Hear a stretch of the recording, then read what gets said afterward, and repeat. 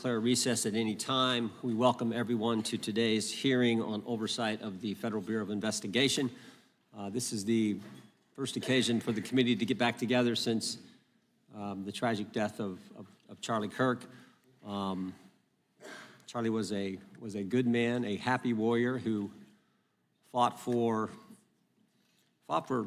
principles and values I think make our country special, and certainly was a strong proponent of defending the First Amendment, something this committee cares deeply about. I said this over the weekend. I think Charlie lived that scripture verse, 2 Timothy 4:7, fight the good fight, finish the course, keep the faith.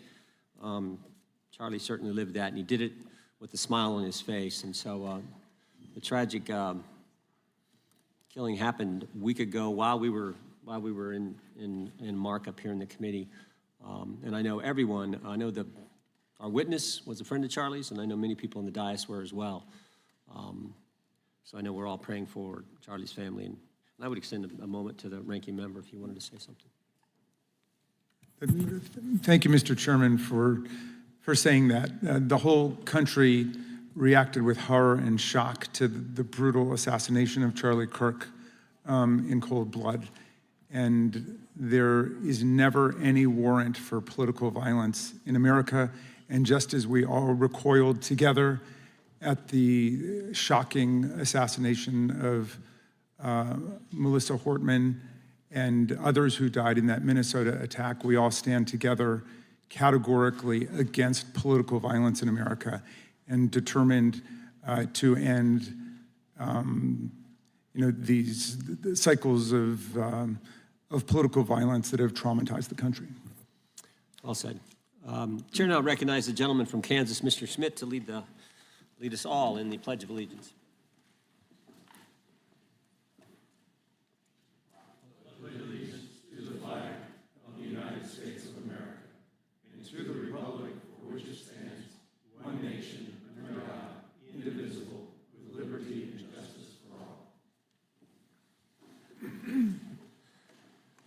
As is customary, we will begin with opening statements. 5 weeks ago, because of the work of Director Patel, we learned that the former chair of the House Intelligence Committee and current United States Senator leaked classified information. We learned this because a whistleblower came forward. Whistleblower with 23 years experience in the intelligence community, a Democrat staffer on the committee, said this: they were pressured to leak classified information, which sort of raises the obvious question. Why would the head of the Intelligence Committee, the chair of that committee, who's supposed to be guarding our secrets, why would he be encouraging the leaking of classified information? Whistleblower told us that answer as well. The leaked information was supposed to be used, the leaked information, false information, was going to be used to indict President Trump. Now, the former chairman wasn't the only person leaking information. Jim Comey was also sharing things he wasn't supposed to share. Again, don't take my word for it. The Inspector General told us this. In his report, he said, quote, James Comey violated FBI policy by disclosing classified information. And what was Comey's motive? Same as the senator from California: to sabotage and undermine President Trump's first term. And we know that Mr. Comey's not been shy about what his objective was. In fact, 4 months ago, he told us. Remember this? 8647, Jim Comey told us just 4 months ago. Now, how'd they do it? How did the former chair of the Intel community, the former FBI director, and others in our government attempt to undermine President Trump's first term? 7 weeks ago, because of the good work of the Director of National Intelligence, Tulsi Gabbard, we learned from another whistleblower, a second whistleblower, that in the closing days of the Obama administration, the intelligence community assessment was changed. On December 5th, 2016, they had one assessment. That assessment said Russia did not impact the election vote count. There was a meeting at the White House on December 9th, 2016, where it was decided, no, we're not going to have that. We're going to come up with a new one. And the new one said Russia was trying to influence election and did influence election, which just wasn't accurate. And that new one is published on January 6, 2017. Let's just show you a few things that took place. I want to show you first this email from Admiral Rogers, the head of the NSA, You can see it was December 22nd. Says to Jim, John, and Jim. Jim Clapper, John Brennan, Jim Comey. And he says, I asked my team if they've had sufficient access to the underlying intelligence, sufficient time to review that intelligence. On both points, my team raised concern. Further states, my folks aren't fully comfortable. A few hours later, there's an email back to Admiral Rogers. This one is from Jim Clapper, and it says this: it is essential that we be on the same page and all of us are supportive of the report in the highest tradition of, that's our story and we're sticking to it. We may have to compromise on our normal modalities. This is one project that has to be a team sport. That's our story, and we're sticking to it. Compromise on normal modalities, that's a fancy way of saying, that's the government speak for we're going to have to change the rules. In fact, we're not going to follow our own rules. And that's exactly what they did to get the objective they wanted, to undermine President Trump. Now, how did it specifically take place? The whistleblower said that the government officials ignored concerns about discredited information. And what was that discredited information? What was the discredited information that they didn't ignore the concerns about? What did they use, that discredited information? Of course, it was the dossier, the now famous Steele dossier that was paid for by the Clinton campaign when they hired the law firm Perkins Coie, who hired Fusion GPS, who hired the foreigner Christopher Steele, who wrote all this garbage and lies down. That is what was used to change the intelligence community report. And what happens next? What do Jim, John, and Jim do next?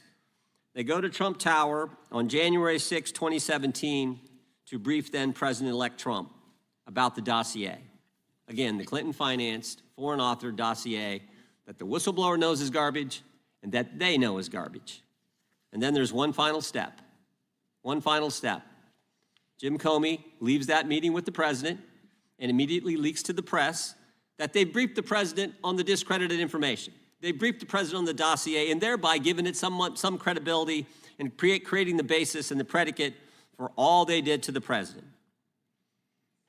They leaked false information, they leaked classified information, they used and leaked discredited information, and they didn't follow their own rules, all to sabotage President Trump's first term.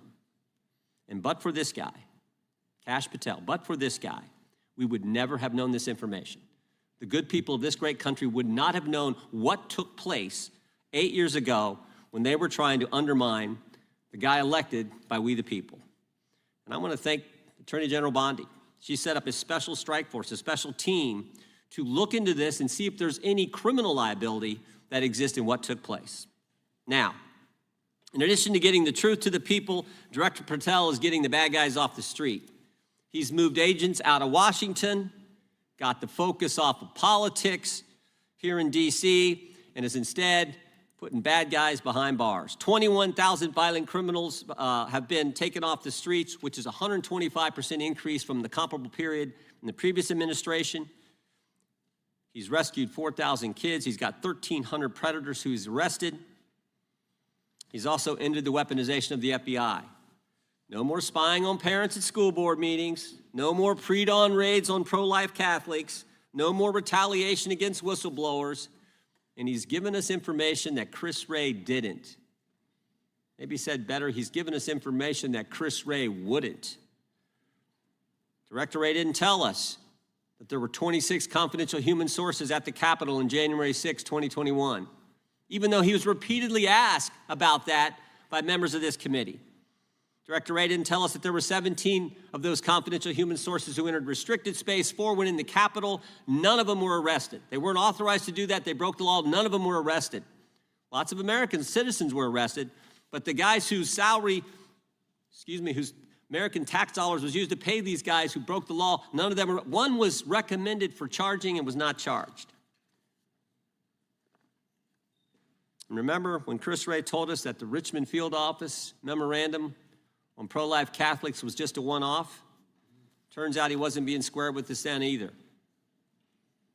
Director Wray wasn't square with us. He told us that multiple other officers were involved in targeting the Catholics. We got that information from Director Patel.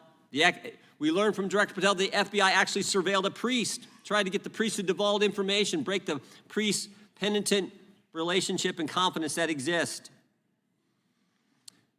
And Director Patel is saving taxpayers' money. He's not going to build a new headquarters outside of D.C. He's going to keep the headquarters right here in the capital city. Save Americans money. Save the taxpayers' money. In 8 months, Director Patel has given us the facts. He's ended the weaponization at the FBI. He's taken bad guys off the streets, and he's saving taxpayers' money. But my guess is the Democrats won't focus on all that good news. They'll focus on politics. They'll stick with Comey and Clapper and Brennan and continue to try to undermine President Trump. With that, I yield to the ranking member for an opening statement.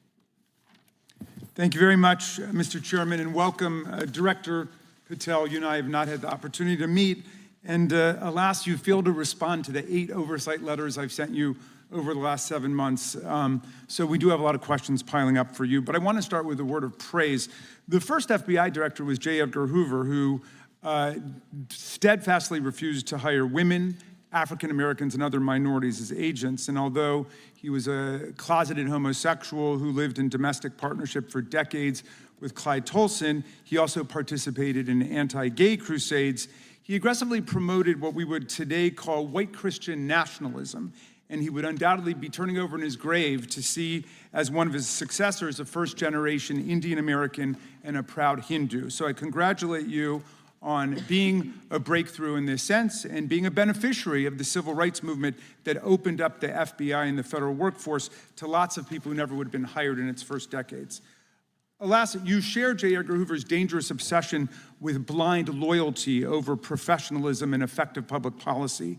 For Hoover, it was blind loyalty to him in keeping his secrets. For you, it's blind loyalty to Donald Trump in keeping his secrets. During your confirmation, it was widely noted on all sides that your primary qualification was your unwavering loyalty to Trump.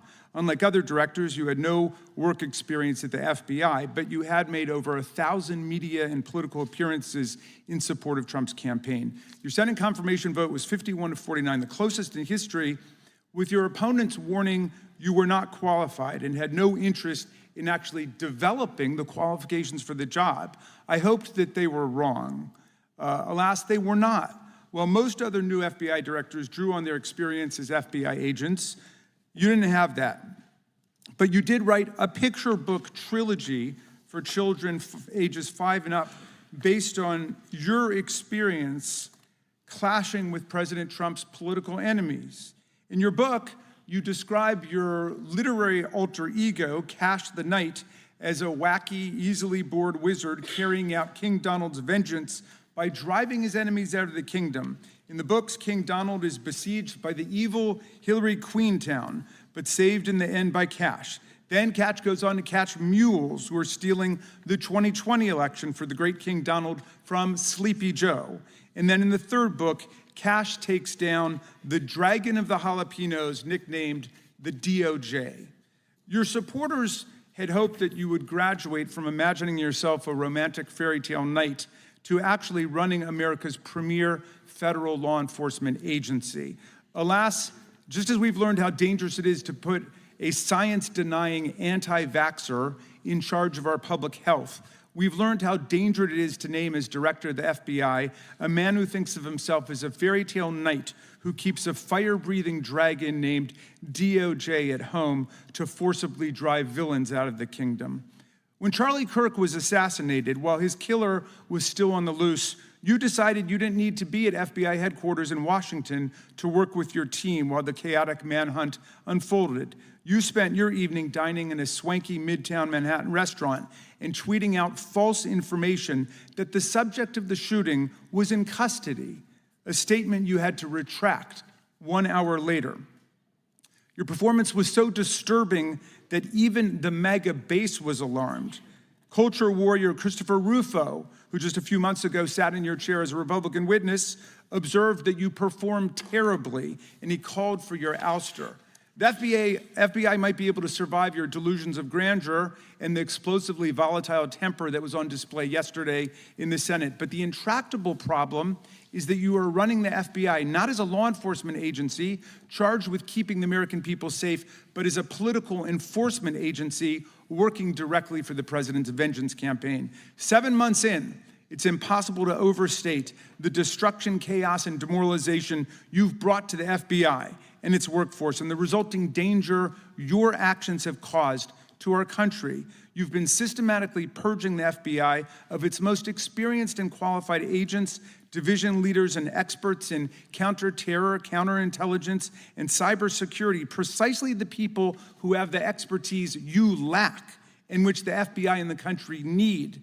They've been expelled from the ranks of the Bureau simply because they did their duty investigating crimes, including those committed by the mob that attacked the Capitol on January 6, 2021, and beat the hell out of more than 140 police officers, or simply because you suspected them of being insufficiently loyal to Donald Trump. You illegally sacked Brian Driscoll, the former acting director of the Bureau and a decorated counterterrorism expert who worked at the FBI for nearly 20 years. According to Driscoll, you told him your own job, quote, depended on the removal of agents who worked on the cases against the president, regardless of whether the agents chose to work on those cases or not. You added, quote, the FBI tried to put the president in jail and he hasn't forgotten it.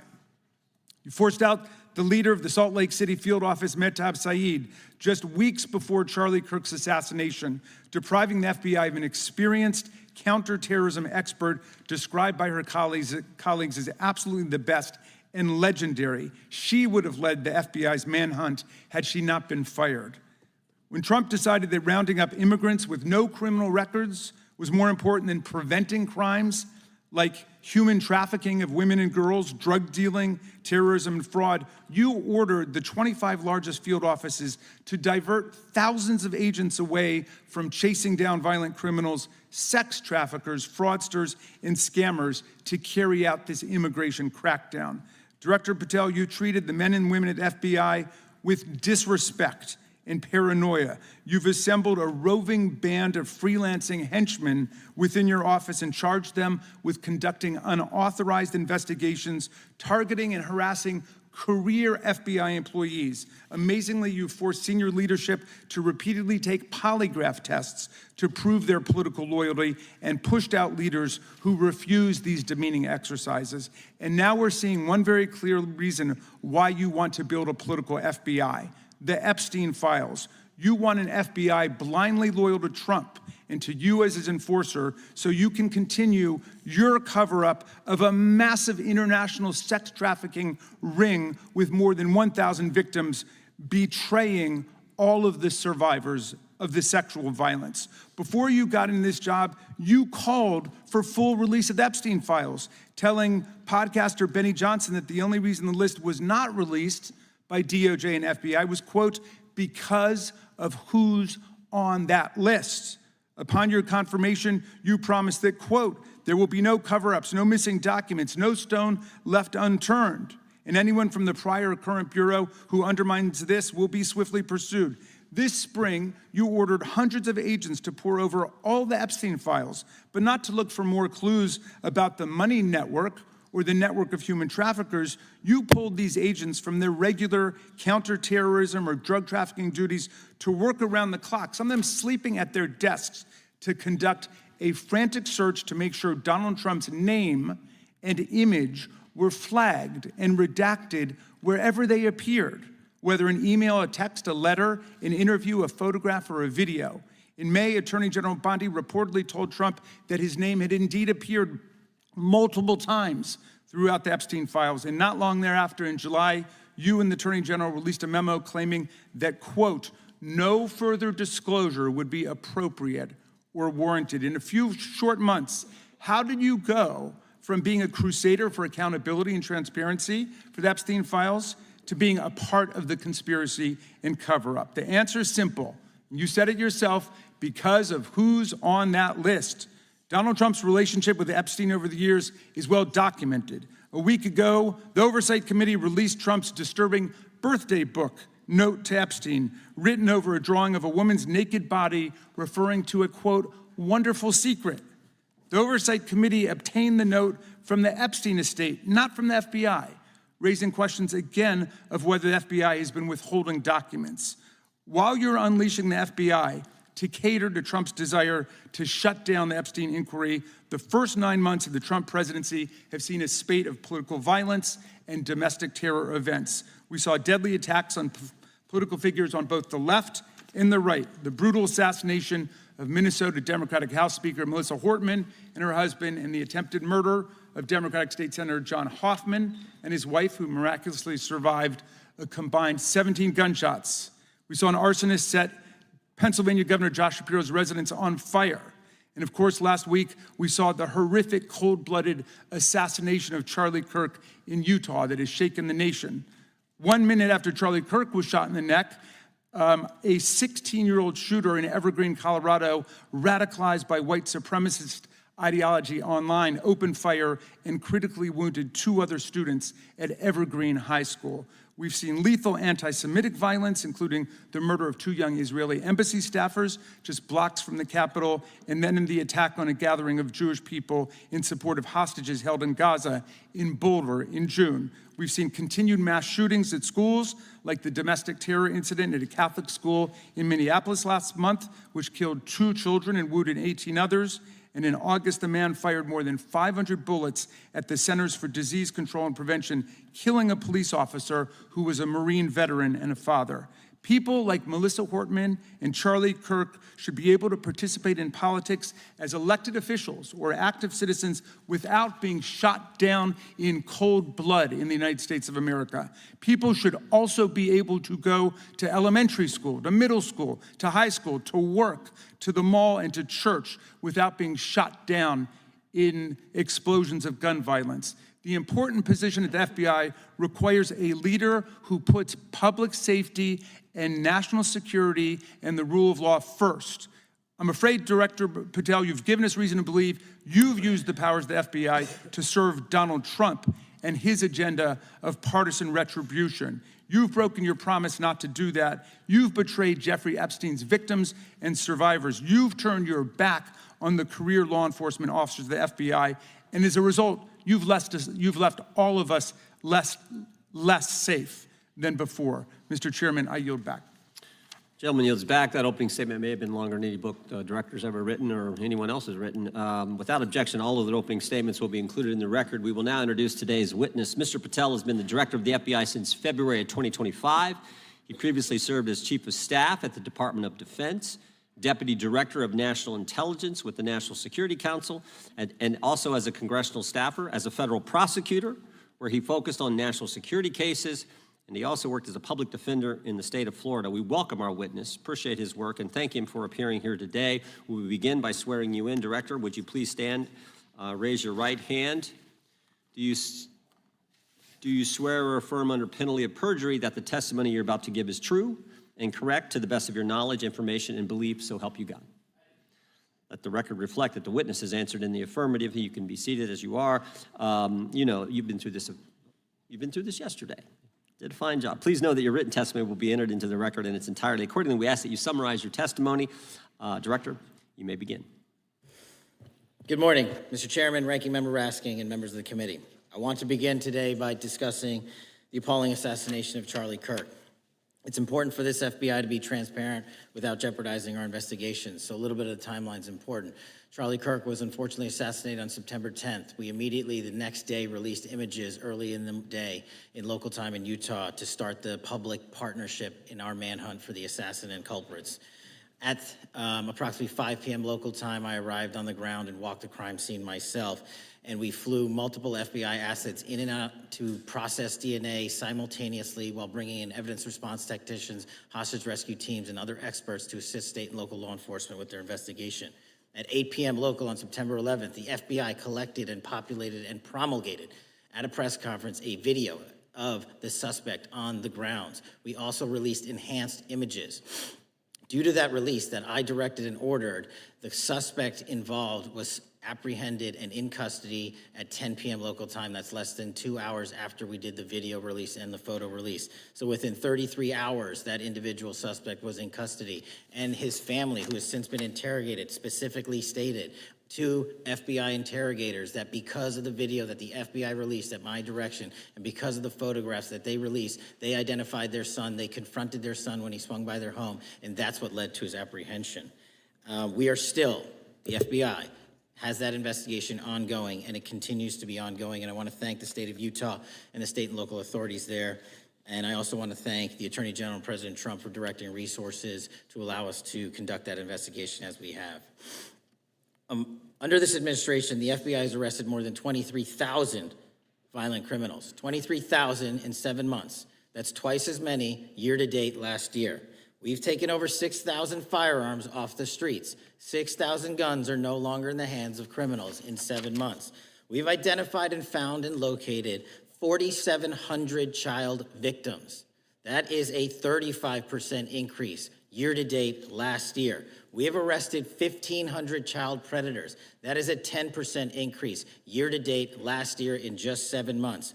We've assisted our partners with countless counterterrorism operations around the world. We've captured, at the FBI, 4 of the most top 10 wanted fugitives in the world in 7 months. To put that in perspective, that's as many as my predecessor nabbed in the entirety of the Biden administration.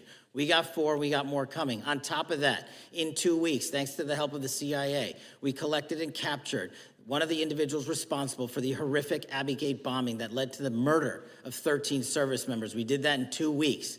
They didn't do it in the 4 years of the entire prior administration. Nationwide, we've been executing our Operation Summer Heat, the FBI's national focus on targeting violent crime based on intelligence-driven operations. Ask the citizens of Seattle, Miami, Memphis, Charlotte, Chicago, New Orleans. To specifically highlight New Orleans and Nashville, there has been a 250% increase in violent crime arrests in those cities alone and other mid-major cities that I've just listed. In just a few short months, we have already unleashed 1,000 FBI personnel across this country. Every single state across this country is getting a plus up.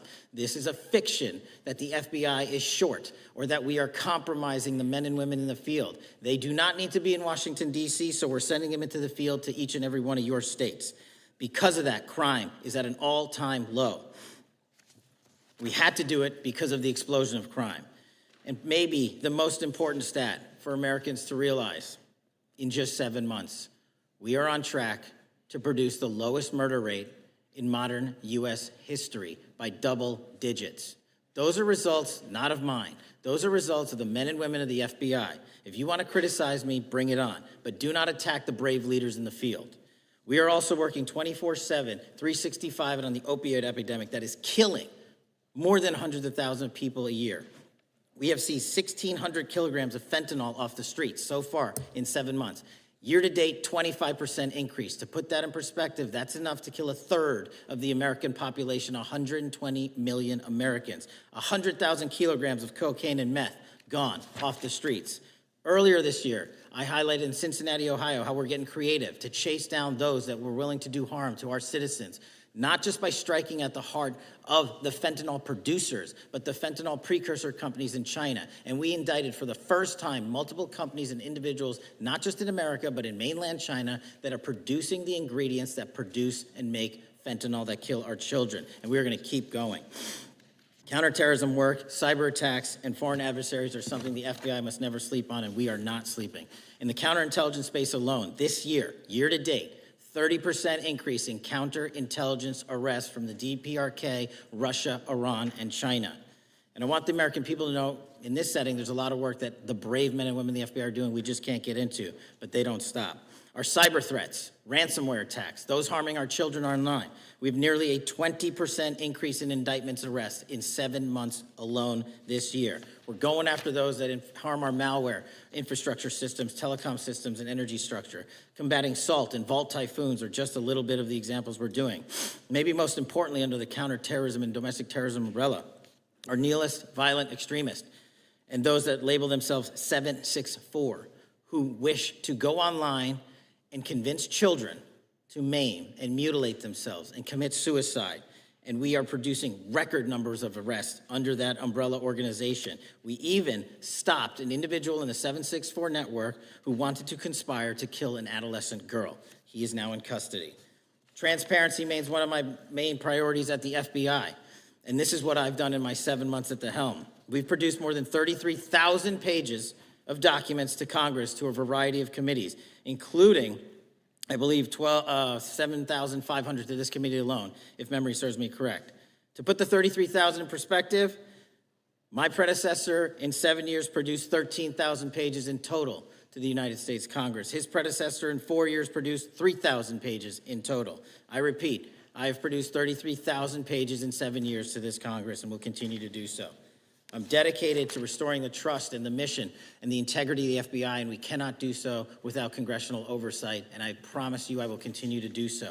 On the Epstein case, the original sin on the Epstein case was how it was handled by Mr. Acosta when he first brought the case in 2006, 7, and 8. The original case had a very limited search warrant, had a very limited search window, had a very limited investigative window. I was not there when those search warrants and that investigation was launched. I would not have done it that way. They were limited to only 3 to 4 years of investigations from 97 to approximately 2001 and 2002 to 2005. Mr. Acosta allowed Mr. Epstein to enter into a plea agreement where he served weekend jails for trafficking minor women. He also was allowed to leave jail to go home on the weekends. Plus, he allowed a non-prosecution agreement to be signed as part of that plea deal, prohibiting future investigations from that prosecution and from that evidence, and prohibiting the collection of further material. That is the original sin. We are working with Congress to produce more than any administration ever has material on Epstein. And I welcome the challenge to tell us that we are not being as transparent as the law allows. We even went to court and asked the judges to lift those prosecutorial agreements and to lift those court order seals, and they denied us 3 times. Congress is welcome to do the same and join the fight. And I'd lastly like to focus on operation that the president led in D.C. Because of this, we are taking this fight in D.C. to every single city across the country. 2,100 arrests in the last month alone. D.C. has seen a 60% decrease in gun crimes, 75% decrease in carjackings, and 53% decrease in homicides in our nation's capital. And rightly so. We're bringing that fight to the streets of America. I want to thank you for your support, and I'm proud to be the director that leads this FBI into a new headquarters building that they've needed for decades, saving the taxpayer $3.5 billion, and also providing our workforce a safe environment. If you don't know the calamity that is the Hoover Building, I invite each and every one of you to walk around. I'll give you a tour myself, and you can see where the cement falls on the heads of our employees that is only to be saved by netting. Just to give you an example. Thank you for support to our mission. And I do want to highlight one thing about D.C. It's because the FBI gathered sources and evidence that we were able to, through our source network, identify the horrific murder of the D.C. intern, Eric Tarpinian. And I've spoken to his family, and we are working to bring them justice. And Mr. Chairman, in my 16 years, now my 17 years of government service, if anyone has any questions about my service, bring it on. Yeah. Thank you, Director. We will now proceed under the 5-minute rule. The chair recognizes the gentleman from California, Mr. Ison. Director, delighted to have you here. You are a breath of fresh air. As you outlined, and I won't repeat it, the accomplishments, you did so with the same resources as your predecessor, roughly. Is that correct? I believe so, yes. And so how much of that has to do with taking people out of the backside of the FBI and moving them into the field, into doing the job for which we primarily pay the FBI? It's exactly what we needed done. 1/3 of the FBI's workforce resided in the National Capital Region before I got there. 1/3 of the crimes do not happen in Washington, D.C. Not anymore. Not anymore. So 1,000 personnel of the FBI were deployed across this country on a permanent basis, and every single state in this union is getting a plus up, not a reduction, a plus up of 1811s of intel analysts and support staff. And that is why the crime rates are going down in record numbers. Thank you for doing that, and it's perhaps the hardest thing for a bureaucrat to do is to lower the head count around them that support them, and I appreciate your willingness to do it different than your predecessor.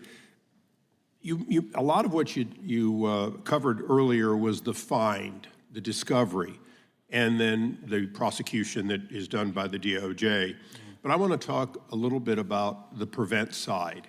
On the Charlie assassination? sir? No, on all of these. Okay. Okay, for example, and I'll bring it up before the Democrats bring it up, January 6th.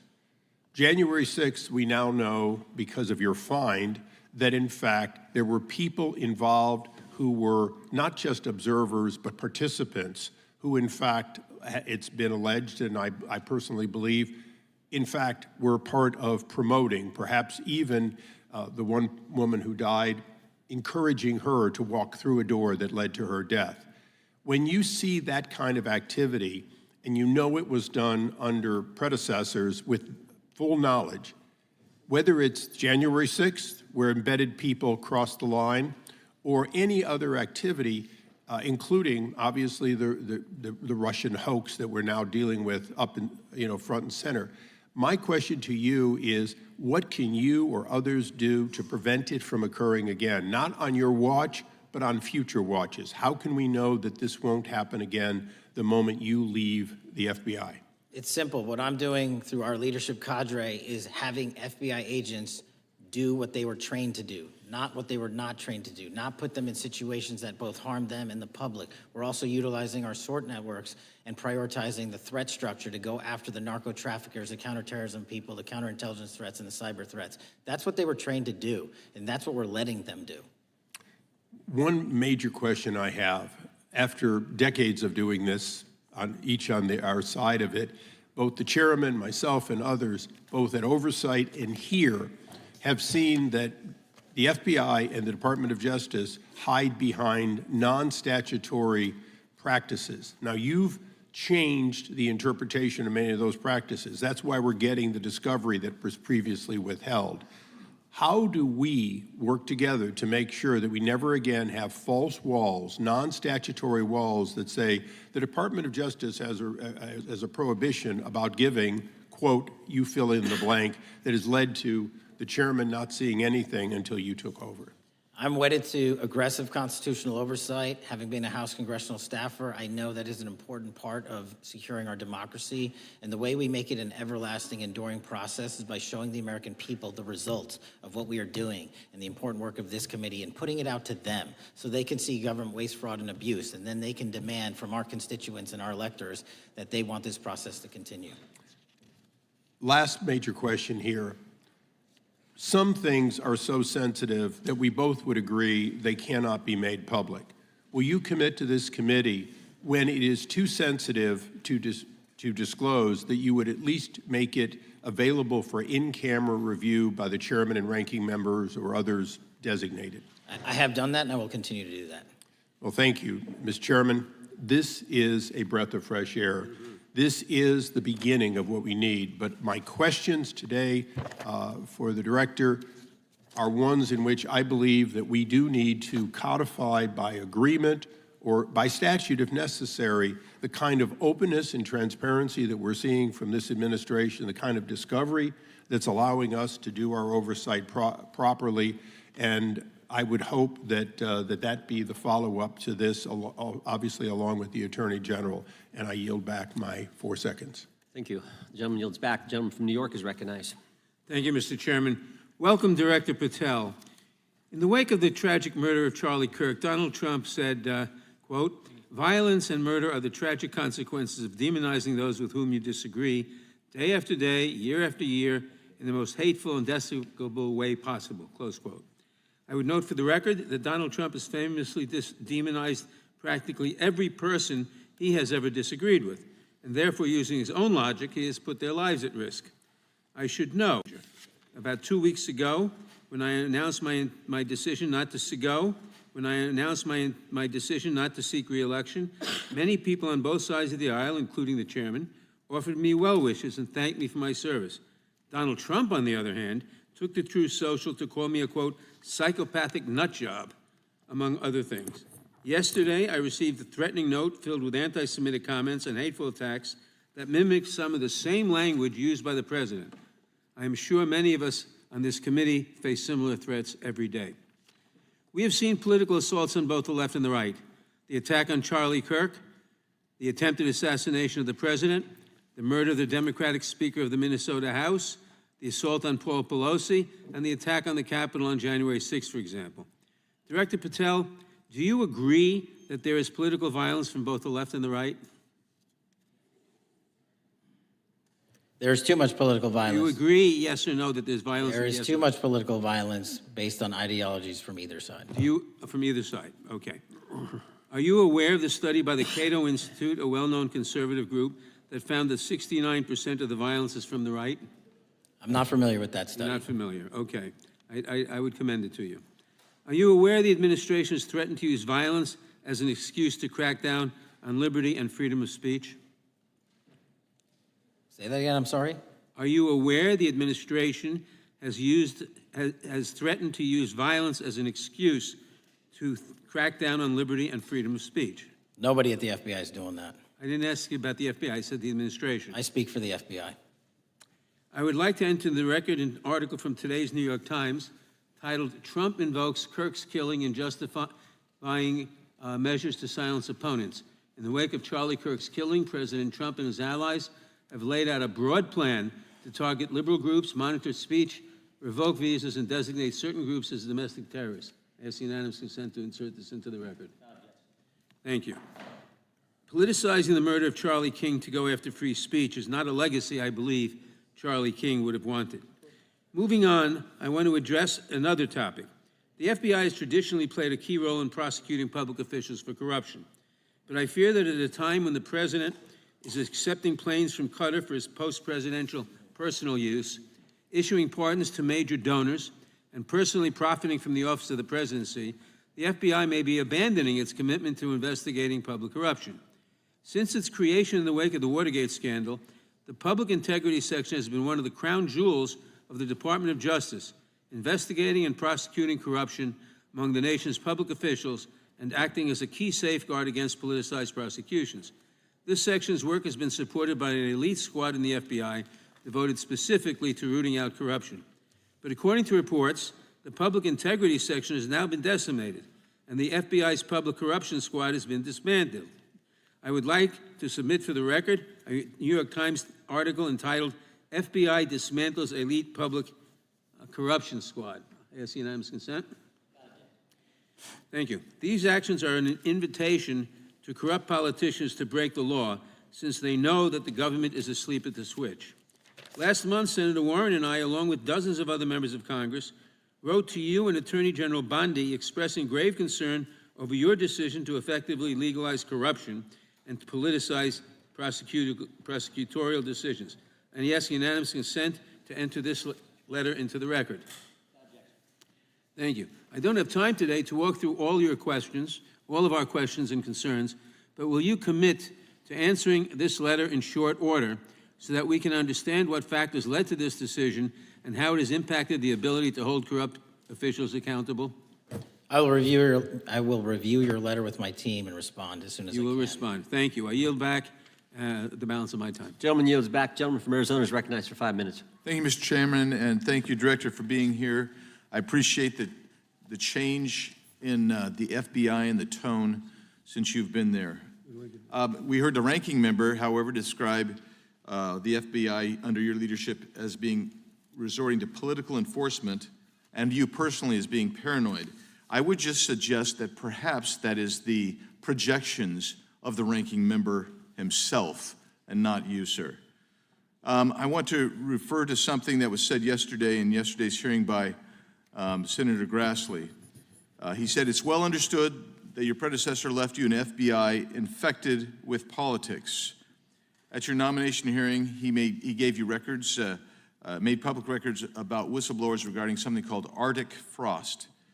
Arctic Frost was the FBI case opened and approved by anti-Trump FBI agent Thibault, and Arctic Frost became Jack Smith's elector case. The new records show that Arctic Frost was much broader than just an electoral matter. In fact, it was expanded to Republican organizations. Some examples of the groups that the Ray FBI sought to place under political investigation included the Republican National Committee, Republican Attorneys General Association, and Trump political groups. In total, 92 Republican targets, including Republican groups, Republican-linked individuals, were placed under the investigative scope of Arctic Frost. On that political list for investigation was one of Charlie Kirk's groups, Turning Point USA. In other words, Arctic Frost wasn't just a case to politically investigate Trump. It was the vehicle by which partisan FBI agents and DOJ prosecutors could achieve their partisan ends and improperly investigate the entire Republican political apparatus. I'd ask that, Mr. Chairman, that document be admitted. Without objection. So, I know that this may be under current investigation, but I wish to ask specific questions about this for just a moment. What search tools were used in Arctic Frost to view private communications of targets? I believe the traditional search tools, search warrants, lawful service of process, and the tools that the FBI has in our infrastructure systems, cybersecurity systems, and counterintelligence systems. But generally speaking, if I may, I want to use this to highlight the fact that I'm continuing my promise to work with Congress to produce documents simultaneously and also conduct ongoing investigations. I'm giving you as much as I can, and I'll give you more when I can. Thank you. Another question regarding that is, were there any directives from the Biden White House concerning the Arctic Frost investigation? Were there any, sorry? Directives or communications from the Biden White House itself concerning the Arctic Frost investigation? I'll just rely on what was turned over to date, sir. Okay. So I want to add here, the search warrants that were used included the seizing of a U.S. member of Congress, his phone. I think we all know who that was and how that was taken away and used for political purposes, Mr. Chairman, Mr. Director. So we'll leave that for a second, and let's go over to the Charlie Kirk case for just a second. Let's emphasize this. How many hours did it take from the assassination to the arrest of the assassin, Mr. Director? 33. That seems pretty swift, and it was because of the actual release of videos and photographs that you directed to be released, sir. That's correct, and to put it in perspective, the Boston bomber took 5 days and Luigi Mangione took 5 days. Was the platform Discord forthright from the start with law enforcement about the shooter's communications on its platform? Discord, the platform ownership, has been working with our lawful process, and we are obtaining materials from them on a rolling basis. Thank you. And I want to get back here to Arctic Frost for just a second, Mr. Chairman. I'd like the unclassified document from the FBI released to be admitted to the record. Without objection. And a document from the Economic Times also to be admitted to the record. Without objection. So I'm going to give you the last 30 seconds. We could go on about the Epstein case. I've got a bunch about that, but I'm just going to let you, if you wish to respond to either of the two vitriolic questioning or statement from the Democrats. The work of the FBI speaks for itself. It's on showcase here today. Anyone that wants to attack the FBI can attack me, but leave our leadership structure alone. When you have 23,000 violent felons arrested, twice as many as this time last year, the work speaks for itself. Thank you, Mr. Chairman, and thank you. Appreciate your good work, Director Patel. Yield back. Gentleman yields back. Gentleman from Maryland is recognized. Thank you kindly, Mr. Chairman. Director Patel, before you joined the FBI, you railed against it for covering up Jeffrey Epstein's human trafficking ring. Let me refresh your memory with this clip. Has Epstein's list, they're sitting on it. That doesn't seem like something you should do. You're protecting the world's foremost predator. That seems like an evil thing to do, regardless of who may be embarrassed in the release of that list. Why is the FBI protecting the greatest pederast, the largest scale pederast in human history? Simple, because of who's on that list. So you finished that December 2023 interview with a challenge to the FBI and harsh words for Republicans in Congress for not getting the Epstein files out to the public. You can see this clip. Boy pants, and let us know who the pedophiles are. Put on your big boy pants and let us know who the pedophiles are, you said. You emphasized that the president and FBI director each had complete authority to release Epstein's client list. You said Epstein's black book is under the, quote, direct control of the director of the FBI. Look at this clip. This is way off the topic, but who has Jeffrey Epstein's Black Book? black book? FBI. But who? That is, I mean, Oh, there's... that's under direct control of the director of the FBI. All right, so you were sworn in as director more than 200 days ago. Now the black book is under your direct control. So why haven't you released the names of Epstein's co-conspirators in the rape and sex trafficking of young women and girls? The Rolodex, which is what everybody colloquially refers to as the Black Book, has been released. Oh, no, you're talking about what the journalist got 5 years ago? No, that's not what we're talking about. We're talking about what you were talking about there, That's the Black exactly Book what I under was the direct control of the FBI director. We have released more material than anyone else before. The Biden administration, Obama administration had the exact opportunities to release this material, and they never did. And if you are selling the men and women of the FBI, Why we're have not you going after changed your child position? predators. Hang on, you said we're not going after child predators. 1,500 child predators arrested this year, 35% increase. I'll reclaim my time. 4,700 child victims Mr. Chairman, I'm going to found. reclaim my time if you could instruct the witness. Why have you changed your position? There you were saying it's under the direct control of the FBI director and all of it should be released. Why have you changed your Everything position? that has been lawfully permitted to be released has been released. And as I told you, Really? the investigation was limited. And let me make something crystal clear. I never said Jeffrey Epstein didn't traffic other people, other women, and they're not other victims. This is the investigation we were given from 2006, 7, and 8, and the search warrants from 2006, 7, and 8. That's what we're working with. Well, wait, have you released all of the stuff that the FBI has seized from Epstein's house?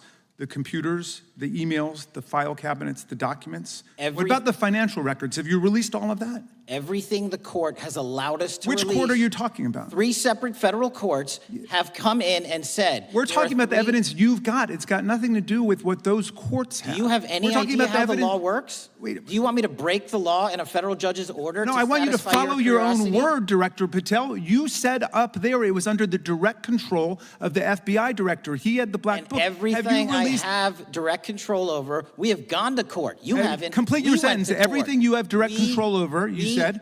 have gone to court, and everything we have direct Director control Patel, over. complete your and sentence. can You said everything- lawfully I'd like to release. the We're gentleman- releasing. He'd like to complete his answer. You began the sentence, everything you have direct control over, and then you stopped that sentence. You've released everything that you have direct control over? I have direct control over and can lawfully release. If you're not familiar with the court orders, that's not my fault. Oh, I'm Go perfectly, look at them. I'm Go perfectly to familiar court. with them. But how did we prosecute Ghislaine Maxwell? She was prosecuted with the investigatory material that was collected from 2001 and 2005. Because of the non-prosecution agreements and the court orders on the investigations and search warrants, we were not able to develop new information. And oh, by the way, Jeffrey Epstein was out for 12 years, and the Obama and Biden administration did nothing to look at his work, his pedophile network. If you want to blame me, that's fine. But now you're blaming the men and women who conducted No, this stop great that. search. I'm not blaming anybody other than you. You're not keeping your word. You said that you would release all of the materials Has under your anyone direct released control. more information on Epstein than I have? Has Well, anyone? much did more- Comey, did Ray? Much more. they? Excuse me. Much more has come out in the days since the American people and Congress have been demanding it, but it's coming out in dribs and drabs. Why don't you just release the entire file as you promised to do? I literally just told you, there are multiple federal court orders. I'm not going to break the law to satisfy your curiosity. You didn't join us when we filed court to release the court orders. You could have. You have lawyers. You could have shown up. You didn't do that. That's a tiny fraction of the material we're That talking is about. not. It is How a do you- tiny fraction. How do you know that? Have you seen No. everything? Time It's of the all gentleman- misdirection. How do you know Time that? of the gentleman has expired. The gentleman from California is recognized. Well, thank you. Mr. Director, just to be clear, how many of the Epstein files were released in the 4 years of the Biden administration? 0. And how many have you released? I don't have the number, but it's got to be thousands of pages of stuff. I was going to ask you to begin whether Americans are safer today than they were 9 months ago, but you cited dramatic increases in criminal arrests since you've taken office, a dramatic decrease in crime that's resulted. Who would have thought that taking criminals off the streets would reduce the crime rate? But somehow we have stumbled upon that new truth. But it begs the question, what was the FBI doing during the 4 years of the Biden administration to see that dramatic an increase in work under your tenure? The simple answer is I'm letting good cops be cops. We're working with our state and local law enforcement. We're energizing our partnerships. We're bringing on more task force officers. When you have more cops in the streets, when you're using ground-based intelligence, when you're not weaponizing law enforcement and focusing on D.C. and focusing on the rest of America, this is what happens. It is not a significant mind shift in terms of how we maneuver the FBI. They've wanted to do this work since they signed up. We're just letting them. And we've seen many prominent Democrats oppose your efforts to restore law and order to the streets of our nation's capital. I mean, all of us here have seen a dramatic change for the better here in Washington, D.C. Why are so many Democrats attacking you for that? Sir, Democrats have been attacking me for a decade, as is the fake news media. They didn't like the fact that I exposed the Russiagate host and the largest weaponization of the FBI, DOJ, and U.S. history. We proved it to be true with congressional oversight. I'm wed to that congressional oversight and will continue to do that work. Christopher Wray repeatedly warned this committee that the Biden open borders policy had produced a significant increase in terrorist threats that he said kept him up at night. A particular concern, he said, was the 2 million gotaways that entered the country during the Biden administration. That's an average of 41,000 every month. What are the monthly gotaway numbers today? Sir, I'll have to get back to you on the exact gotaway numbers, but identifying that there are gotaways is step one. Going and manhunting them is step two, and that's what we're committing our resources to do. Well, that's my next question, is what progress has the administration made in apprehending and removing terrorist threats that came in during the Biden years? I think you're talking about, if you're not, let me know, known or suspected terrorists, and we've encountered almost zero at the southern border since the southern border has been sealed. But the problem that we are running into is our northern border. It's largely expansive. The enemy has adapted, and we need more focus on the northern border to stop known or suspected terrorists from coming in from places like China, Russia, the Middle East, Africa, Afghanistan. And what can you tell us about the remaining threat posed by potential terrorist cells here in the United States? The terrorist threat that continues to be posed by international terrorists here in the United States is one of my highest priorities. We are working through our intelligence community partners to identify those individuals, and we've taken down numerous individuals in numerous rings across this country to neutralize that terrorist threat, including in places like New York City, Los Angeles, and I believe Dallas, Texas most recently. How extensively did criminal cartels like Sinaloa, Jalisco, New Generation, MS-13, Trinidad and others infiltrate our country during the Biden administration? By the tens of thousands. Well, and what progress have you been making in combating their presence? I think the DHS is best to speak to that, but I think I can't remember the numbers of tens of thousands or hundreds of thousands of individuals they found that came in illegally, and the tens of thousands that associations to criminal networks have all been deported. And that effort is being opposed every step of the way by Democratic leaders in our cities, some of our states, and right here in the Congress. Isn't that true? Well, we're just working where we can in every single city we can, and I welcome the opportunity to partner with Republicans or Democrats on fighting violent crime like we're doing. Mr. Biggs asked about Arctic frost. What else can you tell us about that and what we need to do to assure that it never happens again? Continue the congressional oversight work that you're doing on Arctic frost. Let me provide you with more documentation on Arctic frost and also call in witnesses from the paperwork that we have given you. You have that right, and the American public deserves to hear what those people have to say. As for my ongoing investigation, there's not much I can say. What role did the FBI play in suppressing the Hunter Biden laptop story during the 2024 election? Off the top of my memory, sir, I believe the FBI was in possession of verified information from that laptop, and it was improperly publicized that they did not have information and masked it as Russian disinformation. We now know that was categorically false. I don't know why the FBI did that, when they did that, but we've released all the materials related to that. Thank you. Gentleman yields back. The gentleman from New York is recognized. Mr. Goldman. Mr. Patel, does Donald Trump appear anywhere in the Epstein files? I'm sorry, could you say that again? It's not a complicated question. Does Donald Trump appear anywhere in the Epstein files? I didn't say it was a complicated question. I just didn't hear you, so my apologies. We have released where President Trump's name's in the Epstein files and everybody else, and all credible information that we are legally allowed to release has been released. All right, so let's go through that. You're referring to court orders that prohibit you from releasing grand jury testimony under Rule 6E. Is that what you're referring to when you say as the law allows? That's a piece of it.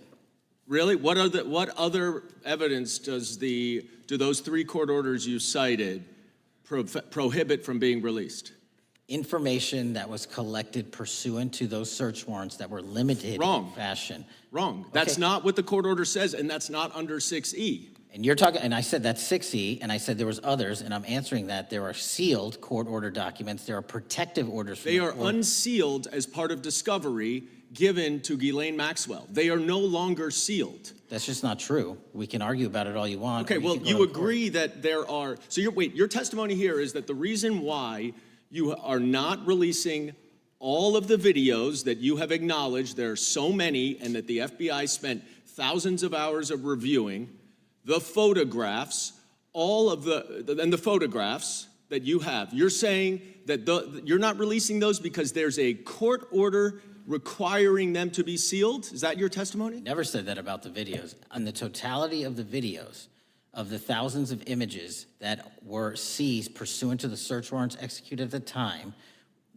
the overwhelming majority of that video is pornographic material that was downloaded from the internet and child sexual abuse material. We will never release that. Well, as you should not release the victims, but if there are videos that relate to others who Epstein trafficked to, such as maybe Prince Andrew, or photographs, that you have total control to release. Yes, and if it And exists, so why haven't you released it? why are you supposing that that is a fact when in fact it is false? Are you saying that You're saying that none of the videos relate to anything relevant to the Jeffrey Epstein trafficking ring? Every single video that we have collected pursuant to the prior search warrants has been examined for the last 10 years. And every single video has been utilized for whatever prosecutions were able to be legally brought. I'm not asking about prosecutions. I'm asking about why you aren't releasing the full Epstein files, including the names of people who were involved in the sex ring that you promised to do before you became FBI director. I just told you, I'm not going to release downloaded porn of I'm children not on the asking about internet. that. Fine. I'm asking about all the other files. What other videos? Tell me. Tell me. That's what I'm asking. Tell me. You're saying there are no videos that would be relevant to anyone else involved in the Jeffrey Epstein sex ring. Pursuant to Mr. Acosta's collection of information based on the search warrants. That's all we have in our I possession. understand. And I'm asking you, that stuff. That's all we got. I'm not asking all you got. I'm asking you, in that stuff, there's nothing that's related to any other sex traffic, any other people engaged with Epstein in underage sex. That's correct. To my knowledge, no. Okay. Let's talk about the witness interviews. 302s of witness interviews. Those are not subject to the court order. Those are not subject to any fictional sealed order for a search warrant. Why aren't you releasing those with the redacted names of the victims? We are releasing as much as legally allowed. That's why we went back to the courts. How is that not legally allowed? Sir, do you know how court orders work? Do you know how protective orders Actually, work? Do you know how Mr. sealing Patel, orders I was work? a real prosecutor for 10 years. I know exactly how. So I was a court fake one? orders. And I want to understand what the court order prevents you from releasing witness statements that the FBI took. You should know that as a real prosecutor, when the court hand downs a protective order and a motion to seal, the material is sealed unless So that your judge testimony waives here it. is that all of those witness statements are under a court order, a protective order. We are providing everything we can legally provide. No, that's not my Congress has question. sent us a My subpoena. question is, why are those witness statements that are not grand jury testimony, that if they were under a protective order are no longer under a protective order, why are they not being released? How are they not under a protective Why order? are you not going to the court like you did for the grand jury testimony to unseal those The records? DOJ did go to the court. No, not on those records. Why aren't you going? You just went on grand jury. Time of the gentleman has expired. You are hiding the Epstein files, Time Mr. of the Patel. gentleman has expired. You are part of the cover-up. Can I respond? You sure can. Any allegations that I'm a part of a cover-up to protect child sexual trafficking and victims of human trafficking and sexual crimes is patently and categorically false in the work of my So I hope you will talk to them when they Gentlemen's have time has requested expired. to speak with you. Because the Gentlemen's time has victims have expired. Gentleman requested yields and you are back. not responding to them. Director, yes or no, is the FBI still spying on parents at school board meetings? No, sir. Is the FBI still targeting Catholics? No, sir. Is the FBI still spying on President Trump? I don't believe so. Is the FBI still censoring Americans? No, sir. Is the FBI still targeting Americans for shopping at Cabela's or purchasing Bibles? Nobody is targeted for their faith. Is the FBI still targeting Americans who are pro-life? Nobody is targeting anyone for their Is beliefs. the FBI still cooking the books on crime data? The crime data is real. Is the FBI still purging agents for conservative viewpoints? No one at the FBI has asked their viewpoints on Is policy. the FBI still labeling the Betsy Ross flag, the flag of the American Revolution, a hate symbol? No. Well, maybe that's why you've been able to, what was the number? 23,000 bad guys you've arrested, a huge increase from the same time period in the previous administration. I think you said 1,400 predators, 4,000 children rescued. Were those the facts? 4,700, 35% increase on children rescued. Yeah. And you got the guy to Abbey Gate. We got the Abbey Gate We had guy. a guy from the 4th District of Ohio who lost his life there serving our country. We appreciate that. Maybe when you're not focused on politics, you can actually do what the FBI is supposed to do. Go get the bad guys, right? That's what the men and women of the FBI do. Director, did John Brennan lie to Congress? Let me just read a couple things, actually, before you answer that. 2 years ago, we had Mr. Brennan in for an interview, and I asked him, how'd you learn about the dossier in December of 2016? Mr. Brennan replied, I received a copy of it from the FBI, and the CIA was very much opposed to having any reference or inclusion of the Steele dossier in the intelligence community assessment. That's what John Brennan told the United States Congress. 7 weeks ago, the Director of National Intelligence told us this: John Brennan lied and denied using the dossier in the intelligence community assessment because he knew it was discredited. CIA officer told the House Intelligence Committee Brennan refused to remove it, and when confronted with the dossier's main flaws, he responded, yes, but doesn't it ring true? John Brennan lied to us? Mr. Chairman, I won't stylize the evidence. What I will say is that the intelligence community assessment, those that created it and any individual involved with it, is an ongoing investigation.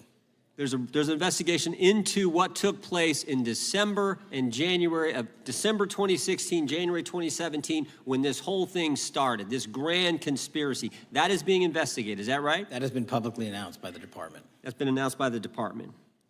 Did Chris Wray hide documents from this committee? You would know better than me, sir. Well, I think you told us like 700 pieces of information you've given this committee since you've been the director relative to just one incident, the Catholic memorandum from the Richmond field office. I can give you the comparison, sir. Yeah, the Catholic memo, I believe we turned over 750 documents. In Mr. Ray's tenure, I believe they turned over 19 pages. 19 pages. You've given us 700. Why would Chris Wray hide information from this committee? You'd Want have to to hazard ask a him. guess? I'm sorry? Hazard a guess why he would do that? I don't know, sir. I think maybe it was because FBI was spying on a priest, trying to get him to break the priest penitent confidence that exists. You think maybe that was the reason? You'd have to ask him, sir. Yeah, we'd love to do that. I want to read a few names here. Arctic Haze, Tropic Vortex, Riding Hood, Foggy Falls, Echoes Fate, Sirens Lure, Genetic Christmas. What are these code names about, Director? You know? Not off the top of my head. Well, Arctic Haze, Tropic Vortex. My understanding, these are code names for leak investigations of classified information from the year 2017. Does that ring a bell? In terms of leak investigations, many of those are classified and many of those are ongoing, Mr. Chairman. But we are working with you to produce documents as we close those investigations or as we declassify them. Let me ask you this question, because this is something I've wondered about, the way the FBI used to work. The way this whole thing so many of these things unfolded. Seems to me you had all these people in government leaking information that then gets reported in the press, and there's a story written about it, and then that article is then used to further the investigation and move forward with what they want to do. Did that take place back in 16 and 17? That's the exact scenario that took place in the FISA application for Carter Page and the rest of the Trump campaign. And that is frightening, because that's what the CIA is supposed to do in foreign countries. It's not supposed to happen to Americans, but it did, didn't it, Director? Yes. And not just any Americans, it happened with the President of the United States. Is that accurate? Yes, sir. Yeah, and you were the key guy in helping expose that. And I think our country will be forever grateful for what you did to let the country know that was going on involving Americans, which is not supposed to happen, and not just, again, any American, but the President of the United States. Chair now recognizes the gentlelady from California. Thank you, Mr. Chairman. I'm concerned by reports that FBI agents have been diverted from their important work on crime and anti-terrorism to work on matters that are not critical to our safety. I'd like to play the video, the whole video Jeffrey clip. Epstein's Black Book? Black Book. FBI. But who? That is, I mean, Oh, there's... that's under direct control of the director of the FBI. Or the So, manifesto. but the Black Book, it's not just sitting, I mean, that's Hoover power times 10. And to me, that's a thing I think President Trump should run on. On day one, roll out the Black Book. In contrast to that attitude of let it all out, we're getting reports of actions that run contrary to getting everything out and that also involve diversions of FBI resources. For example, an FBI whistleblower reported that you were pressured by the Attorney General to place 1,000 personnel on 24-hour shifts to mine roughly 100,000 Epstein-related records to redact President Trump's name from the files. Bloomberg reported this, that you directed FBI special agents from the New York and Washington field offices to join the Bureau's FOIA employees in Winchester and another building a few miles away, and that while reviewing the Epstein files, FBI personnel identified numerous references to Trump in the documents, and people familiar with the matter said that Trump's name, along with other high-profile individuals, was blacked out. Now, the New York Times reports, and this is a quote, Justice Department officials diverted hundreds of FBI employees and federal prosecutors from their regular duties to go through the documents at least 4 times, including once to flag any references to Mr. Trump and other prominent figures.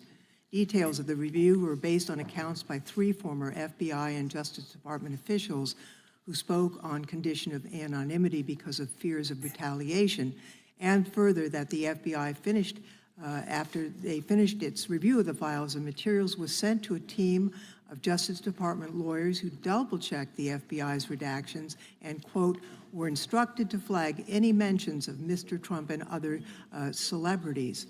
Now, I have 3 questions for you, Mr. Patel, about this. First, how many times did President Trump's name appear in the Epstein files? Was it more than 100, more than 1,000?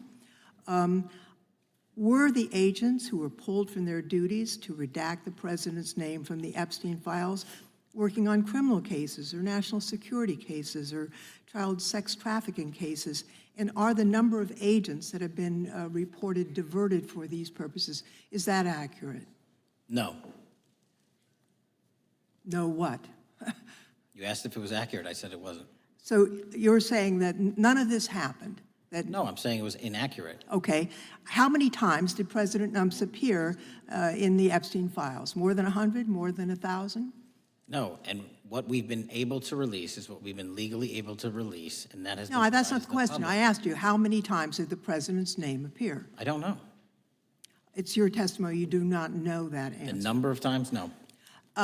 Could you tell us how many agents were diverted for this task and what they were working on? When you say diverted, you make it seem as if agents were pulled off what they do all the time. Agents at the FBI masterfully do double duty and triple duty. And because of the public's interest in this case, we flexed resources to make sure that we could answer the public's signal demand. So do you want us to look through the material and provide it to you, or you do not want us to do that? So it's Which your, one is it? it's your testimony that no one was diverted from a criminal matter, that this was a top priority to go through these, this material to look for Mr. Trump's name. Is that your testimony? That's the highest priority for the FBI? What's one of the most impressive things about the FBI leadership and the careers that are in place is that they make the decisions on who to send where on priorities and make sure the mission needs are not hurt. And that's what happened here. It's shocking to me that the FBI would think that erasing Mr. Trump's name from the Epstein files is a high priority when we have crime, we have national security threats, we have terrorism threats, we have murders such as that occurred, unfortunately, with Mr. Kirk. It's shocking to hear that that's your highest priority. And with that, Mr. Chairman, I That's yield literally back. not what I said. Gentleman yields back. Gentleman from Wisconsin is recognized. Director, is President Trump implicated in any wrongdoing related to Jeffrey Epstein? Based on the entirety of the evidence that we have, absolutely not.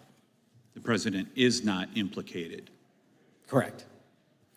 Thank you. I want to talk a little bit about China's malign influence here in America. And, we've seen spy balloons traverse the United States. We've seen police stations in communities around America. And sitting in the chair you're in just 2 years ago, there was a sheriff from Cochise County, Arizona, Mark Daniels, that was here, who said that the exponential increase in the amount of fentanyl that is coming into America is directly related to the open borders policies of the previous administration. Do you agree with Sheriff Daniels' characterization? In large part, yes. So, since you've been director, has there been a reduction with, we've talked about how the border is largely secure now, right? The southern border, yes, sir. The southern border is largely secure. Has there been a concomitant reduction or a reduction in the amount of fentanyl that is coming into America? There has been a massive reduction to the tune of, we've seized more than 25% year-to-date this year than the prior year, and that's enough fentanyl to kill 120 million Americans. Does China play a role in this fentanyl that's coming to America? As I stated in my opening, sir, what they do and the companies in China, mainland China, do is produce the precursors and the cutting agents that they ship overseas through various countries into the Mexican drug cartels who produce it. So they basically are the cooks in terms of the ingredients. Tell us, what is the FBI doing to stop China from delivering death to America? So for the first time in a decade, I actually reached out to my counterpart at the Ministry of Public Security. No one at the FBI had done so, to engage. Ministry of Security, where's that? In mainland China. In mainland China, okay, thank you. To engage in a conversation to say, hey, can we have a certain number of these precursor chemicals listed in China so that they become illegal and illegal to trade. We're also working with our counterparts in places like India and Guatemala because the transshipment routes of the precursors, the Mexican drug cartels have gotten creative, and instead of coming directly to America, are going into these countries. And we've had massive success in India and Guatemala, and in those governments' great partnerships in shutting down the ability to ship the precursors into those countries, which are ultimately destined to America. So those people that are working with security agencies have been working with you, is that accurate? Yes, sir. So I want to turn to a couple cases that are at the University of Michigan, where Chinese nationals, on behalf of the Chinese government, smuggled in illicit biological materials,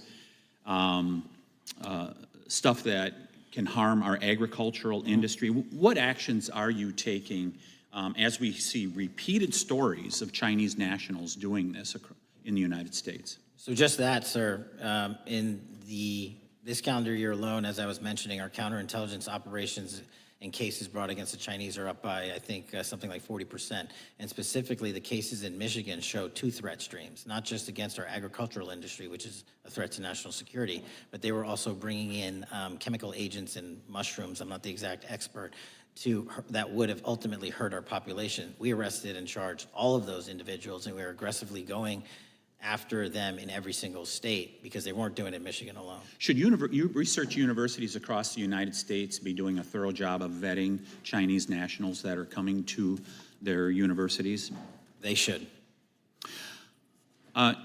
Turning to spying in America, we heard the stories about Senator Dianne Feinstein's driver, who was a Chinese spy. We're familiar with Linda Sun, who worked in Governor Hochul's office, Christine Fang in California.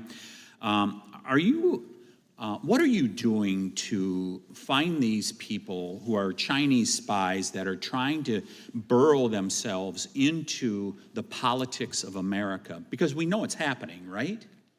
Yes, it is. And what our counterintelligence unit is doing is aggressively seeking the intelligence into where these individuals are working. Then we are utilizing our operational authorities to go in and investigate them either through our human source networks and collecting information through lawful process, online, search warrants, and data so that we can bring proper arrest charges and publicize to the world what they're doing here.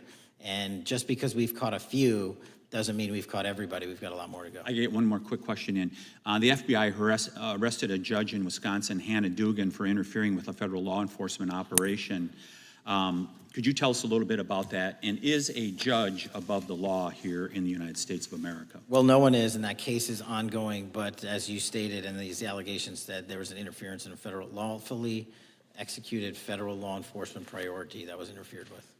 I yield back, Mr. Chairman. Gentleman yields back. The gentleman from Tennessee is recognized. Thank you, Mr. Chair. Director Patel, I believe you had primary importance in starting Operation Viper in Memphis. Is that correct? Yes, sir. And Operation Viper brought in the FBI, the DEA, the ATF to help the Memphis police in policing the city. That'll be phase 2, sir. Phase 1 was FBI and local law enforcement in Memphis for the last few months. Okay. You did a good job, and the police director and the mayor have told me that that has been helpful, the FBI working with the police. And the FBI are trained in law enforcement. They know Miranda rights, they know how to do policing, and they do a good job working with the police. Do you think that the National Guard is necessary to do the work that the FBI is doing now? Thank you. I do think it's necessary to finish it. What we've done is 500 arrests in Memphis and 110 federal indictments. But what we need to do is we've only secured a piece of where the criminal conduct is occurring in Memphis, and we can't work inside perimeters that are not established and safe, and we don't have the manpower to give us the space to fully go into the areas where the criminal activity remains. Well, are you suggesting that the National Guard is going to go into the more heavily crime areas? They're going to establish, like they did in Washington, D.C., perimeters where local law enforcement and the FBI, DEA, ATF, and U.S. Marshals can go into. We can't be going into all these areas knowing that they're extremely volatile and jeopardizing the safety of our agents. Did the National Guard do anything in Washington to help the FBI stay safe from these dangerous elements? They established perimeters. Established perimeter, and the criminals knew about it, so they... It was a visible force, sir, so they kind of saw it. Well, what you did, I commend you for what you did, and I think the FBI coming in, we have a crime problem in Memphis. The FBI has helped, DEA will help, and the ATF will help. I don't think the National Guard is going to help, and what I've seen, they're not trained in law enforcement, are they? No, sir. And so that could be a problem. Who will direct the National Guard in Memphis? Will it be, will they have control over your agents? No, sir, they won't. Who will have control over your agents? You? Well, the SAC and then ultimately the chain of command up to Washington, D.C. will control the FBI, but there's a task force that was put together that is going to be led by an interagency. The heads of U.S. Marshals, DEA, and FBI will be working together with DHS collectively on this. Have you visited Memphis before? Yes, sir, I have. So you know how good a city it is. I love Memphis. A lot of us do. And Memphis is a great city, great history, civil rights museum. Might say something about slavery, but that was the history. Needs to be taught. Blues, Elvis. Beale Street. Beale Street, right. Barbecue. And people should come. It's not a troubled city. We've got some crime, but it's not a troubled city. We're not troubled, and we love our city, and we hope that the National Guard doesn't come in and cause people to have questions about Memphis because it's a city they should visit. Let me ask you this about, you said that the homicide rates are coming down to an all-time low? In modern recorded U.S. history, yes, sir. When does modern recorded history start? I think the FBI, and I'll get back to you on this, has stats on that going back about 30 years, sir. Okay, I was thinking back to Ozzie and Harriet, and I didn't think you could beat Ozzie and Harriet's time. Secondly, you mentioned the Epstein case. Did any of the women that were victims, and they came up here and had a press conference and all, did any of them contact your office and ask to give information? To my knowledge, no, sir. If they did, let me ask you first, is there a statute of limitations on sex crimes like that, with sex with a minor, rape? The DOJ is the expert, but I do not believe there's a statute on that, limitations on that. So if there's not a statute of limitations, should you not be interviewing those people who know who raped them and the names and the places and give you that information? That seems like that's a treasure trove of information, and it's a serious, serious, serious number of crimes. Sir, I couldn't agree with you more. We've been very public about asking individuals to come forward with new information, and we would run out every single lead on that. Well, I'm sure the women will come forward, especially today, to be sure that they will get an opportunity, because that seems like something we ought to do. Mr. Driscoll, what was his reputation? I can't comment on Mr. Driscoll's matter. It's an ongoing litigation. Yeah, but his reputation you could tell us about. I can't tell you about his reputation. His work has been laid out in that lawsuit. How many of the FBI agents who worked on the January 6th case have been fired? I don't have that number, sir. Do you have a ballpark figure? No, but I can tell you that individuals based on case assignments in the FBI that I have led have not been terminated for case assignments. Thank you, sir. And come back to Memphis, and you work with Kevin Kane in our Tourism Bureau. He's great. Thank you. And thank you for your work in Memphis. Gentleman, yes, back. Gentleman. Mr. Chairman, I have a unanimous consent request. Gentleman's recognized. So I've got 4 documents I'd like to introduce into the record. The first one is Jeffrey Epstein's 6th story played out for years in plain sight. And Acosta is quoted in here saying, "I was told Epstein belonged to intelligence and to leave it alone." The second document is entitled, "What Epstein's Bodyguard Warned About His CIA Connections." The third document is from Fox Digital. It's titled, "Epstein's Private Calendar Reveals Planned Meetings with Obama Admin Official CIA Chief." And the last document is Wall Street Journal article that highlights Ehud Barak's 36 meetings with Jeffrey Epstein. He was the former Prime Minister of Israel and head of military intelligence for Israel.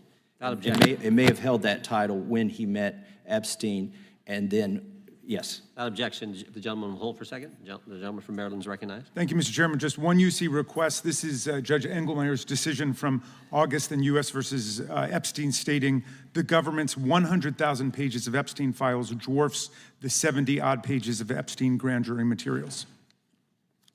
Without objection, the gentleman from Kentucky is recognized for 5 minutes. Thank you, Mr. Chairman. Director Patel, I watched some of your Senate hearing yesterday when Senator Kennedy asked you, "You've seen most of the files. Who, if anyone, did Epstein traffic these women to besides himself?" You replied, according to the transcript, "There is no credible information that he trafficked them to anyone else." You also said somewhere in the hearing and here today that the problem is that the case files are constrained by limited search warrants from 2006 to 2007, and that the non-prosecution agreement hamstrung future investigations. Those constraints only apply to Southern District of Florida. They do not apply to Southern District of New York, the location of the 2019 sex trafficking indictment, which produced many things, including a series of FD 302 documents. According to victims who cooperated with the FBI in that investigation, these documents in FBI possession, your possession, detail at least 20 men, including Mr. Jess Staley, CEO of Barclays Bank, who Jeffrey Epstein trafficked victims to, victims including minors, such as Virginia Roberts Giuffre, may she rest in peace. That list also includes at least 19 other individuals, one Hollywood producer worth a few $100 million, one royal prince, one high-profile individual in the music industry, one very prominent banker, one high-profile government official, one high-profile former politician, one owner of a car company in Italy, one rock star, one magician, at least 6 billionaires, including a billionaire from Canada. We know these people exist in the FBI files, the files that you control. I don't know exactly who they are, but the FBI does. Have you launched any investigations into any of these people, and have you seen these 302 documents? Sir, I have asked my FBI agents to review the entirety of the Epstein files and bring forth any credible information. And we're working with Congress not only to divulge that information and produce it to you, but any investigations that arise from any credible investigation will be brought. There have been no new materials brought to me launching a new indictment. So is the loophole here, or is it your assertion that these victims aren't credible, that the 302s maybe didn't produce credible statements that rise to a probable cause? It's not my assertion, sir. It's the assertion of 2 different United States attorneys' offices from 3 separate administrations who investigated those same materials in lifetime. Are the 302 documents in the FBI's possession? They reviewed all that, yes, sir. And so have you reviewed those 302 documents that where the victims name the people who victimized them? If I personally know, but the FBI has. So how can you sit here and in front of the Senate and say there are no names? I said I named one today. I said we are not in the practice at the Department of Justice FBI of releasing victims' names. That is not what we do. We are also not in the habit of releasing incredible information. That's not what we do. But multiple authorities have looked at the entirety of what we have. Okay, I got to move on here. Were you present when the AG had the White House event when she released the binders to the social media influencers? I was, yes. So if you're willing to meet with social media influencers who stood to benefit from the sensational and sad stories of these victims, will you meet with the victims as well? The FBI will meet with anyone who has new information. Will you personally meet with them? The FBI and the professionals who are handling the cases will. Were you instructed that it was important to release the documents to the Oversight Committee on the day of my introduction of the discharge petition to release these files? I don't know what day that was, so no. Well, they were released that day, and there were victims' names who weren't redacted because they were in such a rush, and the victims are not happy about that. Have you investigated any of the CIA connections? Have you seen the CIA file on Jeffrey Epstein? And if you wanted to see it, would they show it to you? Well, I can speak for the FBI, and that's presuming there's a CIA case file, and I've reviewed everything that the interagency, not I, the FBI, that was provided to us. Would you be willing to look at the CIA file on Jeffrey Epstein? If there is such a file, and if it has not already been turned over to the FBI will look at any new investigative leads. Have you made any progress on the pipe bomb investigation January 6th? And have you made any progress on the motive of the Las Vegas shooter? As to the first, it's an ongoing investigation, and we have made progress. As to the second, sir, I'll have to get back to you.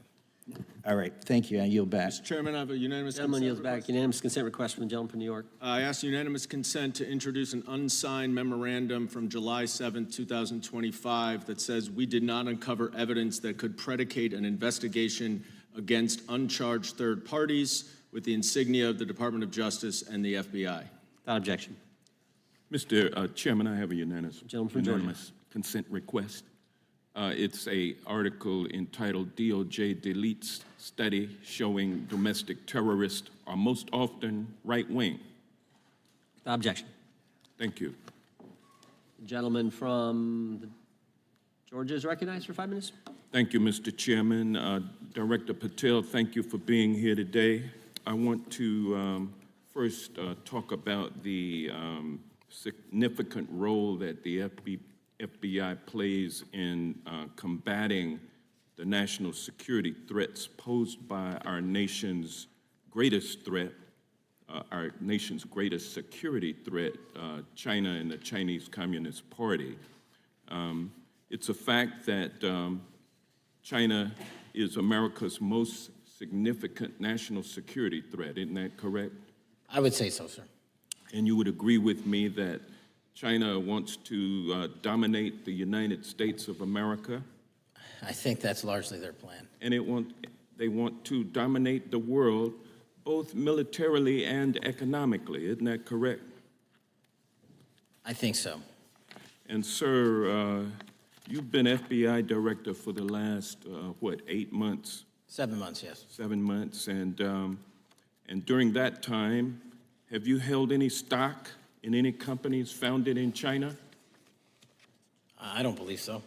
Well, you do own stock in a company known as Elite Depot, don't you? Which one, sorry? Elite Depot. You own stock. I think that's, I'll have to get back to you. I think it's a law firm and it's a company out of Singapore. Okay, well, no, the company out of Singapore, which is owned by Elite Depot, is the Shein Company, which was founded in China, correct? That company operates out of Taiwan. Well, they changed their headquarters from China back in 2022 to Singapore for tax purposes, but it's owned by a Chinese billionaire. I think his name is Charlie Zhu, and you own stock in the company that owns Shein. Which I disclosed during my confirmation process. You certainly did. And now, do you still hold that stock in that Chinese company? Pursuant to the Department of Justice, who reviewed my material that was submitted during my confirmation process, I was able to hold certain stocks, and they made the decision. You still hold the stocks that you have? You still hold on to these Chinese stocks, these stocks in this Chinese company? I disagree that it's a Chinese company, but I was in the DOJ, when you're appointed, makes a call on what you can and can't possess. Well, now, let me ask you this. Chinese companies steal trademarks. They produce counterfeit products and sell them over the internet on platforms such as Shein. They steal intellectual property. They steal data from American companies. And to me, it seems inconsistent with your role as FBI director that you would own stock in a company that is based in a country that is the nation's premier national security threat. It's like you are putting your own financial security over the security of the nation.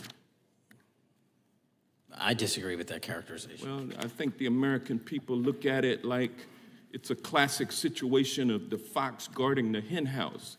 If the FBI is charged with investigating espionage, economic espionage by companies controlled by the Chinese Communist Party, and you are the director of the FBI, you've got a conflict of interest. Sir, I would just show if there's any intimation that I'm against. Why are you holding on to this stock? It wasn't a decision I made.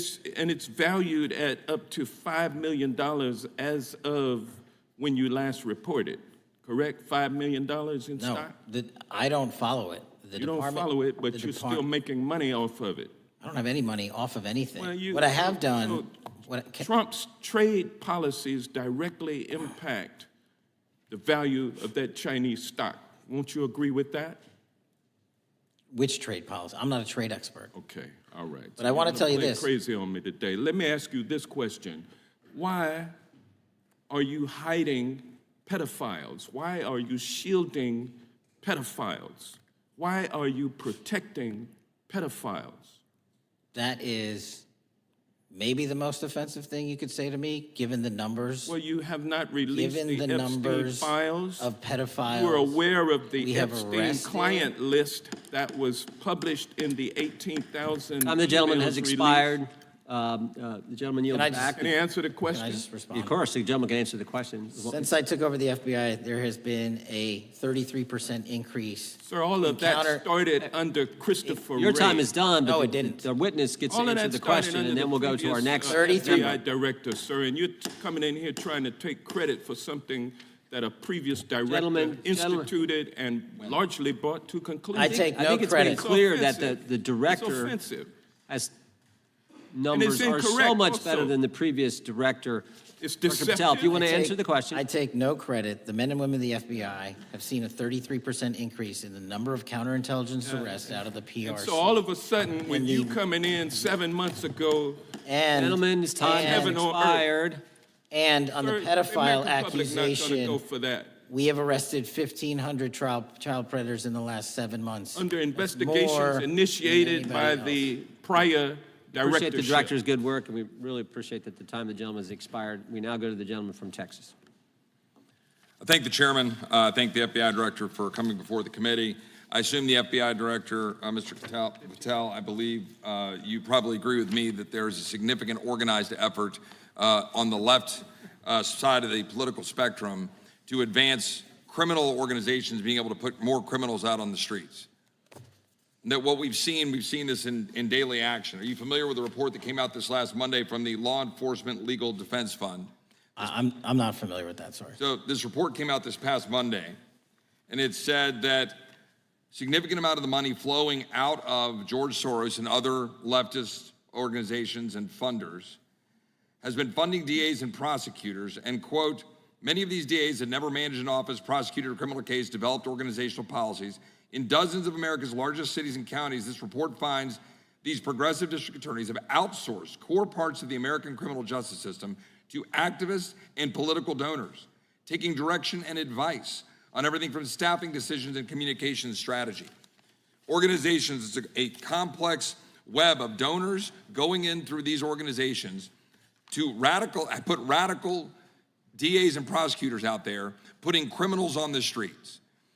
Does the FBI director agree that this exists and is a problem? I will accept the factual representation, and if that exists, it is a problem.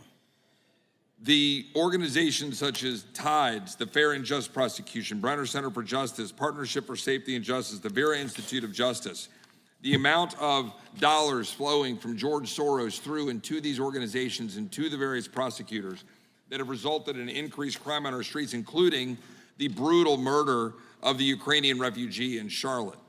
I bring that up because that is one component of the problem. In addition, we have an organized effort targeting our border.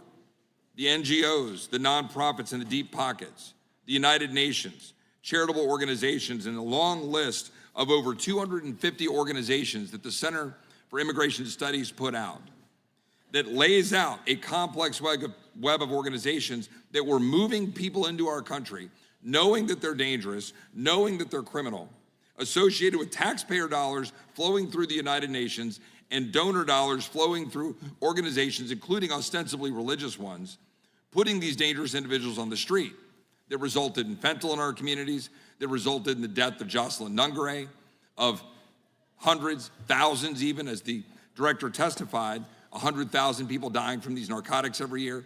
All of this in an organized effort, a complete effort by the radical left to use taxpayer dollars and these dollars to put people on our streets.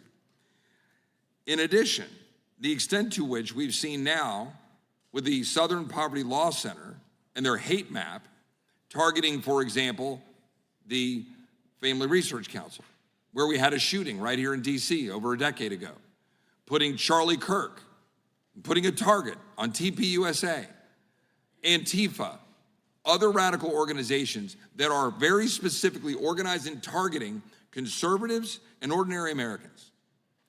Well, how about the organized effort to infiltrate our schools and advance a transgender agenda and advance a radical agenda, perhaps one that we will see exposed further in the individual that actually shot Charlie Kirk?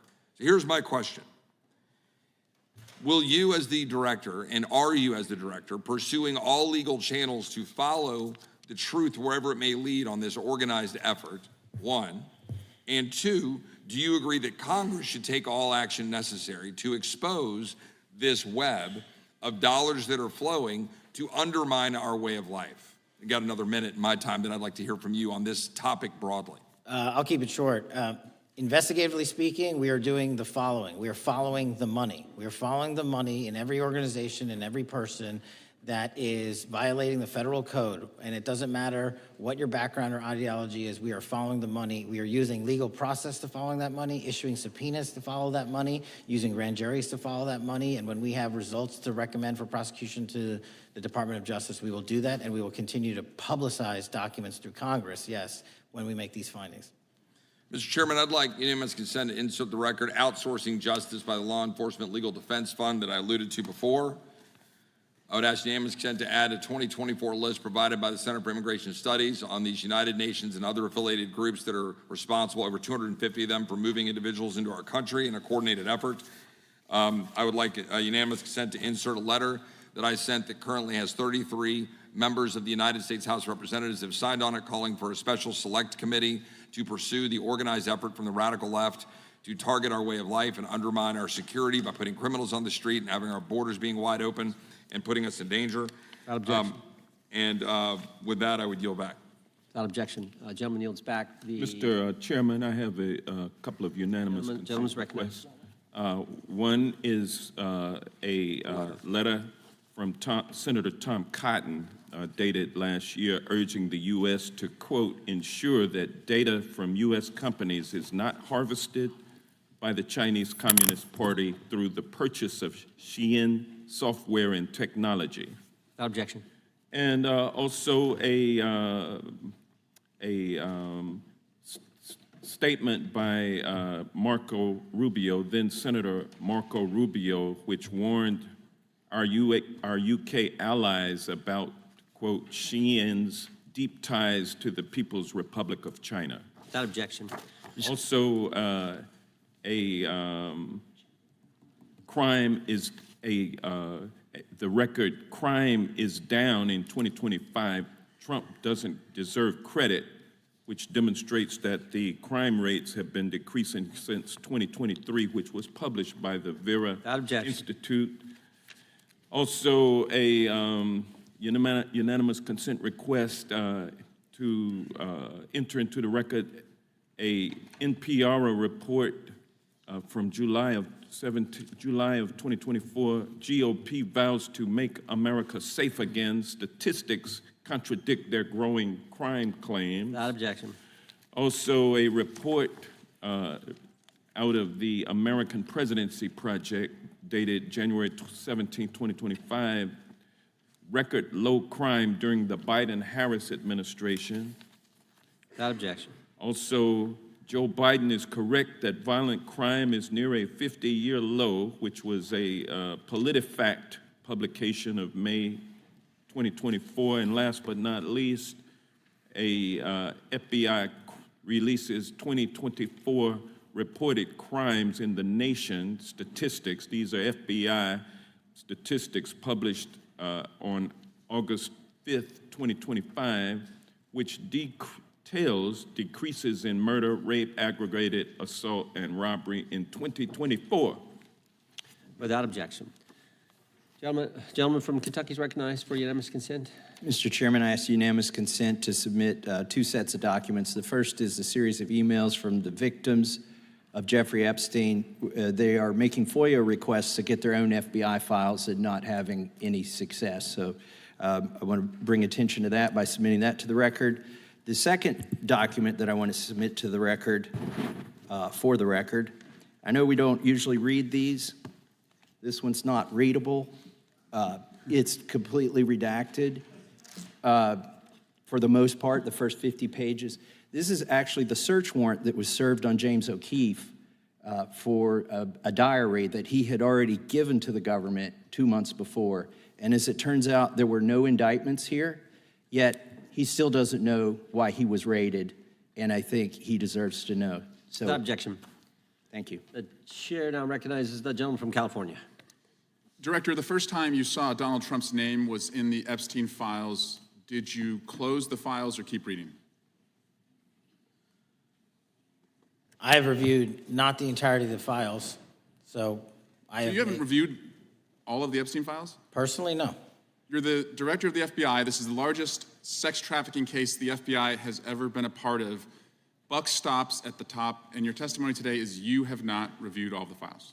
What I've been doing is been busy providing the safest country this country has seen in modern U.S. history in historic speed, because the men and women of the FBI are given the resources to reduce the homicide rate, to reduce the drug trafficking rate, to reduce the amount of children that are being trafficked, and the number of pedophiles that we have arrested is record high. It sounds like those children being trafficked would appreciate the director reviewing the files. You said you don't know the number of times Trump's name appears in the files, so it could at least be 1,000 times. Is that right? The number is a total misleading factor. We have not released number at least anyone's be 1,000 name times? that we have not released anyone's Could it name in at the least Epstein be files 1,000 that times? has not been credible. Director, And could it at we have least be 1,000 released times? every piece of legally permissible information. Okay, You can so- characterize the numbers however you want it. Reclaiming my time, Director. It sounds like if you don't know the number, it could at least be 1,000 times. Which It's not. leads me- It's not. Is it at least 500 times? No. Is it at least 100 times? No. Then what's the number?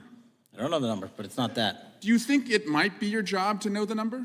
My job is to provide for the safety and security of this country. My job is not to engage in political And that innuendo includes protecting so you can sexual go out to the assault sticks and get your 20-second hit in your fundraising reclaiming my article. time, So Director. keep going, reclaiming your time, because the Director, people of California If are being Trump- if the underserved by president- your If the representation. president is not implicated, why not release everything that involves him? We have released everything, the president and anyone else's side, that is credible and lawfully be able to be released. Your fixation litigation on this matter and baseless accusations that I'm hiding also child Mr. Massey's pedophiles is disgusting. interest. Anyone that says that needs to look at the stats alone. And go back to the state of California, who's receiving the biggest surge in FBI resources through my redeployment because the cities of Los Angeles, San Diego, and San Reclaiming Francisco my time, need it. Director. Remembering your oath to tell the truth, did you ever tell Donald Trump his name is in the files? I have never spoken to President Trump about the Epstein files. Did you ever tell the Attorney General that Donald Trump's name is in the Epstein files? The Attorney General and I have had numerous discussions about the entirety of the Epstein files and the reviews conducted by our team. Did you tell the Attorney General that Donald Trump's name is in the Epstein files? And we have released where President Trump's name is in the It's a simple attorney's question. file. Did you tell the Attorney General that the President's name is in the Epstein files?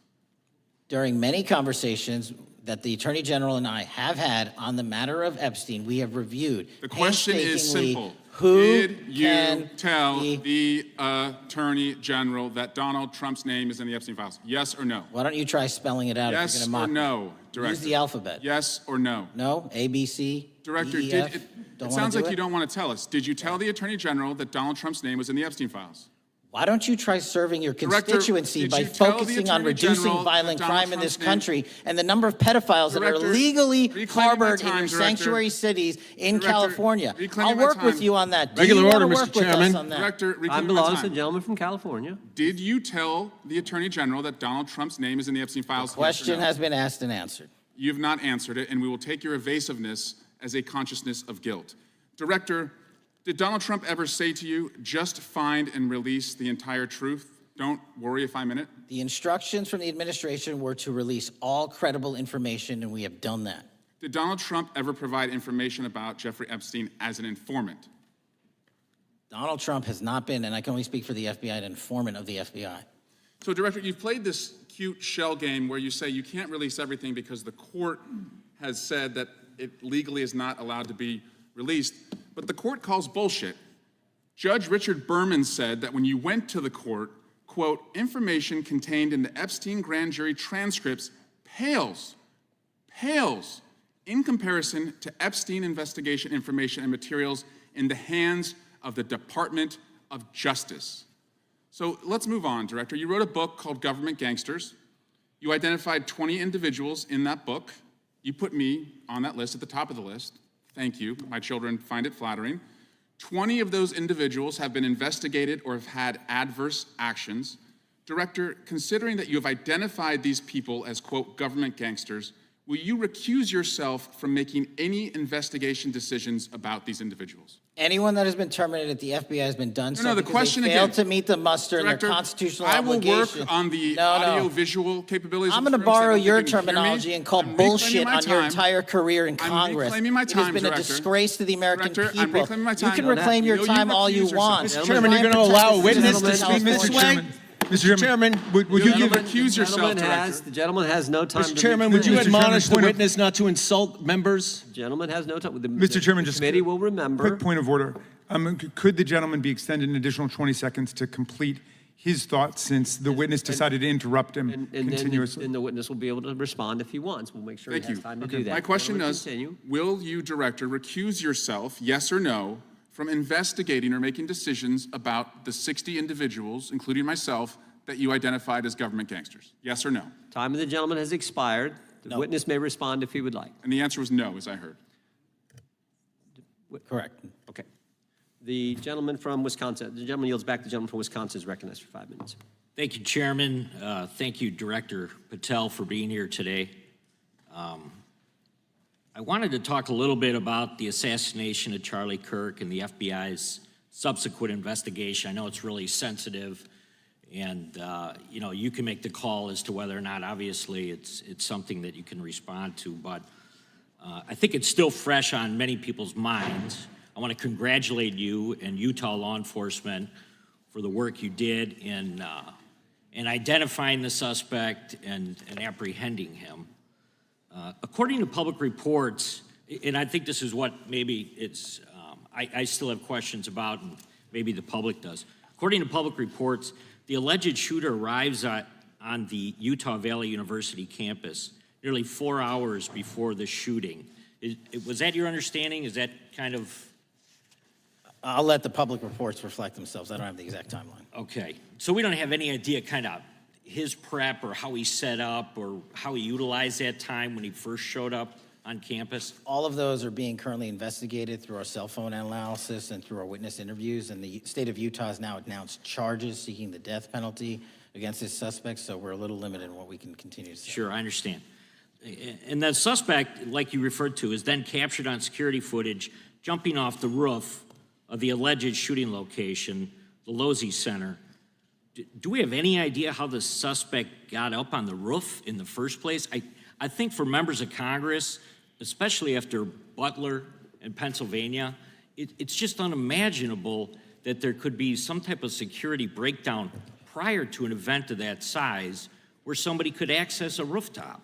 So not commenting on the case, but having gone to the crime scene and walked the steps that we believe were taken, the roof was actually readily accessible through an exterior stairwell, so anyone could have gotten on it. Okay, okay.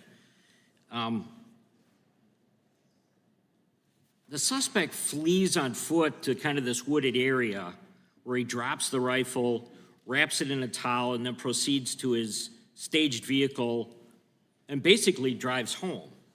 So do we have any idea what the towel was about? Was it used later to identify a place where the firearm was left, or do we... What we can tell you is the towel, there was a screwdriver found on the rooftop, which DNA was collected off of, and the towel was found wrapped around the firearm in question in a wooded area next to the campus. All have been processed for DNA.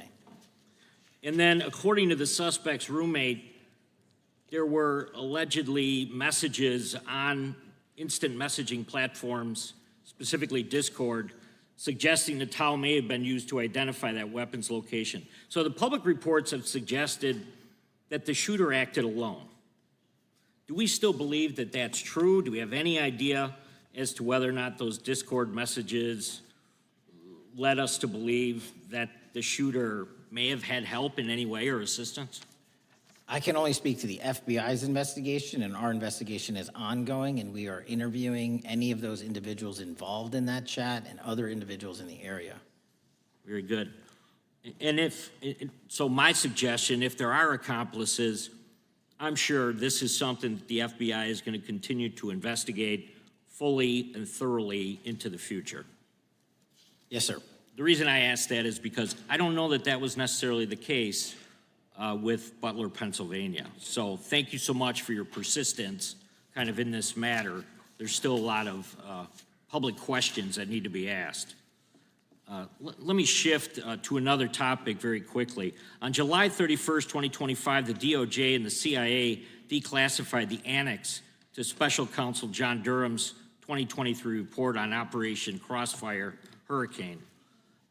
The 29-page Durham Annex contains previously classified information about, among other things, the investigative referral of the Clinton campaign plan. Why would somebody place documents in a burn bag related to this case? That case is very much ongoing, so I can't comment on the stylization of the evidence we're collecting. Can you comment at all on the Durham Annex as I described it? The Durham Annex, which has been publicly released thanks to the FBI's commitment to transparency, is one of the documents that's being utilized. And in general terms, speaking for burn bags, sir, a burn bag is what you use to put classified documents into generally, because that is literally how you destroy them. So it appears that efforts were made by the Clinton campaign to reach out to the FBI agents or the Clinton sympathizers in the intelligence community in order to lead more credibility to the Clinton campaign plan. Do you think that's an accurate characterization? Again, I'm not going to characterize that material because it's part of an ongoing investigation. Thanks for being here today. I yield back. Gentleman yields back. Gentleman from California is recognized. Thank you, Director Patel, for being here today. The FBI searched Jeffrey Epstein's Manhattan residence, correct? I believe that happened in 2018. I think there was 2 locations, sir. It's 2019, and in that residence, the FBI found a safe, correct? I don't have the catalog of evidence in front of me. In that residence, the FBI found a safe, correct? I'll accept your representation. Okay. And in that safe, the FBI found topless and lewd photographs of girls, correct? Again, sir, I'll accept your representation. I don't know. Thank you. It was all over the media at the time. There's a New York Times article that says Jeffrey Epstein is indicted on sex charges as discovery of nude photos is disclosed, dated July 8th, 2019. And the Times reports a trove of lewd photographs of girls was discovered in a safe inside financier Jeffrey Epstein's Manhattan mansion. Author Michael Wolff has conducted numerous interviews of Jeffrey Epstein.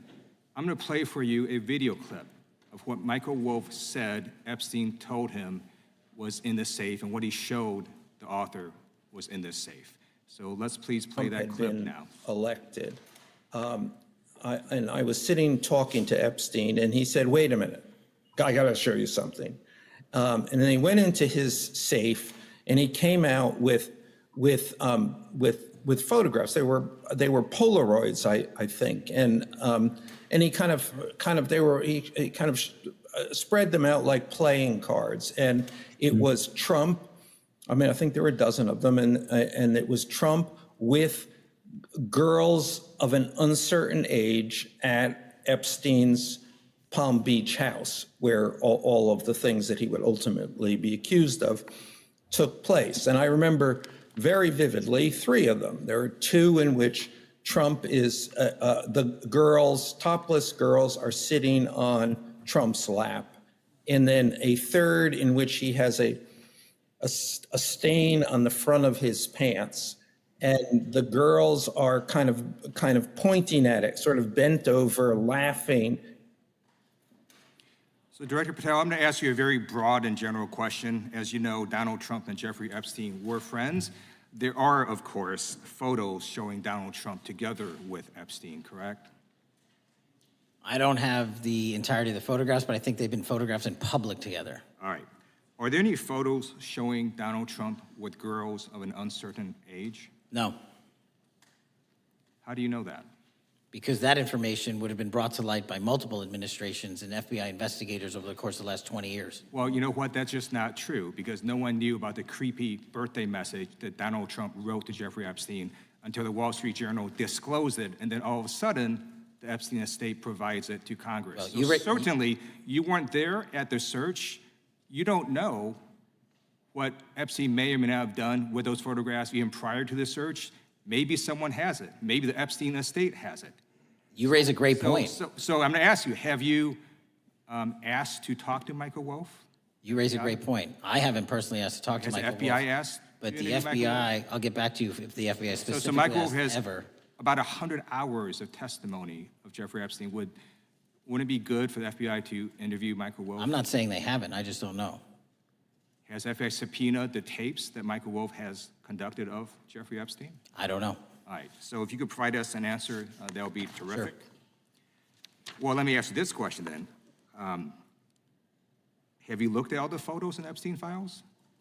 I have looked at all the information that the investigators who investigated this case have provided to run out credible leads. And in the Epstein files, was there that creepy birthday message that Donald Trump had written to Epstein? No, that's what I was trying to tell you. You raise a great point. The estate of Jeffrey Epstein has a voluminous amount of information that they have not released before.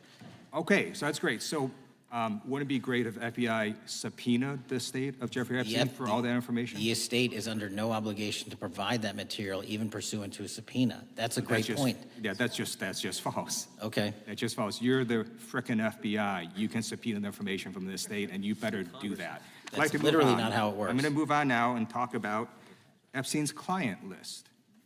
You confirmed that it exists. Attorney General Pam Bondi confirmed earlier this year that it exists. So I just want to ask you a simple question. Is Prince Andrew on Epstein's client list? The material related to Prince Andrew has been made public. Is Prince Andrew on the client list? We have released the index of names that were in Jeffrey Epstein's. Is Donald Trump on Epstein's client list? The index has been released, and the index will speak for itself. So I'm just going to say, America, there's a huge red flag. The FBI director could not answer whether Donald Trump was on Epstein's Gentleman's time has list. expired. I Chair yield now back. recognizes the gentleman from Virginia. Thank you, Mr. Chairman. I want to thank the director for being here and for his work over the last several months, removing the taint of partisanship that has infected the intelligence community over the past several years under the last administration, under the last several directors, standing up for law enforcement, standing up for the brave men and women who work in your agency. But to set the record straight, we have to correct the record. And the record, early days of the first Trump administration saw a dramatic spike in news stories that contained sensitive and sometimes classified details about the FBI's bogus Russia probe, about a leak a day. It's unacceptable that senior FBI officials coordinated to leak classified information to try and harm President Trump. Documents produced to the committee in August of this year revealed that the FBI interviewed a former Intelligence Committee staffer who gave details on a systematic process through which leaks of classified information were affected by then Chairman, now Senator Adam Schiff. Were these findings escalated within the Bureau's chain of command, and if so, to what level? Sorry, were the findings escalated? Were these findings that were given to us escalated within the Bureau's chain of command, and if so, what level? Did you receive this information? That entire matter is currently under investigation by the people at the FBI that handle leaks of classified information. All right, it's good to know that there is an ongoing investigation. Can you tell me whether these leaks to the media compromised any ongoing FBI investigations during the Trump-Russia probe? I can tell you, generally speaking, the leaks of classified information are detrimental to any work the FBI is doing. Now, former Director James Comey testified before the Senate Judiciary Committee that he had never been an anonymous source, nor authorized anyone to be an anonymous source in news reports about matters relating to the Trump investigation or the Clinton investigation. Was Comey's testimony true? In reference to Director Comey, I'm very limited in what I can say because of what the current status of those matters are with the FBI and the Department of Justice. When I am able to make those public, I will. Can you tell me if there's an ongoing investigation there? Again, without identifying any individuals related to the information you're generally speaking about, there is an ongoing matter that has been under review by the Department and the FBI for some time. Because we know that the documents that we received last month revealed that former Director Comey used Columbia University law professor as a conduit to leak stories to the media that contained classified information. Let me move on to the way that the FISA process was weaponized by past directors. Prior to your confirmation, you raised concerns about government misuse of FISA, including Section 702, stating that FISA was in need of major reform. Specifically, you highlighted that the FISC report that the FBI had conducted 278,000 improper searches of the FISA database. Do you remain concerned about governmental abuse of FISA in Section 702? I'm always concerned, but what we've done since I became FBI director is implement new audit systems. We are nearing 100% review of the 702 query system that you are specifically referring to, and we've also eliminated anyone that has ever touched that database that has in any way made a mistake, whether intentional or not. And we have also identified a system in which those going forward who misuse the 702 system, they don't get 2 strikes. They get 1 and you're done. Okay, I'm glad you mentioned you're continuing to audit because, as you know, in May, the New York Times reported you closed the FBI's Office of Internal Auditing. Can you explain why you decided to close this office? Yeah, because under the new restructuring of the FBI, to save resources, there were 2 different places doing the exact same thing. We have a specific division dedicated to audits. I didn't need another audit system doing the audits again. And so we folded some of those folks with their expertise into our specific division and then took the rest of those folks and are moving them out across the country. Under previous FBI leadership, FBI agents were found to have lied to the FISC. There have been hundreds of thousands of violations of the querying standards. In light of past violations, what action is the FBI taking to ensure that similar abuses do not occur in the future? Exactly what I've outlined. You cannot have access to the 702 query system if you improperly queried that system at all at any time in your career. Okay, at a Senate hearing 2 years ago, your predecessor, Director Wray, testified FBI had previously purchased U.S. phone geolocation data for a specific national security pilot project and further stated that the project had not been active for some time and that the FBI relies on court-authorized process to obtain location data from companies. Does the FBI purchase location data or any other data of Americans from data brokers? I don't believe so, but I'll get back to you. Thank you, that'd be important. I appreciate that. I yield back. Gentleman yields back. Gentleman from Washington's recognized. Thank you, Mr. Chairman. Mr. Patel, before you joined the FBI, you had very strong opinions about what the FBI was hiding regarding Jeffrey Epstein. In a September 2023 interview with Glenn Beck, you said the Black Book is under the, quote, direct control of the director of the FBI. In December 2023, you said, let us know who the pedophiles are. Even for a short time after becoming FBI director, in February of 2025, you tweeted, quote, there will be no cover-ups, no missing documents, no stone left unturned. In June, you told Joe Rogan, quote, we've reviewed all the information, we're gonna give you every single thing we have and can.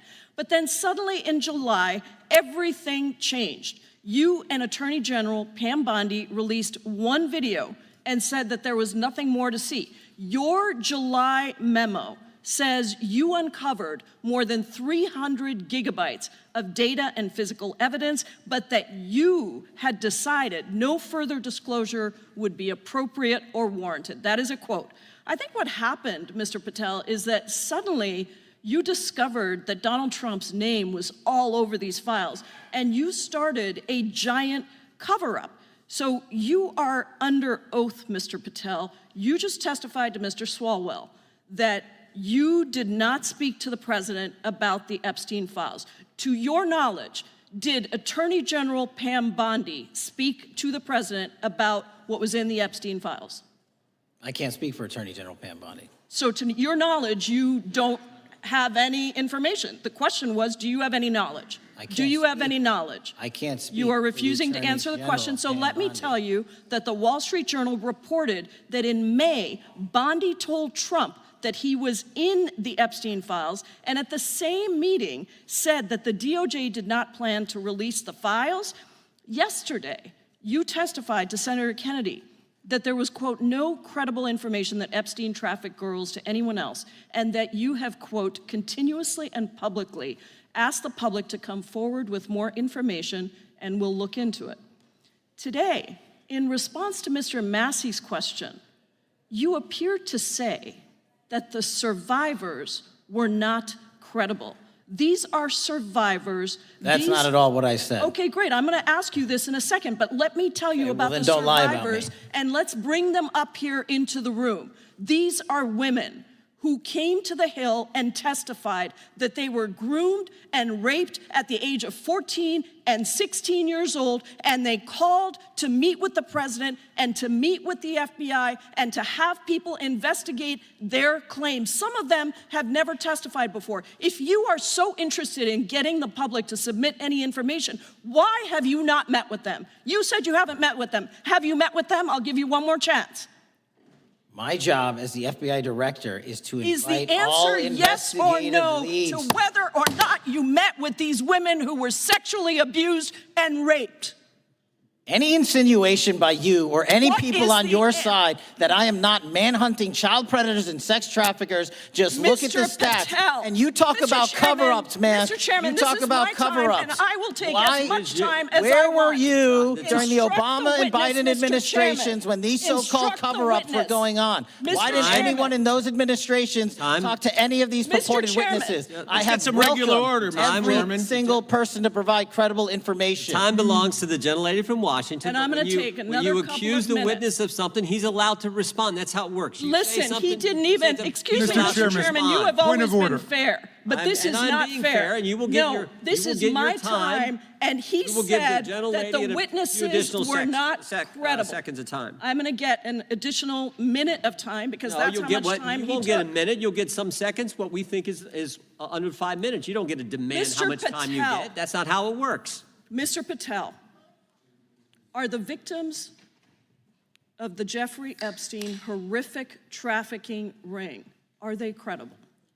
Any person with information about ongoing sexual I'm trafficking. asking you if they're credible. Ma'am, I'm Are commenting they on the credible? evidence we have. But And we have routinely asked for people to come forward with more evidence, and we will look at it. And the evidence that we have was the same evidence that the Biden and Patel, Obama Justice Departments Mr. had. Patel, And they this is determined, not new. me, they determined that that Chairman, information was not Mr. credible. Chairman, he's not letting me even ask my questions. You This is ask the ridiculous. questions, he gives an answer. You may not like what he says, No, but that I'm doesn't mean you get to asking- he's interrupt not him. answering my question. Mr. Chairman, have could we an- restore the gentlelady 45 seconds so she We can will complete give her her question? additional 30 seconds, which is what I said I'm earlier. going to keep taking my time because you'll take here's the the time thing. that you get. You get are 30 not seconds. answering the question.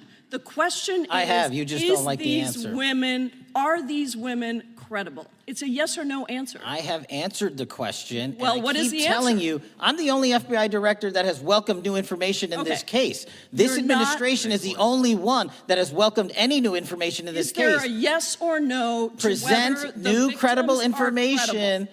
Present new Are information. the victims credible or not? I'll tell you what happened in the last Trump Are they administration. credible or not? You can't even Victims say. credibly came forward, and you know what happened? President Trump authorized the indictments of President Jeffrey Trump Epstein, called not them a Biden, hoax. not Obama, President Trump no one called else. the entire thing a Democratic hoax. So I would like to ask The you gentlelady's time has if you expired. will I gave her meet- the additional if 45 you- seconds she if you requested. will The meet- gentlelady yields back. The gentleman from Mr. New Chairman, Jersey is I would like recognized to for his ask if 5 you would minutes. meet with the women who were sexually time does not belong- abused and raped and groomed time does at not the belong ages to the of gentlelady from 14 Washington. and The time now 16 years belongs- old. Are the you time- going to cover up? No, I'm Are not you gonna- going to I'm continue gonna to recognize cover the up gentleman for from the New Jersey rich for and his 5 minutes. powerful men, including those that might be on this committee? I can yell Or too, are Mr. you Chairman, but I going don't want to to yell allow above them this. to The time belongs testify? to the gentleman from New Jersey. I Are you appreciate the going to allow gentlelady them to yielding testify, back. Mr. Patel? Go ahead, Will Mr. you Angelo. allow them to testify to you, Mr. Patel? Mr. Patel, thank you for being here. I know it's been an interesting and difficult 2 days. And I wasn't going to talk about the Epstein thing because there's a lot of other issues that affect the FBI, but I have to say a few words. I've sat here, I've listened to this, I've watched it, and you know, my Democratic colleagues are so concerned now, Mr. Patel, all of a sudden. Where were they last year? Where were they the year before? Where were they the year before that? Where was the last president in any of this? All I know, the only thing I see is a single letter from the ranking member that was sent in 2019 that he didn't like the plea deal, and some people signed on to that. Most of the truth, the real truth, let's be honest, let's be intellectually honest. The real truth is we didn't hear from them at all. Anybody of them. Hardly any of them ever mentioned it. Some of them didn't mention it at all until the beginning of this year. Earlier in the year it started. Not one Democrat asked Director Wray. We all remember Director Wray was here. Not once, not twice, multiple times. Nobody asked Director Wray about Epstein before this committee. Nobody was that concerned. Where was the concern for the victims then? Where was the moral righteousness then? Where was the outrage then? Where was the sense of duty then? Where was the desire for accountability then? Where was the urgency for justice then? Most of all, where the hell was the integrity then? You know what the truth is. Let's just say it, man. Tell the truth time. The truth is, it's politically useful for them to try to do this now, even though they didn't give a damn about it in the past. And you know what? That's an insult to the victims, and that's an insult to America. Continue to do the work you're doing. Continue to uncover what needs to be uncovered. One real quick thing before I say anything to 9/11. We know that was mishandled by the past director and by the past FBIs. There are family members here. There are family members who are concerned. God Almighty, we want to get to the truth of that. I ask you, please, to meet with them, to talk to them, and to investigate this with truth.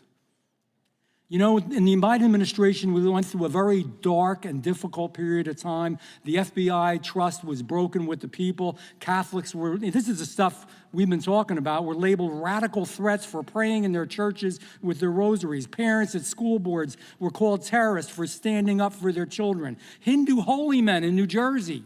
We have the largest Hindu temple in the world. They were attacked. They were put up against the wall with guns to their heads. So it isn't just a Catholic or Christian thing. American Jews were targeted in colleges and universities, and a lot of folks in the FBI, in the past FBI, not this one, didn't give a damn. We can't go back to targeting religion. We can't go back to silencing free speech. The Biden administration did that. So I got questions for you. Hopefully thoughtful questions that you can answer for us in a thoughtful way. How is this FBI now, under your leadership, how are we restoring trust for Catholics, for Hindus, for Jews, for parents, for all the other, for just American people that were targeted by FISA because they had a different viewpoint? How are we restoring that trust in the FBI? In multiple ways, sir. One, and maybe most importantly, is through transparency and providing the American public with the material so they can see, read it themselves as to what the abuses were in the past, whether it relates to the Catholic memo or the Hindu incident you talked about at the largest temple in North America.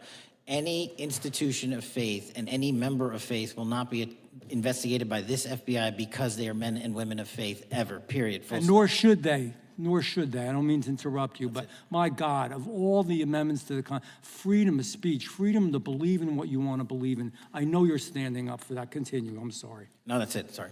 Okay. The Richmond memo was driven by a reliance on sources. The Southern Poverty Law Center, you know, the words sound nice, but the organization's not so nice. And we've seen the Anti-Defamation League distort data that counts as violence.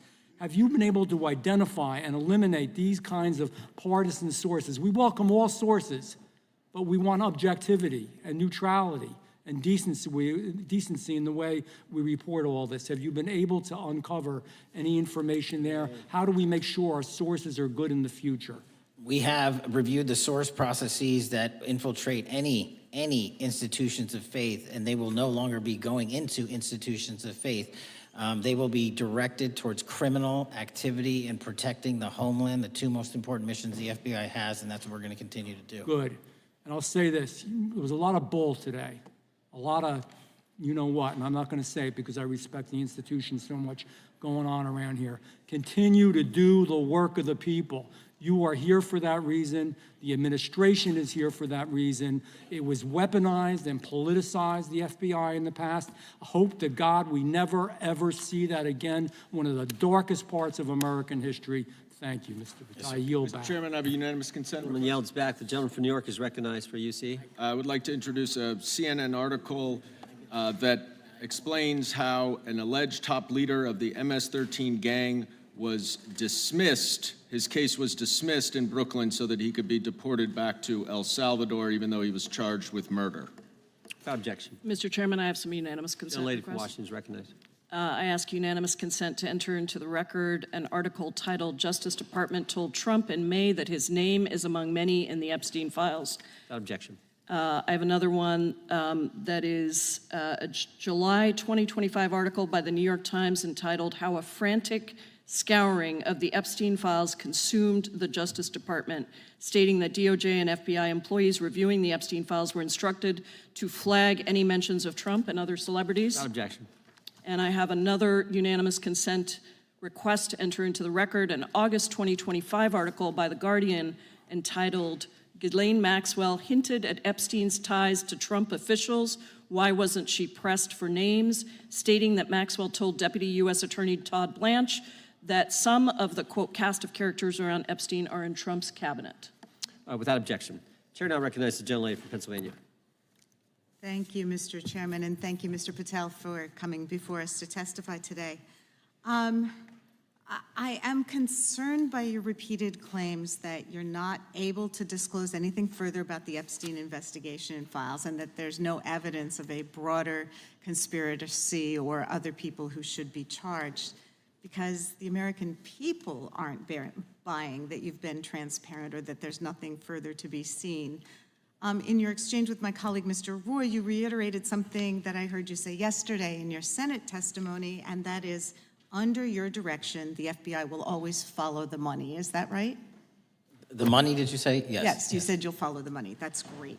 And just now you said you welcome the opportunity to investigate new evidence. So there has been significant recent reporting just in the last couple of weeks that after Jeffrey Epstein was arrested, 4 major banks flagged more than $1.5 billion in suspicious transactions connected to him that suggested a massive conspiracy related to his child sex trafficking activities. Director Patel, has the FBI reviewed the $1.5 billion in suspicious bank transactions flagged to the government relating to Epstein and his co-conspirators? I know the FBI has reviewed numerous SARs. I don't know the totality of that number. Okay, can you provide us with that number? I'll get back to you. Okay.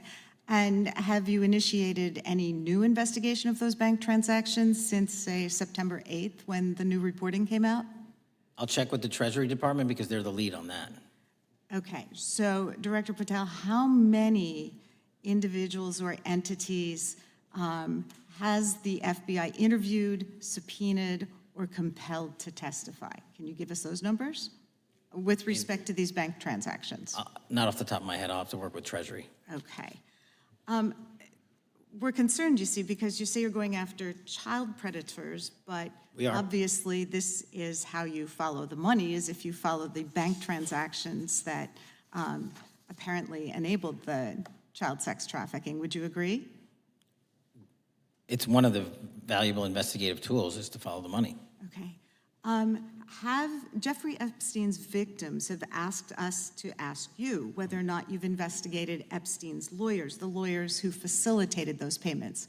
Have you subpoenaed or questioned any of those lawyers? So in 2018 and 19, what I recollect is many, if not every one of those lawyers was part of the investigation. But you weren't there at that time, right? I wasn't there. Okay. So can you get us the names and the numbers of who was investigated then with respect to those lawyers? As long as I'm allowed to release it, absolutely. Okay. Well, if we provide you with subpoenas, I assume you can release it. Is that right? We have a current subpoena and we're working with Congress to provide it.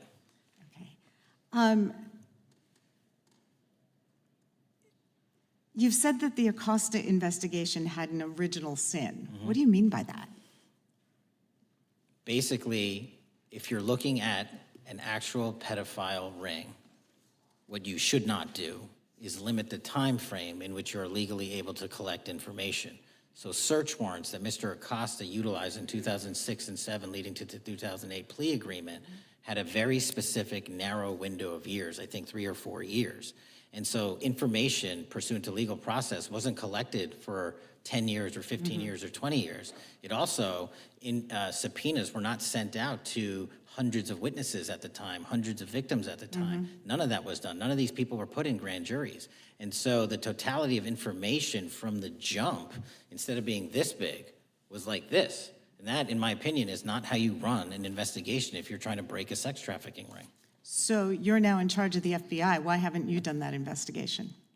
Great question, and here's the answer. Simply because I am not able to go back 20 years and collect information that the courts had decided was already subject to search warrants. They have said, this was the investigation, there's a non-prosecution agreement out of that plea, and when the case was reopened, and this is where it comes into play, when the case was reopened in 2018 and 2019, the search warrants, again, were limited to the conduct of Jeffrey Epstein. Now, whether that's right or wrong, that's a different discussion, but I'm telling you that's the information we well, I think reviewed. that is a different discussion, and I think the discussion we'd like to have today is why you aren't following the money with respect to the broader conspiracy that it has been reported in the New York Times and elsewhere, and that if you really want to attack the issue, if you wanted to attack the issue, if you wanted to get to the bottom of it, if you wanted to disclose what really was involved in the Epstein files, the Epstein cover-up, that you would be taking very different actions that you are today. I do want to seek unanimous consent to enter into the record the New York Times September 8th, 2025 article, How J.P. Morgan Enabled the Crimes of Jeffrey Epstein. Objection. And also an article dated July 17th, 2025, in the Epstein case, Follow the Money. Objection. Okay, thank you. Gentlelady yields back. Mr. Chairman. Gentleman from Maryland is recognized. Thank you much.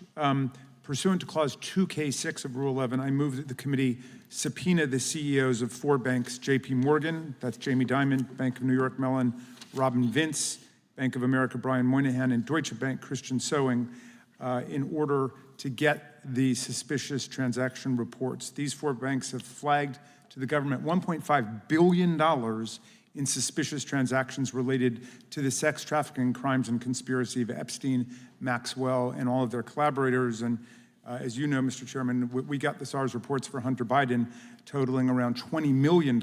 And so these $1.5 billion in SARS reports we should get, especially since the director doesn't seem to be forthcoming. And I request that we do this immediately. I think the director's been very forthcoming. We will hold any motion to subpoena in abeyance until the conclusion of the hearing. The chair now recognizes the gentleman from Texas. Thank you, Mr. Chairman. Thank you, Director Patel, for being here. It is quite clear that certain members of this committee, they want their 15 seconds on TV, stamping and coming. Maybe it's for fundraising, maybe they're struggling in their district, they need a little bump, but they turn a committee into a clown show, and that's what we're seeing. You're being unjustly attacked today. I watched the Senate hearings yesterday. You were attacked there. We know there's an agenda. There's always an agenda. It's the same characters with the same personalities, the same objective, and that is destroy the mega movement. You're being attacked, Director, is because you're effective. You highlighted what you've been doing in D.C. with the president and reducing violent crime. You're very effective. Another individual that was very effective with meaningful debate and dialogue was Charlie Kirk. And they killed him for it. Charlie Kirk was a man of faith. First and foremost, he loved his Lord Jesus. He loved his family. Beautiful wife, beautiful children.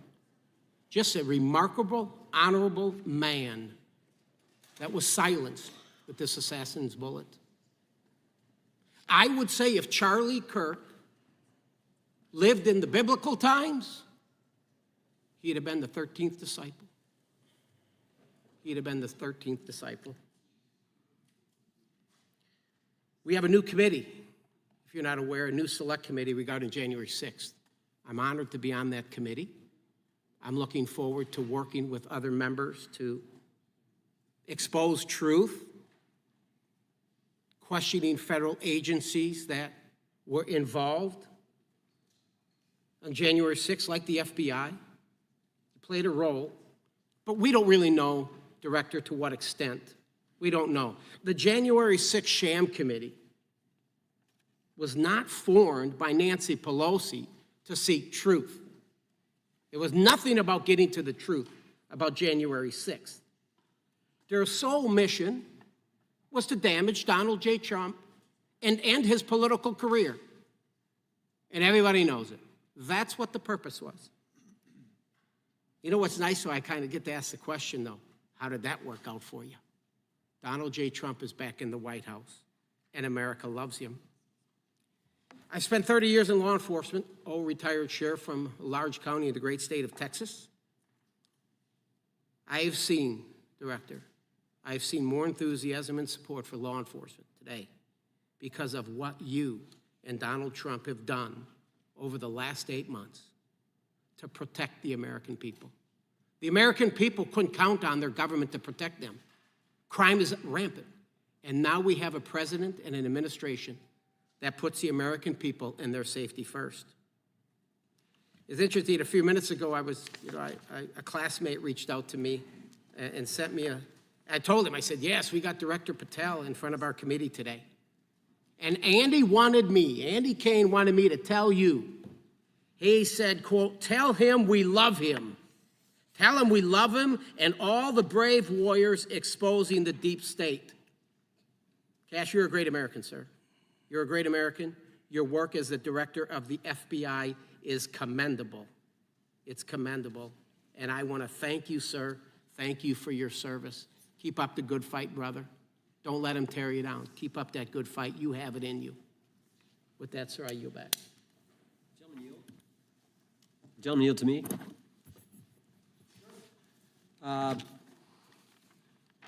Director Patel, there were 26, the gentleman mentioned the select committee, there were 26 confidential human sources at the Capitol on January 6, 2021. 4 entered the Capitol and thereby broke the law. Do you know if those individuals were being paid by the Ray FBI? So we've provided 600 pages of documents to this committee alone regarding January 6th. That's 600 pages more than any of my predecessors. Yep. Generally speaking, confidential human sources are always paid by the FBI. That's how it works. I can't speak to the specifics on each one and how much they make. And we appreciate it. We've reviewed some of that material, and you've given us a lot of material that we didn't get from Director Ray. That specific question, I think, is important to the American people. Were people who were confidential human sources of the FBI who broke the law, one was recommended for prosecution, my understanding is, by the information we've received from you, were they actually paid by the very taxpayers who may have got charged with the same offense? I think that's important for us to understand. I'll get back to you on that. Thank you. Chair now recognizes the gentleman from California. Thank you, Mr. Chair. Welcome, Director Patel. I want to focus a little bit on domestic terrorism. We have a graph here, data up to 2021, but as you can tell, domestic terrorism is on the rise. Nation, our citizens under threat. We saw the assassination of Charlie Kirk, 2 assassination attempts on the president, school shooting, Minnesota last month, and closer to home, just a couple of days ago, Huntington Beach, peaceful vigil for Charlie Clark, infiltrated by neo-Nazis who essentially made the local individuals attending that event fear for their safety. All of us know that a lot of these domestic attacks are by lone wolves, but yet they do leave clues, social media or elsewhere. Director Patel, you're it. You're the thin blue line. The FBI, your job to protect our citizens back home from those that would harm us. You have to find the needle in the haystack. Takes a lot of work, a lot of resources. Talking to my local sheriff this morning, who said they're concerned. Federal cuts to local grants that help them do the job. Then, of course, let's not forget about other threats that are coming before us, like high-tech fraud. Local senior recently was talking to me about a text she had gotten, a demand by the IRS to send a payment immediately, or the IRS agents were on their way to arrest this individual. Pretty gutsy stuff by folks probably from Europe, North Korea, Russia, China, people, okay, going after those precious savings our senior citizens rely on. Yet the president's proposing a budget cut of $500 million or more to your organization, the FBI. You've said that that'll essentially equate to about 1,300 less jobs at the FBI. So I'm going to ask you essentially, what is it that we can do to help you do your job? Little concerned. Friday Night Lights. One of the events I love to do on Friday nights, go to the local high school football game.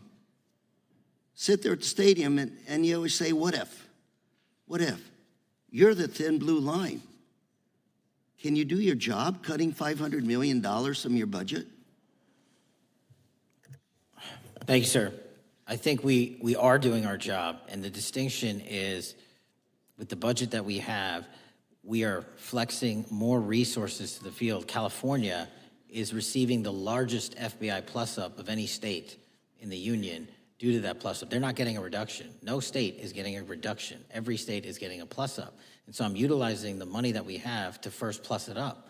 And the empty vacancies that we have, those haven't been filled in years, not under my leadership. Here's my concern.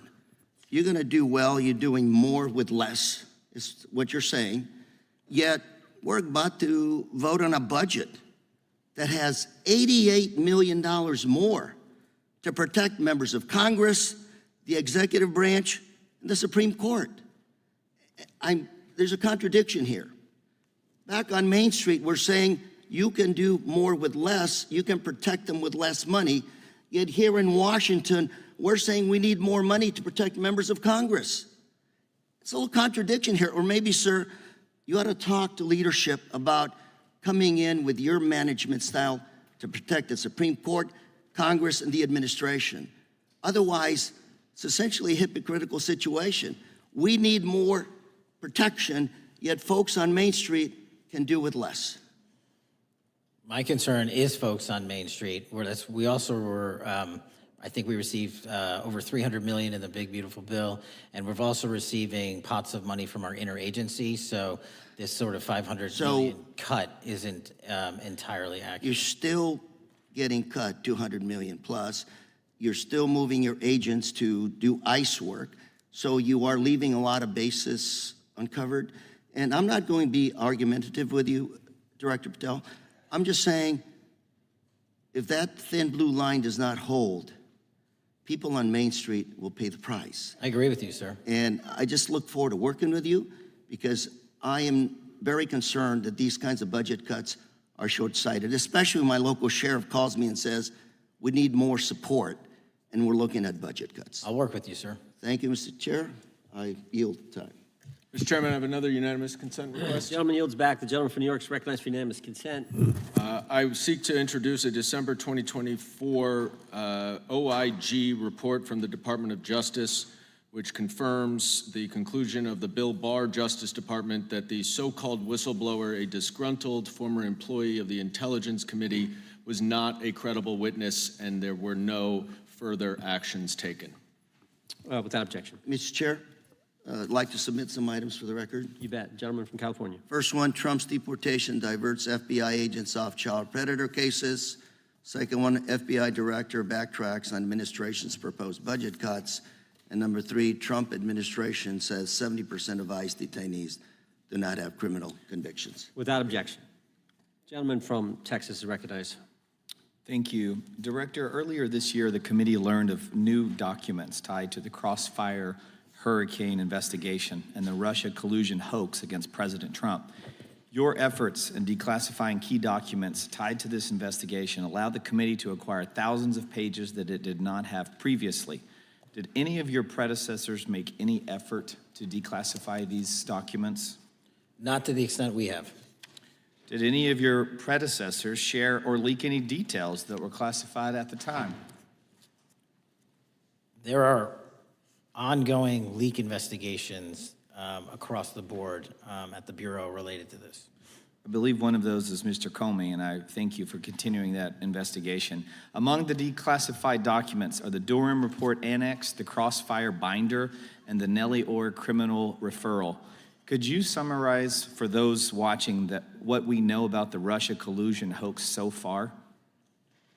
Well, sir, I think the record will speak that the Russia collusion matter was perpetrated by a political party to go overseas and obtain information from a foreign intelligence asset, only to have that information, which was demonstrably false, turned over to the FBI, who walked into a federal FISA secret court and asked for a secret surveillance court order and lied to the federal court, and we know that because someone was convicted of it, and only to surveil the political opponent. So that is a massive scandal. We helped expose it. And in terms of the pages of productions, I provided 1,400 pages of production related to Crossfire Hurricane, and my predecessors have provided 0. I appreciate that, and I appreciate your courage and commitment to declassifying these important documents for our review, and hope that you'll continue with this commitment. Can we expect to see more declassification efforts regarding the Crossfire Hurricane and Russia collusion hoax? Yes. Thank you. I yield the remaining balance of my time to Chairman Jordan. Oh, I thank the gentleman for yielding. And Director, that's when it all started, right? The whole Russia, that's when it all began. And then it was Mueller, then it was impeachment, then it was Jack Smith and Fonnie Willis and Alvin Bragg and you name it. But it all started then. And that's why I think the gentleman from Texas wants to make sure we get all the information there. And I want to go back to when it was changed. We talked about this earlier. I just want to read to you what the CIA officer said to the House Permanent Select Committee on Intelligence, quote, Brennan refused to remove the dossier, and when confronted with the dossier's main flaws, he responded, yes, but doesn't it ring true? So that's what he initially said. And then when he was talking to this committee, he said the CIA was very much opposed to having any reference or inclusion of the Steele dossier in the intelligence community assessment. So on one hand, you got a witness who was there who said he refused to remove it even though he knew it was garbage. And then he's, on the other hand, telling the committee, no, we didn't want anything to do with it. It shouldn't have been a part of the intelligence community assessment, which we know it was. You know it was. You found that. Those are two entirely different stories. I think Mr. Brennan has some explaining to do, frankly, what happened there. And I think you said earlier that this whole thing, and I think you said to Mr. Gooden, this whole thing is being looked at as part of this grand conspiracy to undermine the president, whether it's Comey, Brennan, Clapper, former head of the Intelligence Committee, now senator from, whoever it is, that's all being looked at. Is that accurate? Yes, sir. Well, we appreciate that. And part of what's also being looked at, and I think the gentleman from Wisconsin brought this up earlier, what is a burn bag for, by the way? Generally speaking, the intelligence community obviously utilizes and possesses classified documents, but drafts of those classified documents and even ultimate finished products of those classified documents have to be recorded and or discarded. And if they are discarded, the only way we do that, the hard copies, is we literally put them in burn bags that are identified specifically for that purpose, and there is a very exact courier system in which those burn bags are obtained and the material inside is destroyed. So it's to get rid of the material, right? Yes, sir. And it looks like the annex that Mr. Durham in his investigation had was put into a burn bag by your predecessor, I assume, to be destroyed. Is that accurate? Without getting into the stylization of the evidence, anything that's put in a burn bag is for purposes of destruction. Do you find that interesting that the Durham annex was placed in a burn bag, that you would discover that when you took over as the head of the FBI? We found a lot of information in a lot of burn bags. Well, we appreciate you finding that. We'd like to know a little bit more about that, and we look forward to that information coming forward. And I appreciate the gentleman yielding. With that, we now recognize the gentleman from Colorado. Thank you, Mr. Chairman, for holding this hearing. Thank you, Director Patel, for being here today. I have a couple of questions regarding a terrible shooting that occurred in Colorado, which is a state, as you may know, that I represent. You've testified previously about, I think, what you would describe as your efforts to provide more information regarding the investigation with respect to the horrific assassination of Mr. Kirk. And so, in that same vein, I'm hoping you can provide this committee and my constituents in Colorado with some clarity. Absolutely. I think, as my colleagues know, in Evergreen, Colorado, Jefferson County, a county that I proudly represent, at Evergreen High School, a shooter ultimately injured. 2 students were praying for their swift recovery. There's an article here from Colorado Public Radio. The title is, quote, FBI was already investigating an account that may have been linked to the Evergreen shooter. You're familiar with the circumstances generally, Director, regarding this terrible tragedy. Yes. So my understanding from the public reporting is that an organization reported to the FBI in July of this year regarding, just reading here from the article, that the FBI opened an assessment into a social media account user whose identity was unknown and who was discussing the planning of a mass shooting with threats nonspecific in nature. This is the FBI's statement to the press. And that the FBI continued to work this assessment investigation to identify the name and location of the user up until September 10th, 2025, which was the day of the tragedy. Can you provide us some clarity on what were the impediments to finding, the account user, and maybe describe in greater detail the FBI's work in that regard? Generally speaking, yes, because I know even though the shooter's deceased, the investigation we're not done. Sure. And so the impediments to finding these individuals, and you highlight a great point. We had 2 huge tragedies in the span of days in this country. The school shooting in Evergreen, Colorado being one of them. And proactively going out onto these social media platforms, which are so large, is our biggest impediment. And we need to rely on the service providers. There's actual legislation, I can't remember the name of it, that's up for renewal, which will, and I think at the end of the month, which gives service providers the ability to report that information in from their end without liability. We need that to continue, because while the FBI has so many people and the police are great at doing it, there's just too many platforms to cover down on. Well, I appreciate that, Director Patel, and I think we're certainly, I'm interested in continuing this conversation, because I think the reporting suggests that there's a pattern, and that ultimately, we want to make sure that law enforcement is able to prevent this kind of tragedy from happening in the future. I have a question. It's not meant as a gotcha question, so it just frame it there. But it is in regards to some reporting around a periodic transaction report that you had filed earlier, this year. So this is in July, pursuant to the ethical obligations as a senior executive official. You remember filing that in July? Yes. Yeah, so in that report, as best as I can surmise, you disclosed that you divested $100,000 or more in a variety of different stocks, which I presume was pursuant to the ethics agreement that you negotiated with the Department of Justice. In that same report, there's a disclosure regarding purchases of 2 different transactions. So between $15,000 to $50,000 in a national coffee house chain, and between $50,000 to $100,000 in a semiconductor company on May 9th and May 12th. Are those transactions that you're doing personally, or are these through a stockbroker? Or are these transactions that you're handling yourself? So how they happen is I submit proposals under DOJ guidance to say, hey, I would like to trade this or that. And they run their review, and the FBI runs a review, and then they come back and say yes or no, and then I make the transaction. Is there a reason that you decided to make the purchases into those two companies? Generally speaking, before I got this job, I was, trading stocks, but not a lot like most people, and I just follow certain industries, and I thought they would be a good investment. So the reason why I ask, right, because you had divested in other companies, and I presume that wasn't because there were actual conflicts. It's just that you wanted to avoid an appearance of impropriety. It was both. Both, but not all of the companies were conflicts. Whatever they make divested from. I don't make the call; they make the call. Sure. Yeah. I guess my point would be, the reason why I ask is, why I said it's not a gotcha question. I have for years led an effort here in Congress to try to ban members of Congress, senior executive officials, from trading stocks. And it's bipartisan in nature. We're working really hard to get that done, Republicans and Democrats. And you can understand, I think, given your role, given the nature of the position that you hold as the leader of the largest law enforcement agency in our country, that divesting entirely, not doing day trading now, I think would be something that would be in the interest of the American people. So I just would hope you would consider that, and that moving forward, that perhaps not purchasing stocks in individual companies, I would think would be something that would be worth pursuing. Gentleman's time is... I'm happy to give the witness an opportunity to answer. Thank you. I'll work with you on it. Gentleman from Alabama is recognized. Thank you, Mr. Chairman. Thank you, Director Patel, for being here today. Newly declassified documents confirm that the intelligence community under President Barack Obama knowingly relied on unverified and fraudulent evidence to manufacture a false claim that Russia, in fact, meddled in the 2016 election. Is there more to be done to uncover the depths and origins of the Russian collusion hoax? There is, and we're doing it.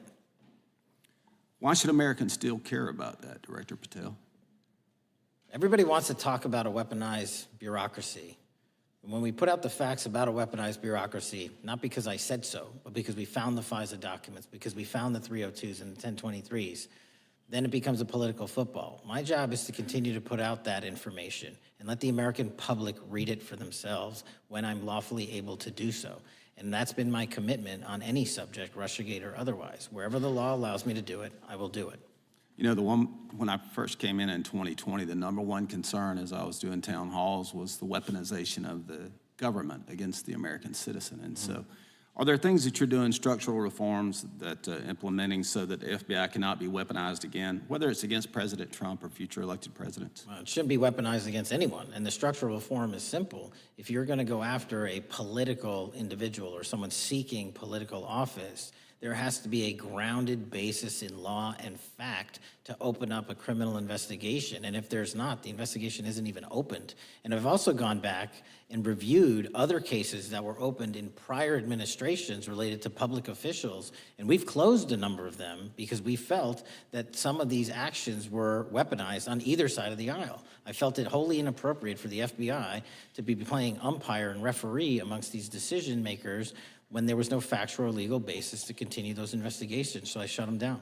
And I think that's so desperately needed because we need to restore trust in law enforcement and certainly in the DOJ and the FBI so that the American people don't fear the very government that's supposed to protect them. And so thank you for doing that. On August 11th, you released to the committee documents concerning leak investigations that began in 2017. Do you believe these leaks were accidental or were they intentional in order to influence public opinion against President Trump? When I can publicly make a final decision on that, either through a recommendation of charging that the DOJ makes or findings that I have, I'm able to do so, but they're still not complete. Why did the FBI under Director Comey want to undermine the Trump administration? I don't know. You'll have to ask him. Think it might have been political? How will Director Comey be held accountable for his leaks and classified information concerning the Russian collusion hoax? Well, anyone. Doesn't matter what you did before or what seat you were in. If you leak classified information, that's illegal. And we will investigate it fully. And if we can bring enough evidence to recommend charges to the Department of Justice, we will. But as you know, in these leak investigations, it's very difficult to produce the information necessary. We know leaks happen. They literally happen every week. It's one of the most destructive things to this country. Media receives classified information beneficial to one side or the other. I'm a fan of none of it, and I want to shut all of it down. And we need to bring some real cases to deter individuals from doing that, and that's my focus. What was Comey's role in creating the ICA? You know, speaking from my memory, as the head of the FBI, he was charged under then Director Brennan and Director Clapper and the other IC elements to come in with the NSA, CIA, FBI, and ODNI and put together a collection of information on how the information sort of surrounding Russiagate came together. So he represented the FBI in that. Was former director of CIA, John Brennan, he's denied that the Steele dossier was used in creating the ICA. Is that true? Well, it's, without commenting on him, the FISA has been released and the dossier was in the FISA. It was in 4 FISAs. So I'll let the public decide. Well, former director Brennan actually denied repeatedly that he pushed for the Steele dossier to be included in the ICA. Is that true? Denied. I'll let his testimony speak for itself, but then Deputy Director Andy McCabe also testified to the House Intelligence Committee, which has now been declassified, that were there no Steele dossier, there would have been no FISA. Well, my time's getting close, but let me tell you this, sir, and well, my colleague from Texas said, thank you for the job you're doing. You're making the American people safe. You're restoring trust in these agencies that so many of us had lost trust in. So thank you for the work you're doing. That thin blue line, you're doing a fine job, and we want to let you know we appreciate it. Thank you. God bless you. Lady from California is recognized.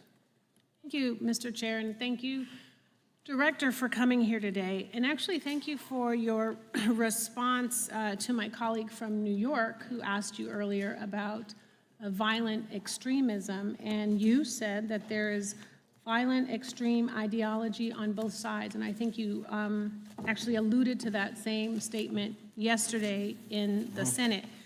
So I too have some questions I'd like to ask you. These are not gotcha questions, and just deny, please, what you deem to be false. So Dylan Roof, who followed white supremacist propaganda, murdered 9 black parishioners in Charleston in 2015. Do you deny this? I'm sorry, Dylan Ruth? Roof, can you give me some more information? You're head of the FBI, you probably know this. If you don't know, that's fine. You can give me a reminder. I've got a lot in front of me. It was national news. Robert Bowers murdered 11 Jewish worshipers in Pittsburgh in 2018. I do remember that. And it was the deadliest anti-Semitic attack. So do you admit that that happened? I'm not saying the other thing didn't happen. I'm just asking for a little information. Patrick Cruces, who posted a manifesto about a Hispanic invasion, walked into a Walmart in El Paso, Texas in 2019 and began firing. He murdered 23 people that day, and the youngest was 15. Do you admit or deny that that happened? I'll take your presentation as accurate. All right, well, I have to say all of these cases have been adjudicated. As I said, they are not gotcha questions. These incidents were national news. And as director of the FBI, you have access to all of this information. So in 2022, Peyton Grendon walked into a supermarket in a black neighborhood in Buffalo, New York, and started shooting. He murdered 10 people that day. And on September 10th, your friend Charlie Kirk was assassinated. Tyler Robinson has been taken into custody and charged, but also on that day, Desmond Holley, a 16-year-old white male, shot and injured 2 students at a high school in Colorado before killing himself. And according to the Anti-Defamation League, he had a fascination with mass shootings and white supremacy. So do you admit to, deny these facts? Those happened. Okay. Your predecessor, former FBI Director Christopher Wray, said that one of the most dangerous concerns is that racially motivated violent extremism, especially white supremacists, has been the biggest chunk of our domestic terrorism cases and is responsible for the most lethal attacks over the last decade. Do you admit or deny, A, that he said this? I'll let the record reflect that. Whatever he said was what he said. All right, and do you agree? That there is racially motivated crimes being committed in America, yes.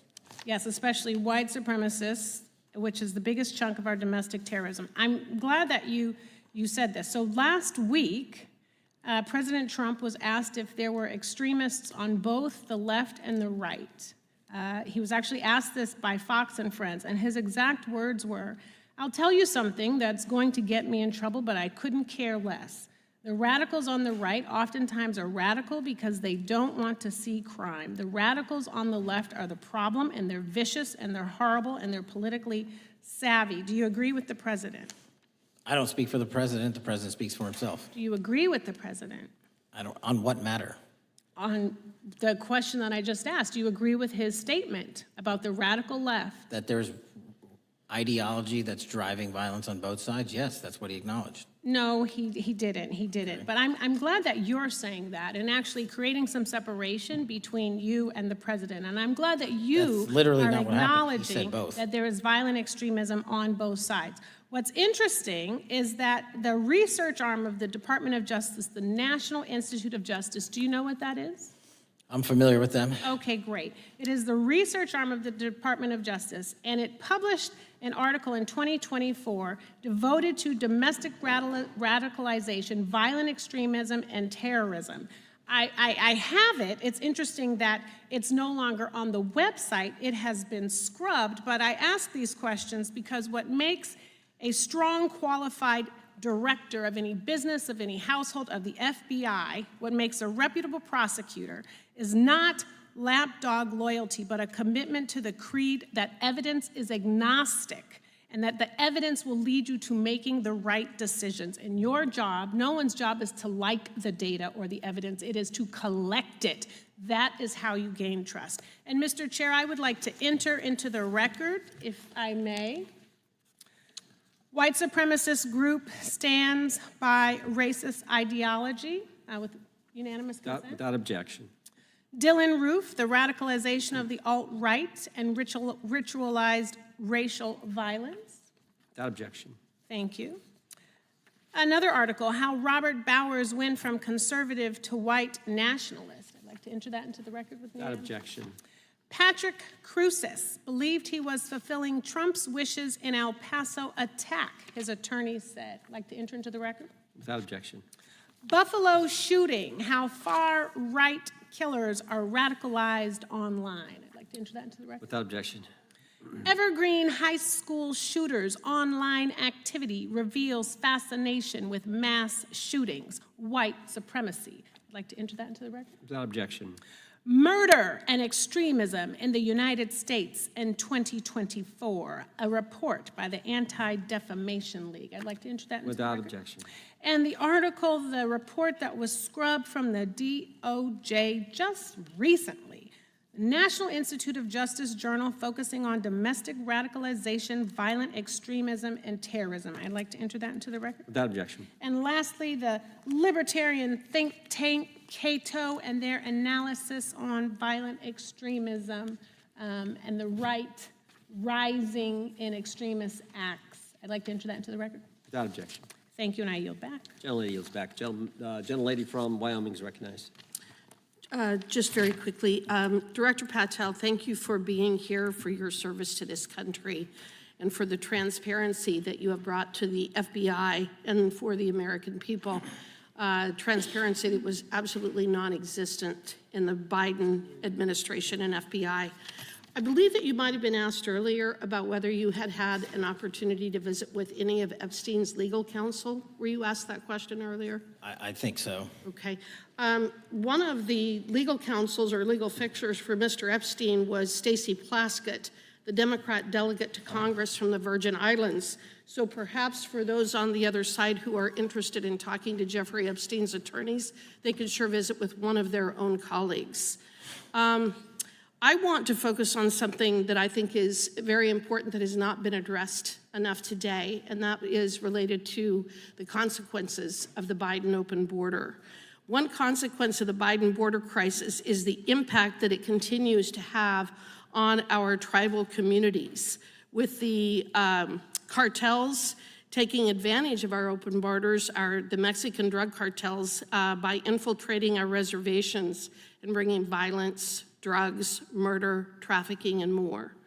Last year, when I questioned the Attorney General Garland about what the DOJ was doing to protect these communities, he simply deflected responsibility and said that Congress had not appropriated sufficient resources for them to be able to protect our tribal communities. Mr. Patel, what is the Trump FBI doing to counter the drug cartel infiltration and other violent crime targeting our Native American communities? Thank you. It only took more than half of this proceeding to talk about one of the priorities that the FBI has, which is crimes on tribal lands. Every single crime that we have been talking about, whether it's child predators, human trafficking, narco traffickers, murder, they all happen on tribal lands as well. And I've said since the beginning, it is a priority, which is why we launched Operation Not Forgotten on tribal lands. And I'm the first FBI director to meet with the staff and tribal leaders here in Washington, D.C. and elsewhere, and invited them into my office and headquarters to see them, because I need engagement with tribal leadership, and I need our police and FBI agents to be engaging with tribal leadership. Otherwise, we're not going to break through. We have 1,900 Indian country cases open right now. We've got 600 indictments this year alone. We cannot forget tribal lands. Every single one of those people lives in the United States of America, and it is an absolute priority to protect them and their children just as it is anyone else. So I think it's fair to say that what Mary Garland testified to, that the FBI and DOJ did not have the resources to address that. I think that that was an absolutely false statement. Would you agree with me? It's a decision by him not to do so. That's not my decision.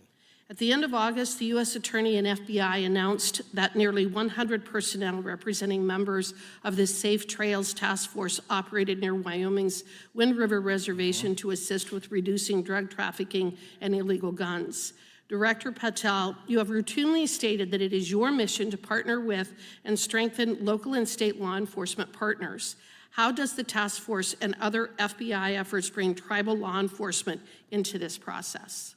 The major problem with tribal lands is the sheer tyranny of geography and the amount of coverage that they have on land versus the personnel they have to do it. So what we've done is constantly surge resources to tribal lands across this country on a 30, 60, 90-day rotating basis, reporting back to us saying who needs more.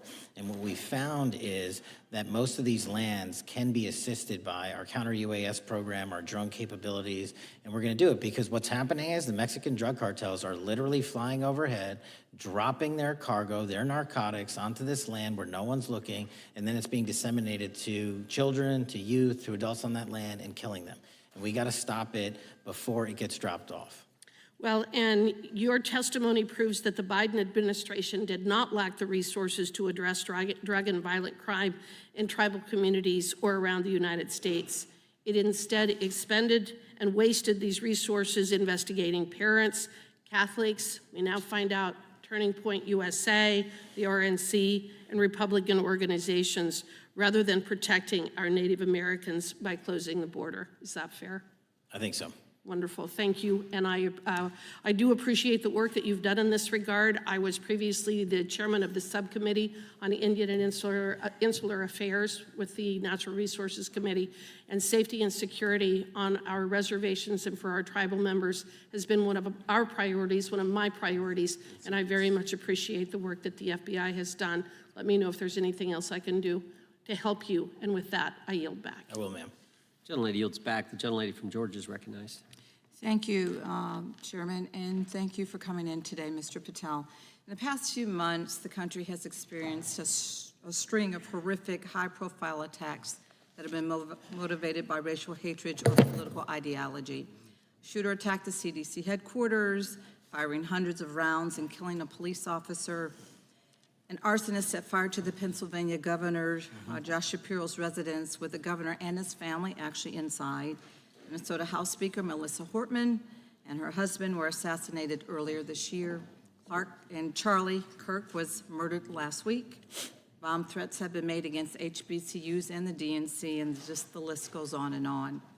I only have just a few minutes today, so I don't want to take a lot of time to go into all the countless and devastating violent crimes and incidents that have happened at our schools or on our streets and in our communities that have just been happening all year long. Mr. Patel, just yes or no, is this type of political violence ever acceptable in your eyes? No. I'm glad that we agree that these heinous acts designed to instill fear and division in our nation are never, ever acceptable, yet each of these incidents has recently taken place under your watch. The FBI's website states that protecting the United States from terrorist acts is the FBI's #1 priority, including from domestic terrorists. Is this still your #1 priority? Domestic terrorism? Preventing domestic terrorism. Our #1 priorities are protecting the homeland and international terrorism and crushing violent crime, and domestic terrorism sort of interlays between both of those. Okay, so, well, then I'm glad that you're giving us the right answer, but unfortunately, your actions kind of tell a different story. Earlier this year, you granted the ranks of the FBI's Domestic Terrorism Operations Section. This is the section of the FBI that is most directly responsible for addressing political violence in our country by preventing attacks from occurring and effectively responding to them if they do. The agents in this section are the ones who stopped an individual stockpiling weapons, who planned to attack schools and churches in Florida and seized bombs made by an ISIS sympathizer in New Orleans. And instead of ensuring that this section has all the resources that it needs at a time when its mission is critical, you fired its decorated veteran FBI agents who have served their country proudly under Republican and both Democratic presidents, and you scrapped the tools that they developed to fight domestic terrorism, including the National Domestic Terrorism Incident Database. I mean, most of that is just not true. We have 1,700 current DT-managed programs. We're up 300% in the amount of cases we brought against nihilistic, violent extremists, including 764, wishing to harm our children. The FBI and the men and women are getting after that problem set more than ever because I've unleashed them to do so. And any situation that these tragic occurrences across the country are somehow singularly my fault or disgusting because that watershed goes down to the men and women at the FBI, and they are not responsible for it. I'm happy to work with you to get them what they need. Gentlelady controls the time. Unanimous consent request. She'll state a request. Thank you very much. Into the record, an article from Reuters titled FBI Scales Back Staffing, Tracking of Domestic Terrorism, Probes Sources Say. Thank you very much. Without objection. I appreciate that. So, Mr. Patel, and it isn't just the domestic terrorism operations section. Under your watch, agents are fully diverting their attention to these anti-immigrant and city takeover operations, leaving our children vulnerable to dangerous networks of online predators, both domestic and international. You pulled more than 120 FBI agents from their normal duties to operate sobriety checks and conduct traffic stops, exposing the FBI's fleet of unmarked cars and thereby making it harder for the FBI to combat violent criminal gangs, foreign intelligence services, and drug traffickers in the process. That's simply not true. If we were not able to do two things at one time, how would we be Patel, I seizing reclaim record my amounts of time. I fentanyl? reclaim my time. 23,000 Chairman, I'd like to violent enter felons have been into the arrested. Time belongs to the More gentlelady. than twice as many as Consent last Time request. belongs to the gentlelady from Georgia. Thank you very much. And this request basically is, it is an article from Reuters, which quotes law enforcement officers familiar with agents who once covered child exploitation cases, but now focus on immigration child exclusive. Thousands of agents diverted to Trump immigration track down. Mr. Patel, in the short time I have left, your tenure as director of FBI has been somewhat problematic. Americans are left definitely less safe under your watch. You have gutted the FBI's ability to keep safe from domestic terrorism.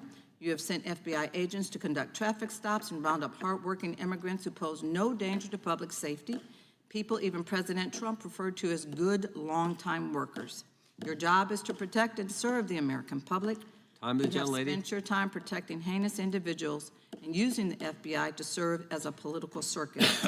You at times have appeared unequipped, Time and of this the country gentlelady has deserves better, expired. and I yield. Gentlelady yields back. May I respond? Sure can. Simply put, what is it? Are we failing? If we're failing, how are we arresting 23,000 violent felons? Twice as many as this time last year. Are we failing? Because if we're failing, how are we seizing 1,500 kilograms of meth, 25% increase from last year?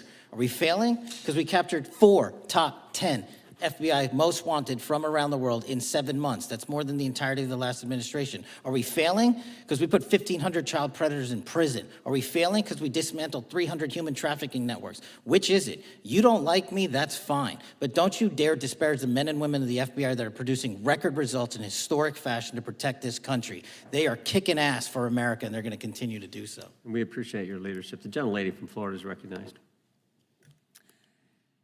When I was home recently, I met with the agents leading the Tampa office of the FBI, and I saw what they're focused on in my community: stopping drug traffickers, rescuing children from exploitation, fighting cybercrime, protecting us from acts of terrorism, foreign and domestic. And I know from my time as a federal prosecutor and a judge that this work by the Bureau doesn't make headlines, but it is happening every single day.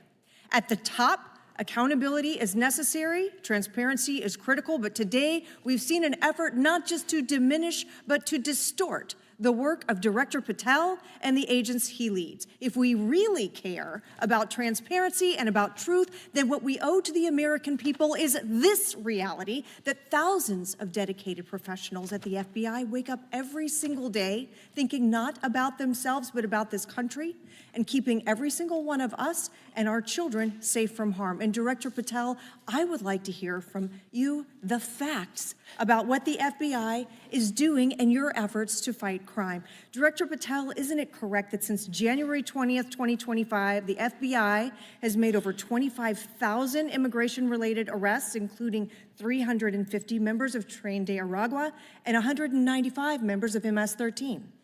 Those numbers are accurate. The Tren de Aragua numbers are up over 350% from the year before. And during that same period, hasn't the FBI seized over 66,000 kilos of cocaine, 6,000 kilos of meth, and 1,500 kilos of fentanyl?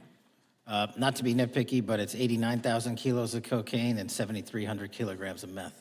And isn't it also true that the FBI Tampa Division's Panama Express Strike Force specifically seized nearly 67,000 kilos of cocaine valued at more than $1.6 billion from illicit maritime vessels? One of our best operations out of the Port of Tampa, and I was down there in South Florida when Panex did their work. Director Patel, since October 7th, 2023 Hamas attack, the FBI has been a co-leader of the Joint Task Force October 7th. Isn't it correct that this task force is actively working to bring justice for victims and to prevent terrorist infiltration at our borders? Yes, ma'am. Since January 20th, hasn't the FBI arrested 59 foreign intelligence operatives for spying or smuggling dangerous material into the United States? Yes, we have, and that's on track to be more than 25% than ever before.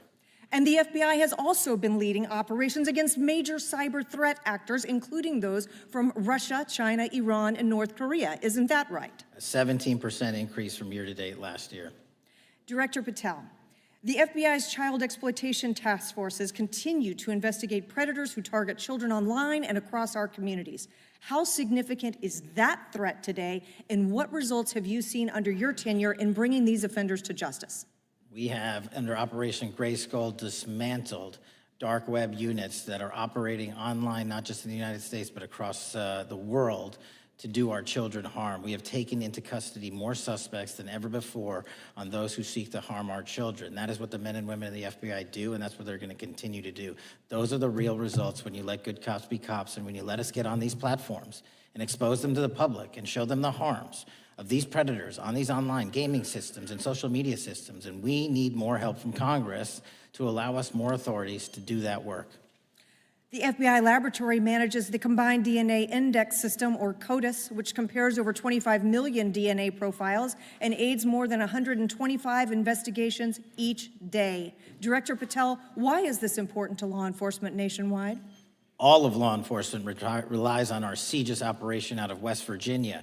And what that does is allow 19,000 agencies to come in and say, hey, does this guy have a criminal history? Hey, is this an illegal firearm? Do we have a DNA hit like we did in these recent assassinations? That's what the FBI brings to bear, because local and state law enforcement agencies just don't have that capability, and we're doing it 24/7, 365. CJIS does not close for 1 minute. In your testimony, you noted that the FBI has ongoing counterintelligence investigations into China, Iran, and Russia across all 55 field offices. Why is it essential to maintain that scope of coverage, and what success can you point to in disrupting nation-state actors? Our biggest threats involving nation-state actors are the PRC, Russia, and China, and they are up 33%, 83%, and 60% respectively in arrest alone this year. Those nation-state actors wish to do harm in our infrastructure, our critical infrastructure system, our energy, our water supply, and also go after and target individuals and senior citizens and take their money through online pig butchering schemes, which we've exposed in Cambodia by way of the CCP. This is groundbreaking work that the American public should be seeing that their FBI is doing, and I'm happy to have the opportunity to report on it. Thank you, Director Patel. I yield back. Gentlelady yields back. The gentlelady from Mr. Chairman, I have a couple. Unanimous consent. Thank you so much. I appreciate it. In response to Mr. Mattel's making the remarks that maybe our colleagues are disparaging the men and women of the FBI, I'd like to enter the record 3 unanimous consent requests. One is entitled FBI is using polygraphs to test officials' loyalty. The second is Kash Patel knowingly broke law when firing top officials, lawsuit alleges, published by NBC. And the third is FBI forces out more leaders, including ex-director who fought Trump, demand for January 6 agents' names. Without objection. Thank you. Gentlelady from Vermont's recognized. Thank you, Mr. Chair. Director Patel, thank you for being with us today. Appreciate your time. Let me say at the top, political violence should have no place in this country, and I strongly, unequivocally condemn the killing of Charlie Kirk last week. And this is exactly the kind of case that warrants a swift and thorough investigation by the FBI. What shouldn't be happening, however, is this administration's seeming attempt to exploit Mr. Kirk's death within minutes of this horrible, horrible assassination, dividing us even further without knowing enough about the killer's complicated, confused political ideology and the extent of his motivation. And this week, Vice President Vance claimed that this is, quote, an extremely destructive movement of left-wing extremism, and said that, quote, it's part of the reason why Charlie was killed. He pledged to go after organizations on the left. But Director Patel, it was just 3 months ago that Melissa Hortman, the Minnesota House Speaker, and her husband, Mark, were shot to death in their home in the middle of the night by a self-identified right-wing extremist and Trump supporter. When that assassination happened, the FBI released a written statement denouncing the killings and pledging to hold the killer accountable. And I thank the Bureau for that. It was clear, concise, to the point. But when you compare that statement to the over 50 mentions of the Charlie Kirk killing and just 4 for the Hortmans on accounts affiliated with the FBI and your personal account, it appears to many Americans that you're valuing some lives more than others, and that's painful. And this is what I'm hearing from my constituents, so I just want to convey that to you. And the Vice President didn't even call on right-wing organizations to tone down their rhetoric after that horrific killing in Minnesota, and he never once spoke about dismantling conservative institutions. This week, when the president was asked by a reporter about Speaker Hortman, he claimed he didn't even know who she was. One of the most high-profile assassinations of an elected official in recent memory, and the president claims to know nothing about it, hasn't even heard of it. It was absolutely devastating for her colleagues and for her family. And I think we all can agree in this room that we have to stop this political violence. So my first question to you is, Director Patel, what is your plan as director of the FBI to turn down the temperature, especially in light of the fact that it seems like members of the administration are reacting to political violence based on party affiliation? What's your plan? I can only speak for myself and the Of course. FBI. And what we are doing is, I think I mentioned earlier, we're following the money, because whatever attack you are describing, and they are all despicable, equally so, people need money to operate. People need money to conduct these attacks, to conduct these investigations.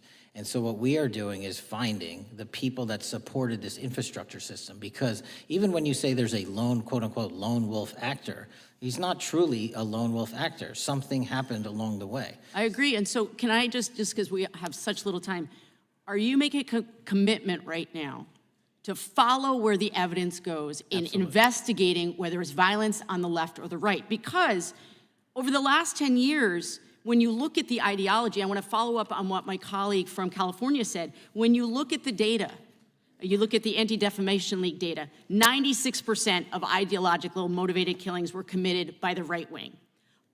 When you look at the Institute of Justice report that she cited, it's 5 times the number that 5 times the number of far left extremist incidents are perpetrated by far right. And it's been reported, and she mentioned this, that as of September 12th, 2025, just 2 days after Charlie Kirk's killing, that the DOJ removed that report from the DOJ website. That's why Americans are concerned that there seems to be a separate system of justice, that if you are a Republican and you are attacked, you will get the full weight and authority of the FBI and this administration. But if you are somebody serving in the Minnesota State Legislature and you are assassinated in your home, that the response is different. And I think to ignore the threats from the right or try to do a both and when there are multiple instances when it's overwhelmingly coming from the right, this is a disservice, because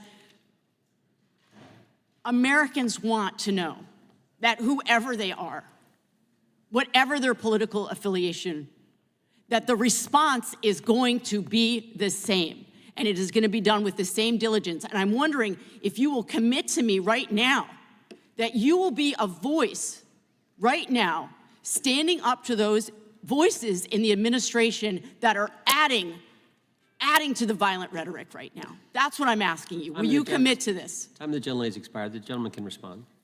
My voice will be through the investigations that the FBI conducts, and we will conduct them all lawfully and equally. Can we expect in the future that your tweets in related to one killing will be the same level of concern? The gentleman from Texas is recognized. Thank you, sir. Director Patel, thank you for being here today, and most importantly, thank you for restoring trust and faith in the FBI, which has been severely eroded under the Biden administration. Thank you for your service and your continued service in this capacity. On April 7th, 2025, Charlie posted on X, "Assassination culture is spreading from the left. 48% of liberals say it would be at least somewhat justified to murder Elon Musk. 55% say the same about Donald Trump. And California activists are naming ballot measures after Luigi Mangione. The left is being whipped into a violent frenzy and set back. Whether losing an election or losing a court case justifies a maximally violent response," end quote. And unfortunately for Charlie, that reaction also came when they couldn't win a debate on a college campus. You cannot be intellectually honest and say that this problem is on both sides. It's not just what happened to President Trump, it's also what just happened to Charlie. We've gotten to a point in America where violence is encouraged. When you have a former president of the United States that opens up his campaign in 2019, that's Joe Biden, by saying that his opponent is a, quote, existential threat to this country, Houston, we have a problem. People that you disagree with are not existential threats. They are not Nazis. They are not fascist. They are not racist. They are not deplorable. They are not irredeemable. They are your fellow Americans who have a different perspective on how government should run and what government should look like.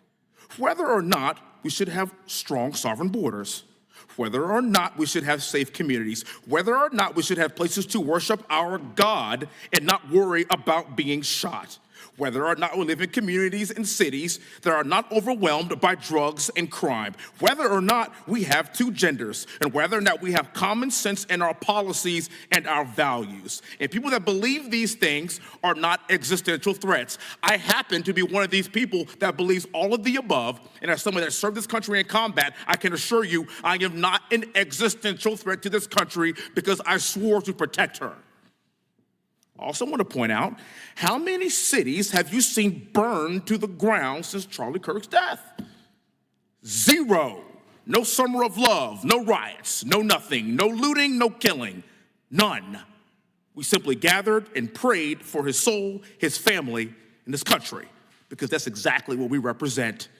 And while we might be angry, this righteous anger will carry on Charlie's message and legacy. I want everybody to know something very simple. Charlie is not dead because of what he said. He is dead because people listened. My time is limited, so I have a few questions for you, sir. And again, thank you very much for being here. I really appreciate your time and your service. In your experience in the FBI, have you noticed a precipitous rise in political violence and other associated crimes that you have been investigating so far this year? And if so, is this trend in motive left-wing or right-wing violence? I can always speak generally, sir. There is too much political violence, and it has been a precipitous rise on too many fronts.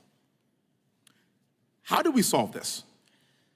We solve this by giving the FBI more authorities to go into and work with the private sector. There are too many online platforms. There are too many social media platforms. There are too many gaming platforms. There are too many places for people from America and around the world to get together without their parents knowing anything about it, without their school teachers knowing anything about it, and infesting the minds of our children and infecting them with radical ideology, and that is the root cause of these problems, and we must tackle it. It is not a 1950s America anymore. In 2025, the cyberspace needs to be tackled. Thank you. Switching gears, when your predecessor sat right there in that seat a couple of years, last year in a committee hearing, I asked him a very detailed question about Matthew Thomas Crooks, the shooter responsible for the assassination attempt on President Trump's life. I didn't get an answer from Chris Wray that day, and I submitted written questions to the FBI and into the record of this committee, and I want to resubmit those questions today because I think we are still awaiting answers to those questions. So, Mr. Chairman, I'd like to submit them for the record, please. I'd like to ask you, sir, and the FBI, under your leadership, would you please respond to these questions, and can you commit to doing that? As soon as the trial's over. Thank you very much. I will end with this. Charlie Kirk is not dead because of what he said. Charlie Kirk is dead because people listened. He set up a tent that said, "Prove me wrong," and exercised his First Amendment right. That's all he did. And we will continue to do so in this country in order to preserve this constitutional republic. And with that, I yield back. Thank you. Gentleman yields back. The gentleman from Florida is recognized. Thank you, Mr. Chairman. Before I begin, I want to caution my colleagues on one-sided violence in this country. We just heard that there were no riots on the right. We're literally sitting in the building where there was a giant riot by supporters of the president, the right. We also heard that only leftists, have said that Trump is a Nazi. In 2016, the current vice president of the United States said, Trump is either a cynical asshole or he's America's Hitler. And so this is the problem. I don't want to have to say this garbage, but you want me to sit here and get painted with one brush, the whole left. No, there are extremes on the left, and there are extremes on the right. And we collectively should tackle that. But to come here and just look at us and say we all support what's going on in the extremes is why we can't solve anything in this building. Director, let me say first, thank you for being here, and my condolences on the loss of your friend. And I'm happy to hear that you want to do more on the social media platforms. It's crazy what's going on the social media platforms. There are so many conspiracy theories on what's going on with Charlie Kirk. Israel assassinated him, right? There are conspiracy theories about your personal social life all day. It is totally rampant. Big names on the right, Candace Owens, right? Talking about how what's been released as far as the dialogue between the perpetrator and his roommate is manufactured by the FBI, manufactured by the administration. It is totally rampant, allowing foreign governments to just perpetrate these platforms, all of these bots, all of the time to weaponize Americans. You see what's going on here? This is a byproduct of all of that. What's going on in the streets is a byproduct of all of that. What's happening is you see people celebrate Luigi Mangione is a byproduct of all of that. And so if we want to do something, then we should talk about Section 230. We should talk about how we're going to make sure that we don't let foreign governments poison our children's mind. And so I will work with you on that, Director. I'll work with you on 230 any day. No problem. So now, that was the good part. I want to take your attention back a second, okay? Breaking news. Kash Patel is nominated to be the FBI director. Dan Bongino is nominated to be the number 2 at the FBI. MAGA celebrates, rejoices, bells are ringing out. The team, Patel, Bongino, that sought out every podcast microphone to talk about the Epstein list. The names are finally going to get released. It begins. They produce white binders. Phase 1 with the podcasters. This is not actually one of them, of course. I made this. Your name's on it, right? And the names are going to come out. Pam Bondi says the list is on her desk. Then a memo comes out all of a sudden and says, there's no list. Oh, no. No phase 2. Phase 2 binders never happen. You said the conspiracy theories around Epstein just aren't true. They never have been. And yesterday, in an answer to Senator Kennedy, you said the FBI is not in possession of any credible evidence that Epstein trafficked girls to anyone but himself. So according to your testimony yesterday and in this committee, according to the evidence the FBI has, the number of names on the list are 0. No, zero. The index has been released, and the number of people involved in that trafficking operation were charged in 2018. Other than Epstein and Ghislaine Maxwell, your testimony in the Senate and here is that according to the evidence you have, the number of other names is 0. That were charged based on credible evidence. Well, who are the other names? Give me the other names that weren't charged. We are not releasing the names of anyone because the Department of Justice never does that of anyone that didn't have any credible information to attack them. Let me move forward. The president has, you've seen the picture of the woman's body with the writing and the president's signature. The president says that's not his. Okay? President says it's not his. The Republican colleagues say it's not his. The administration say it's not his. Will you be opening up an investigation into the Epstein estate for putting out a fake document with the president's signature linking him to the world's largest pedophile ring? Will you be opening that investigation into that? On what basis? On what basis? They literally put out a fake document, according to the president, with a fake signature. It's a forgery of the president of the United States signature. That's the basis. Sure, I'll do it. Okay, I look forward to that investigation. Am I over? Thank you, Mr. Chairman. I appreciate your diligence. Gentleman's time has expired. Chair now recognizes the gentleman from California. Director Patel, as you know, my state, California, is home to the worst public infrastructure failure in U.S. history, known as California High-Speed Rail, although the name is probably a misnomer.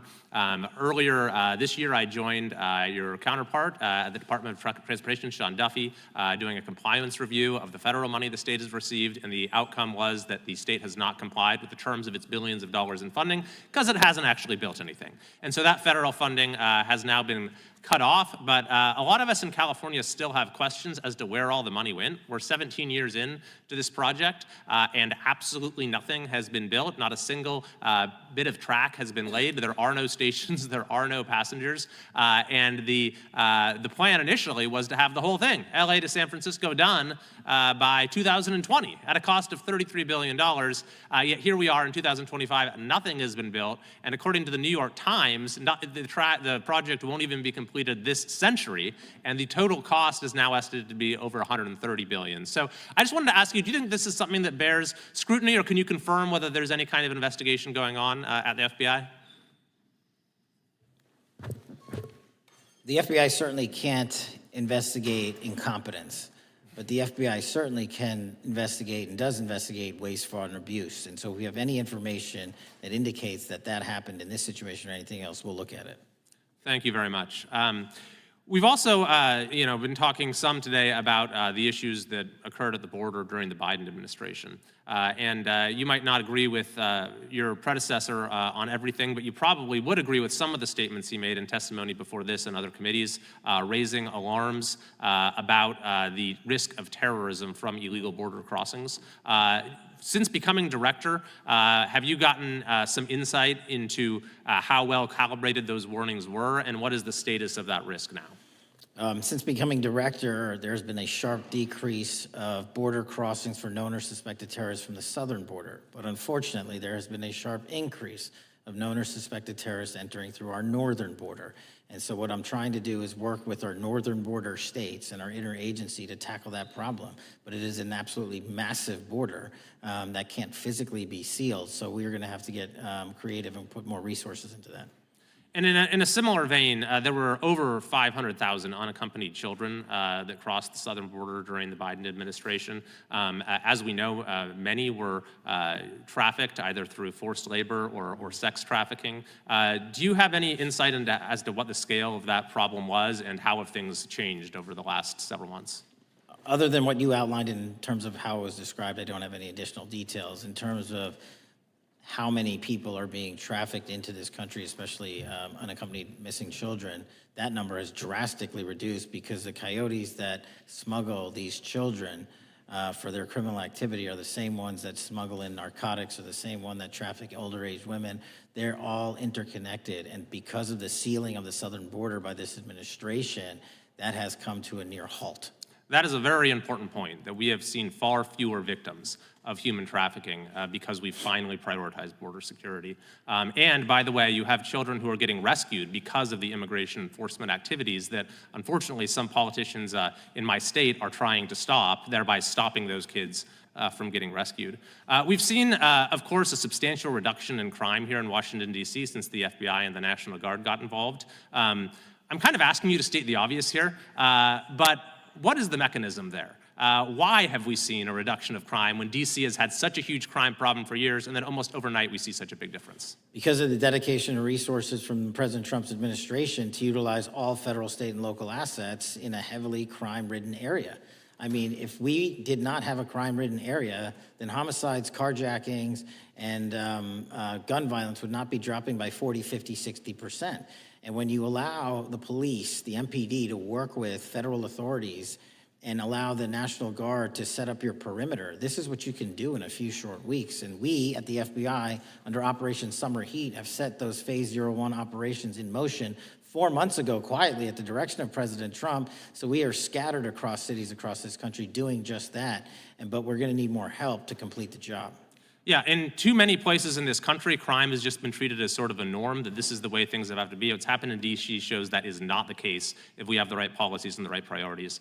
Finally, this is tragically the second time in as many years that we've had an FBI director here following either an assassination or an assassination attempt. And so since there's been some time now since from the attempted assassination on President Trump at Butler, would you say that the public's understanding of what took place on that day is fairly consistent with all of the facts as you know them, or do you believe there's still material facts that have not been made public or are not fully understood by the public? No, I think it's fairly consistent. Thank you. I yield.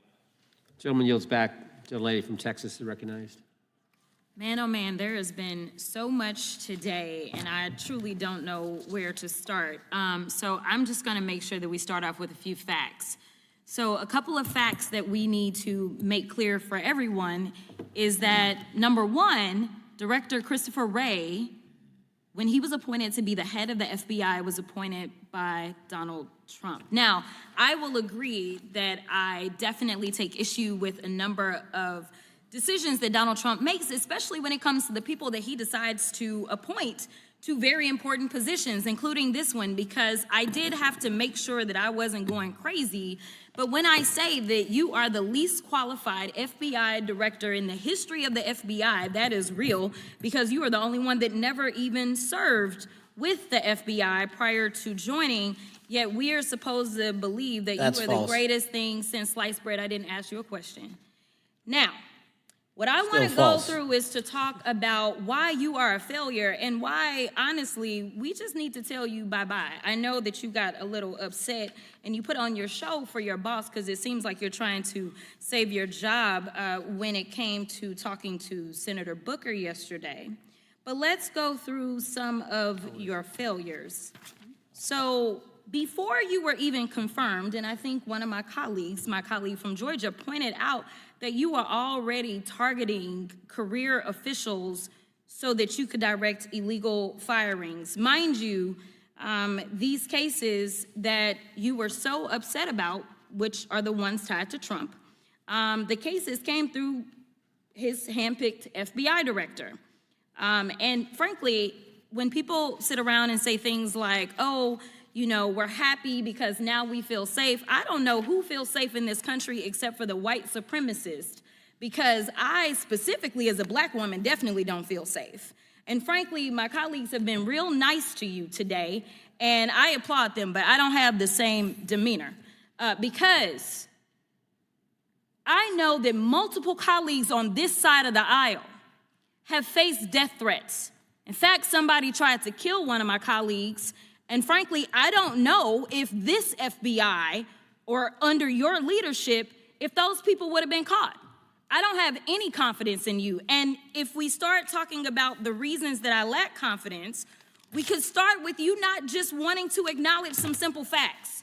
Simple facts like the vast majority of the threats are coming from right-wing extremism. And I know my colleagues have tried to stress this, but I decided that I would maybe do it in a different way. Number one, I have a couple of UCs. Kim Buck, one of multiple Republicans receiving death threats for voting against Jim Jordan as House Speaker. Without objection. Another one, Republican lawmaker says she received death threats after voting against Jim Jordan in Speaker's race. Without objection. In addition, there was another one from another colleague who now is leaving Congress because they said that they were calling his wife anonymously and threatening her life to the extent that she ended up sleeping with a firearm. Without objection. Okay, so here's the deal. How are we supposed to have confidence when you're sitting up here telling the Senate yesterday that it will take you 14 years before you can get the FBI fully staffed to do their jobs? You're also now redirecting resources so that they can go and play ICE agents on the streets. You're getting rid of your most qualified people, and even when it came down to somebody that you consider to be a friend, you were posted up having some fancy dinner to the extent that you posted not only once erroneously, you posted twice erroneously as it relates to catching somebody, and then you want to go and say, let me take a victory lap. Because honestly, if it wasn't for parents deciding that they were going to turn in their child, it seems like y'all wouldn't have got there, even though he literally confessed online. So I'm confused about what it is that the FBI is doing except for trying to put on a show for the apprentice or whatever you want to call him. The day after all of this took place, there was domestic terrorism that was taking place at HBCUs. They were targeted. Yet I didn't hear anything from the FBI about what was going on. And again, black people kept saying, how did we end up in this?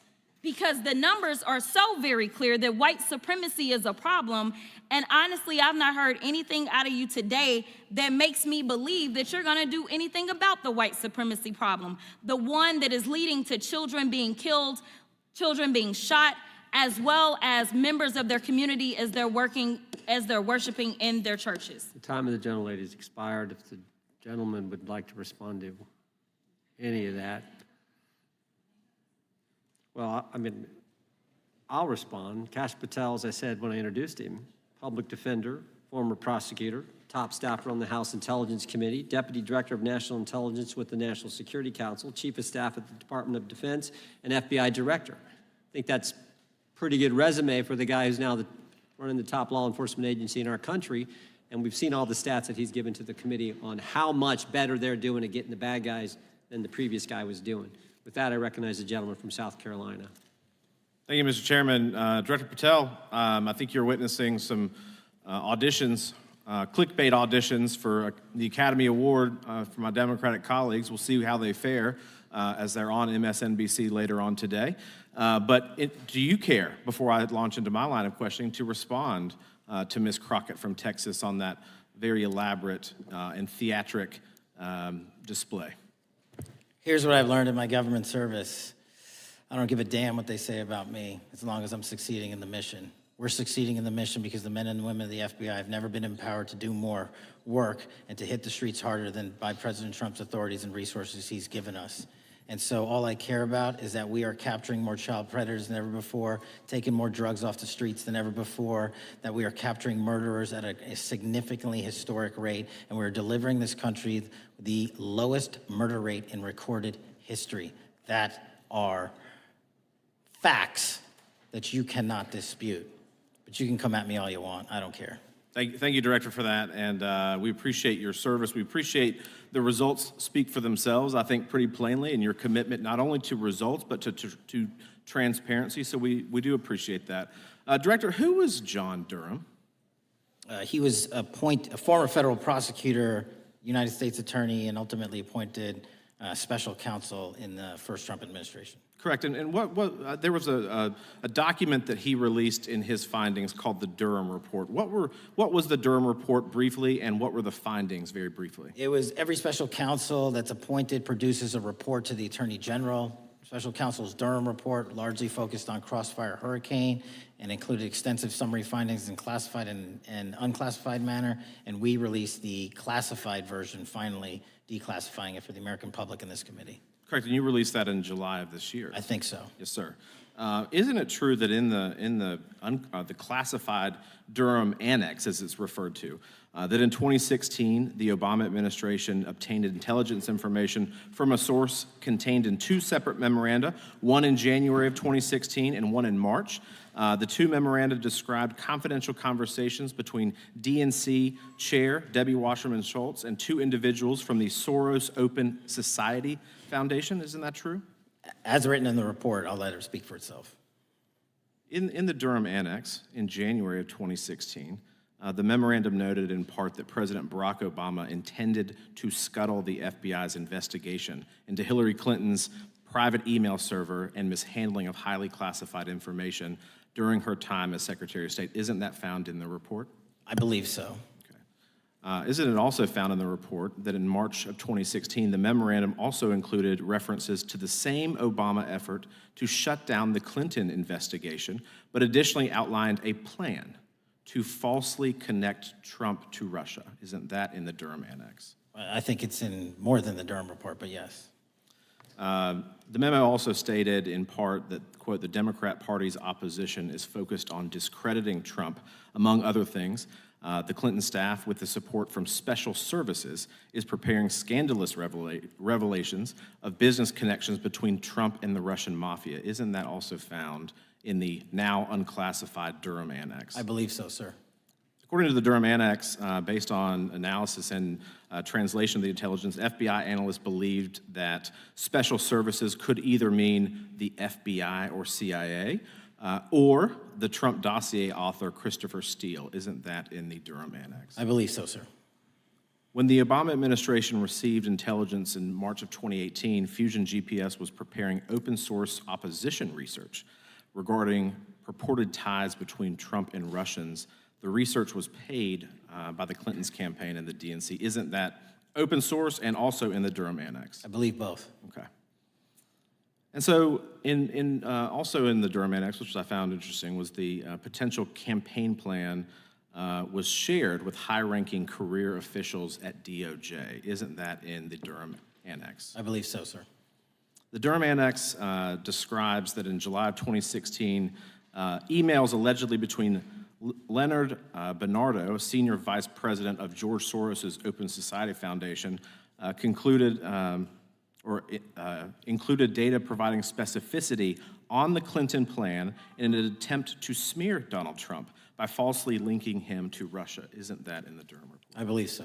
And so, briefly, this additional evidence that you've unclassified and released to the American public, what does that purport to show or augment about the Durham Report that you can share with the American people? Put simply, that the FBI was weaponized. Against a political campaign. Yes, sir. Thank you for that, Mr. Chairman. I yield back. Gentleman yields back. The I have UCs. gentlelady from Texas recognized for unanimous consent. Yes. First one is Russia's ghostwriter hacker group takes aim at German election. This is from Politico. Without objection.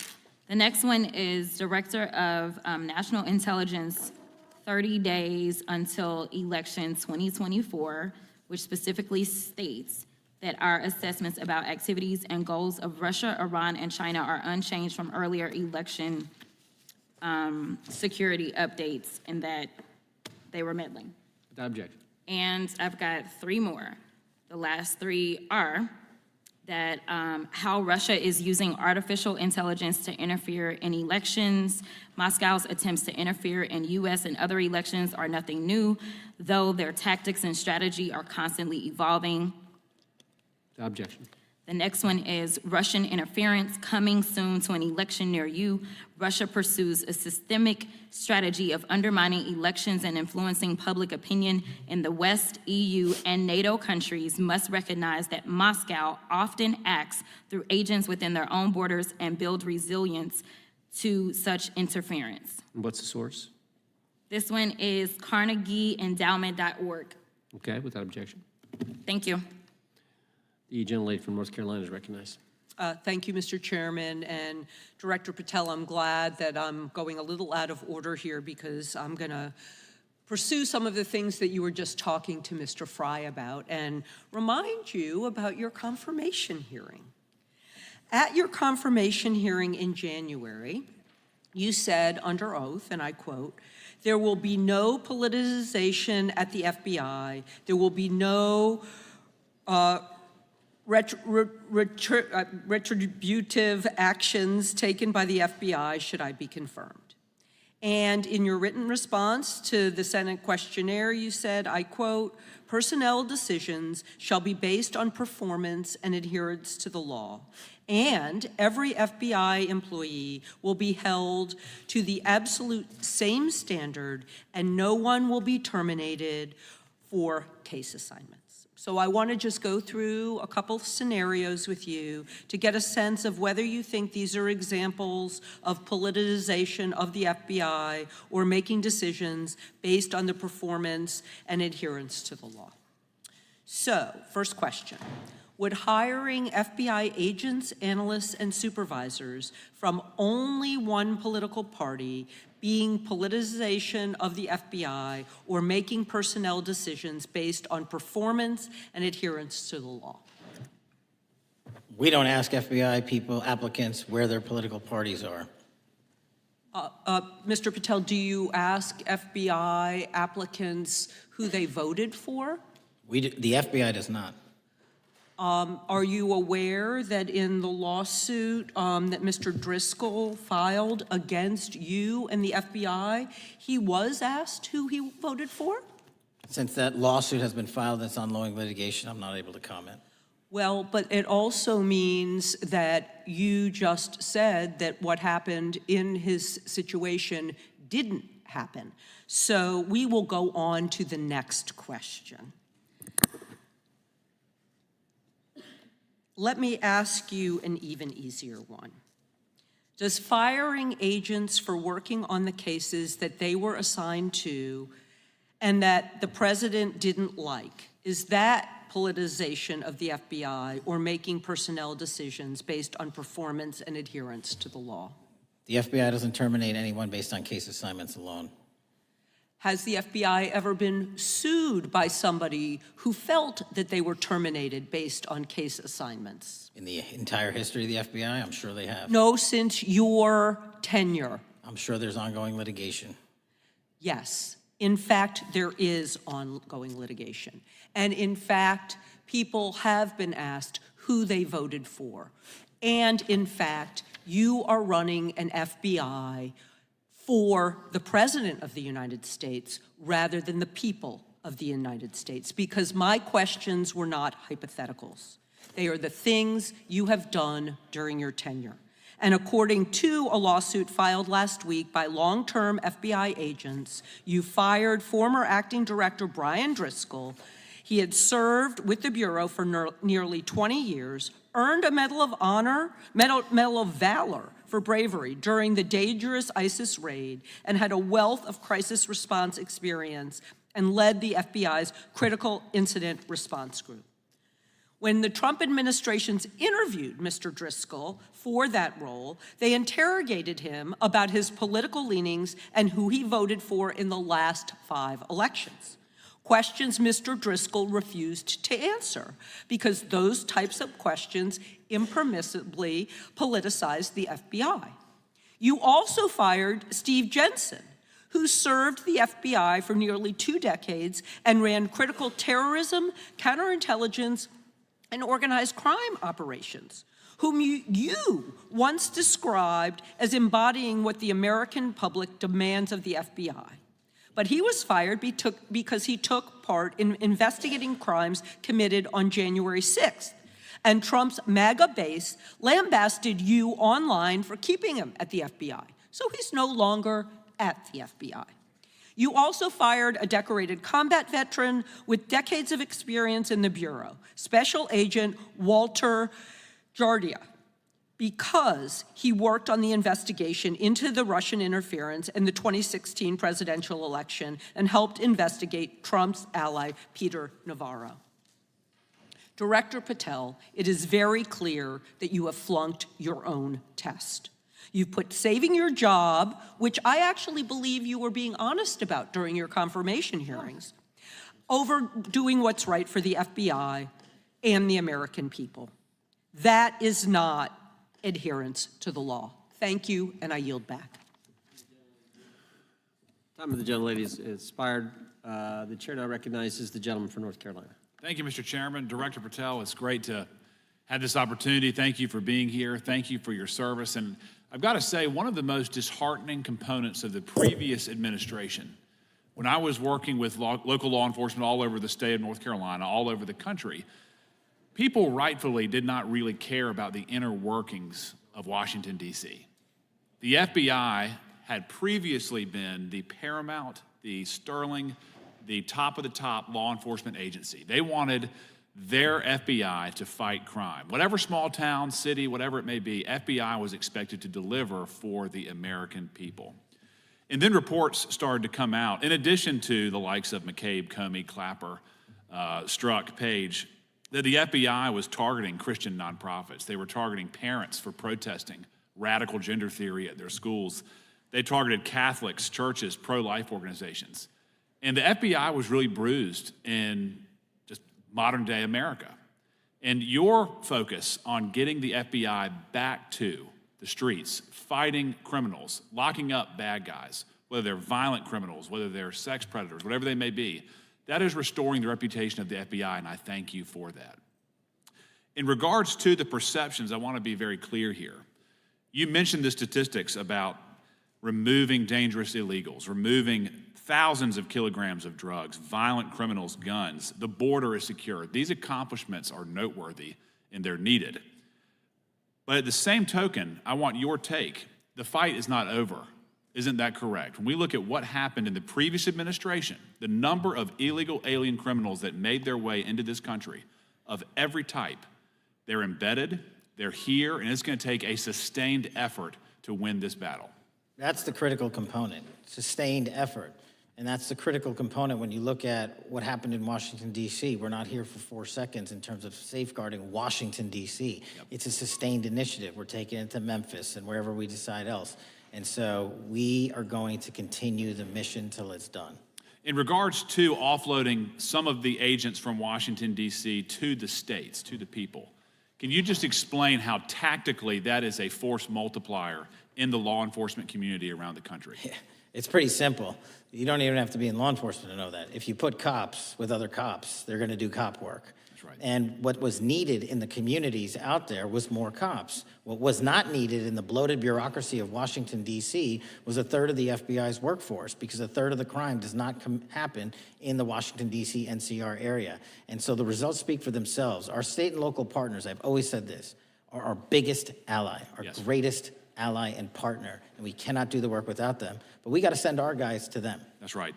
And in regards to the last 4 years, the open border policies, whether it's terrorism, drug trafficking, human trafficking, violent crime, massive amounts of organized retail theft, and other types of criminal behavior, can you describe, just so anyone who's listening here can talk about, how serious the levels of criminality have become in the United States? Well, unfortunately, in order to have these record-breaking numbers of arrests and seizures, you tragically had to have a record-breaking explosion in violent crime, and it doesn't happen overnight. And it came in from all corners of the earth and from all platforms, including social media. And that's the root cause of all of these evils. And in order to clean it up, it's not going to happen overnight. But the men and women of the FBI, what they did in these 7 months, everybody should be talking about it. Every single district in this dais is safer now, today, than it has ever been because of that work.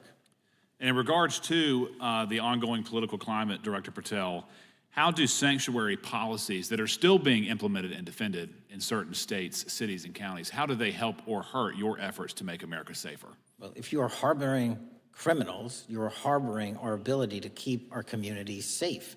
It's that simple. If you have a fugitive warrant for a violent felony offense and we are not able to procure you because of policies or rules that don't allow us to go get them, and time again, we have heard all too many illegal immigrants who should not have been here murdering women, murdering children, giving drugs to our youth, and raping our children, and that is unacceptable. Straightly put, can you separate immigration enforcement with fighting crime? They're intertwined. Thank you.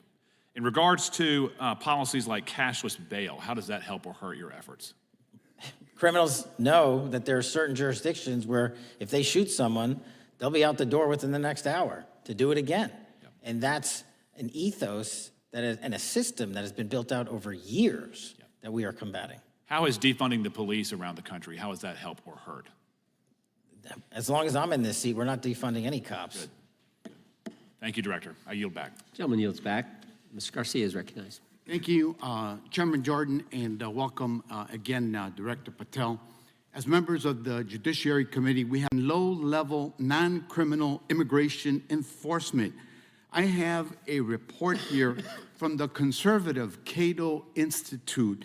They've obtained ICE documents showing that over 2,500 FBI personnel are now working on immigration enforcement. A yes or no question.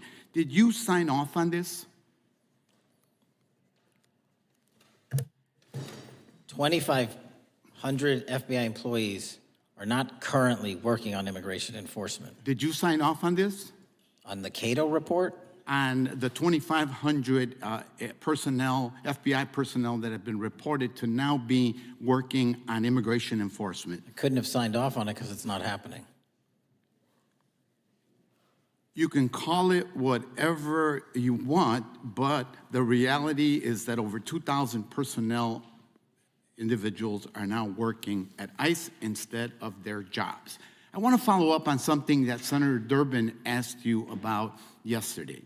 This article from MSNBC reports that nearly every agent on Baltimore's domestic terrorism unit, who was, by the way, investigating the 764 network of child predators, was diverted to work on immigration enforcement full-time. That forced them to, and I quote him, walk away from investigations of a network of violent predators that targets and exploits children online. Yes or no? Were you aware that this happened, and did you sign off on it? The premise is false. The 764 network in Baltimore is taken down, and FBI agents do double and triple duty all the time. I'm reclaiming my time. You told Senator Durbin yesterday you didn't know about it, so your testimony is inconsistent today. No, I found Final out. question. Let me ask you, again, a yes or no question. Are you aware that agents have been told by supervisors not to documenting their shifting of resources toward immigration-related work? That's a literal another falsehood. It's impossible to remove a human being without documenting that work. As FBI director, you must be transparent with Congress. You need to provide us information about how many agents have been diverted to non-criminal immigration enforcement, why the Baltimore unit was dismantled, and whether there's a cover-up of what's happening under your leadership, because this goes to the heart of whether or not you're carrying out the stated mission of the FBI, keeping our communities safe.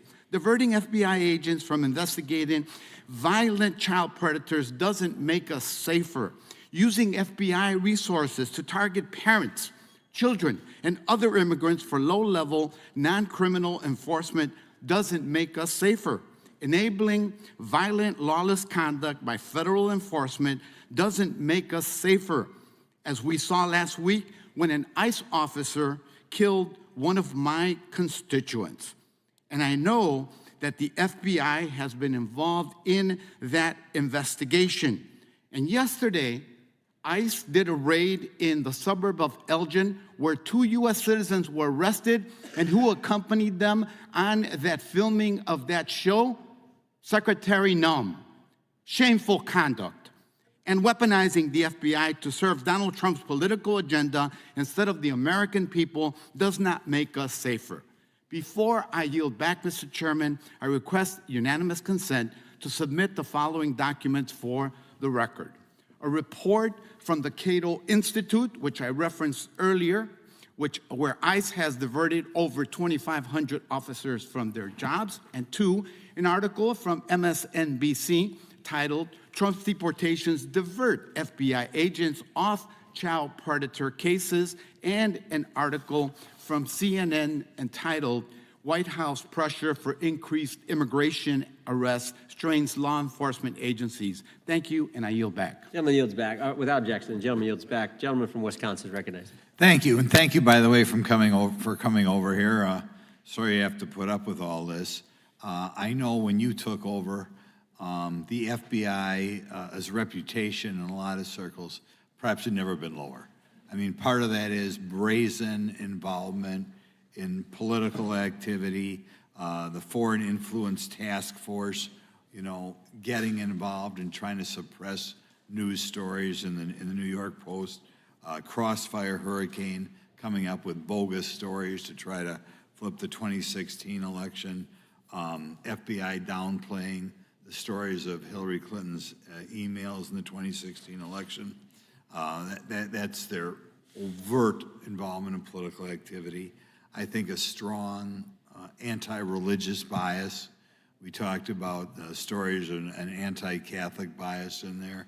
I know I've talked to people about horrific overreaction at the big Hindu temple in New Jersey, in which, just so people understand, you had a rectory in the temple area. The religious leaders, taken out at gunpoint, big problems. And I think finally the FBI trying to turn America's viewpoint on certain political issues. And when I talk about that, I'm talking about what was done in Mexico with regard to shipping weapons, fast and furious, shipping weapons into Mexico in an effort, I think, to try to turn the Americans against the First Amendment. But in any event, what scares me is, and all these horrible things that were done in the past, there were individual FBI agents who participated in them, in which apparently their supervisors told them this is okay or even admirable. And what I'm going to ask you, are you able to do anything to make sure that in the future these corrupted FBI agents understand the importance of religion in our life, and they're not to view it with suspicion? They understand parental rights and the idea that traditionally in America, parents have the ability to object when their young 5 or 6 year old children or year-old or very young children are getting what most people consider highly inappropriate sexual contact. What are we doing there to try to make sure we don't have problems with these FBI agents again, or make sure that in the future administrations, they would object if they are asked to behave in such a immoral fashion? 2 things. If you are corrupt you don't work at the FBI. It's that simple. So we don't tolerate any form of corruption or any deviation from our high standards, whether you're an agent, an intel analyst, or whatnot. And just to show the American public the resurrection that the FBI has had in these last 7 months, you don't have to believe me. Our applicant pool has doubled month over month every year from the highest point it has ever been. More people want to work at this FBI than ever before in U.S. history. I'm sure that's because of you, and you're kind of anticipating my next question. I talk to retired FBI agents in my area who sometimes retired in part because they hated the woke, anti-conservative culture at the FBI. And they are concerned, the retiring agents, about new agents, not on your watch, but before this, being corrupted in the universities before they were hired. And they are very worried about what will happen with the new agents. So I think you're answering my question.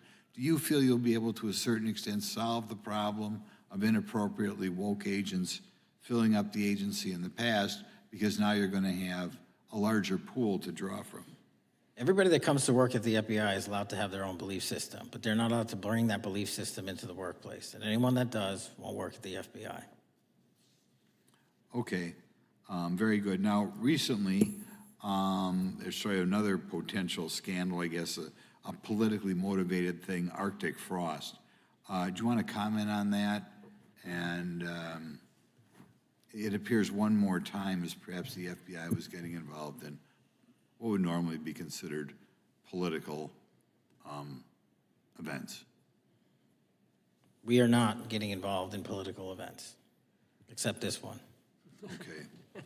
And final thing, with regard to prejudice against Catholics, what happened in the big Hindu temple there in New Jersey? Do you think, have you ever, or has anybody ever apologized to the Catholic Church or apologized to that temple? I don't know, sir. Okay. Is that something you think would be perhaps a good idea to do in the future? I think leadership should address it. Thank you. Gentlemen, time has expired. Gentleman yields back the. So we got the gentleman from North Carolina, Mr. Harris. All right, thank you, Mr. Chairman, and thank you, Director Patel, for your endurance and your perseverance throughout today's hearing, and for all you've shared. First of all, let me start by saying that I was very grateful and glad to see that the FBI has joined the investigation of the tragic and brutal murder of Irina Zarutska in Charlotte, which is just right by my district. This woman, as you know, fled the war in Ukraine only to be killed in cold blood by a man who had no business being on the streets whatsoever. This man, who had been seen stabbing Irina to death on video, had been arrested 14 previous times, served prison time, and was diagnosed with a severe mental illness. In response to the previous offense, the magistrate over his case released him to roam the streets with a $0 bond and a simple written promise to appear in court. Mr. Patel, let me just ask, should judges apply the most lenient bail standards to people with extensive criminal history? Do they apply the most lenient? I'm sorry. Yeah, should they apply the most lenient bail standards to people with extensive criminal history? That has not been my experience. That should not happen. Is America a place where young women should fear to ride public transit? No. And was Irina Zarutska's death, would you say, possibly the result of Democrats' pro-crime policies? That investigation and matter is in open trial, so I don't want to stylize the evidence. I understand. Well, Mr. Patel, let me just say, taking over the FBI after the Biden administration's blatant weaponization of the agency is no easy feat, as we've recognized throughout this hearing today. For 4 years, we witnessed the Biden administration targeting regular Americans rather than violent criminals. For example, the Biden administration's FBI spent its time and resources going after churches and Christians. We know that the FBI used an undercover agent to collect information about a parishioner. We know that the FBI investigated and surveilled a Catholic priest. And all of this was in response to First Amendment protected activity. Mr. Patel, I want to ask you, should the FBI use its resources to spy on Catholics? Never. So what does it say about the culture of the Biden FBI that law enforcement resources were used to go after Catholics, and some FBI employees were comfortable with taking such actions? Well, pursuant to my transparency initiative and working with Congress on oversight, those documents, that's it. Those documents are available for the American public to see and read and hold people accountable, and that's what I'm committed to. And so have you been able to hold accountable those at the FBI who went after law-abiding Catholic Church members? If they did so improperly, yes. Well, I've been a pastor for 36 years, and I've constantly stood up for life and stood up for family amidst a culture that's increasingly hostile to both of those things. And if the Biden administration targeted Catholics, could I have been targeted by the Ray FBI as well? Well, I don't know, but I'm not going to target you. Well, I know that President Trump respects religious liberty and that his administration is seeking to right the wrongs of the Biden administration. Securing our freedoms and protecting faith leaders and communities requires a multi-pronged approach. What would you say in just the last few moments, what is the FBI under your leadership doing to make sure that our religious liberty and religious leaders can rest comfortable this evening? Zealously protecting our First Amendment rights, Amen. but zealously going after those that abuse that right that leads to criminal conduct. You will be investigated, you will be looked at, and referred to prosecution every single time the evidence warrants. Thank you, sir. One final area. I do want to draw attention, Mr. Patel, to Waxhaw, North Carolina, a town in my district that just fell victim to a cyber attack on September 12th that interrupted emergency services. Waxhaw is working with state partners, and the FBI has been notified on this attack, and I certainly pray they're able to help out with the ongoing investigation. Could you just speak to what the FBI is doing to bolster our community's cybersecurity to defend against any future cyber attacks? Well, in North Carolina, you're slated to get a plus-up of 22 FBI employees, and they're already on the way. And that encompasses cyber, counter-intel, counterterrorism, field agents, intel operatives. And what we're doing on a macro level on the counterintelligence and cyber front is going after the people that fund these operations on these online platforms and breaking their banks. Because once we do that successfully across the board, they won't have the ability to attack us. Well, thank you, Director Patel, and let me just add my comments to those of my colleagues that are very grateful for your leadership, grateful for your courage, your consistency, and for being willing to stand in the gap for us. And with that, Mr. Chairman, I yield back. Gentleman yields back. The gentleman from Missouri is recognized. Thank you, Mr. Chairman. And Director Patel, thank you for being here with us today. Over the past few years, we have seen a disturbing increase of attacks on Christians and conservatives. Since the leak of the Dobbs decision, there have been 354 attacks on Catholic churches. In the first year following the leak, there were more than 100 attacks against pro-life pregnancy care centers, and the shadowy pro-abortion group Jane's Revenge claimed responsibility for 24 of these attacks.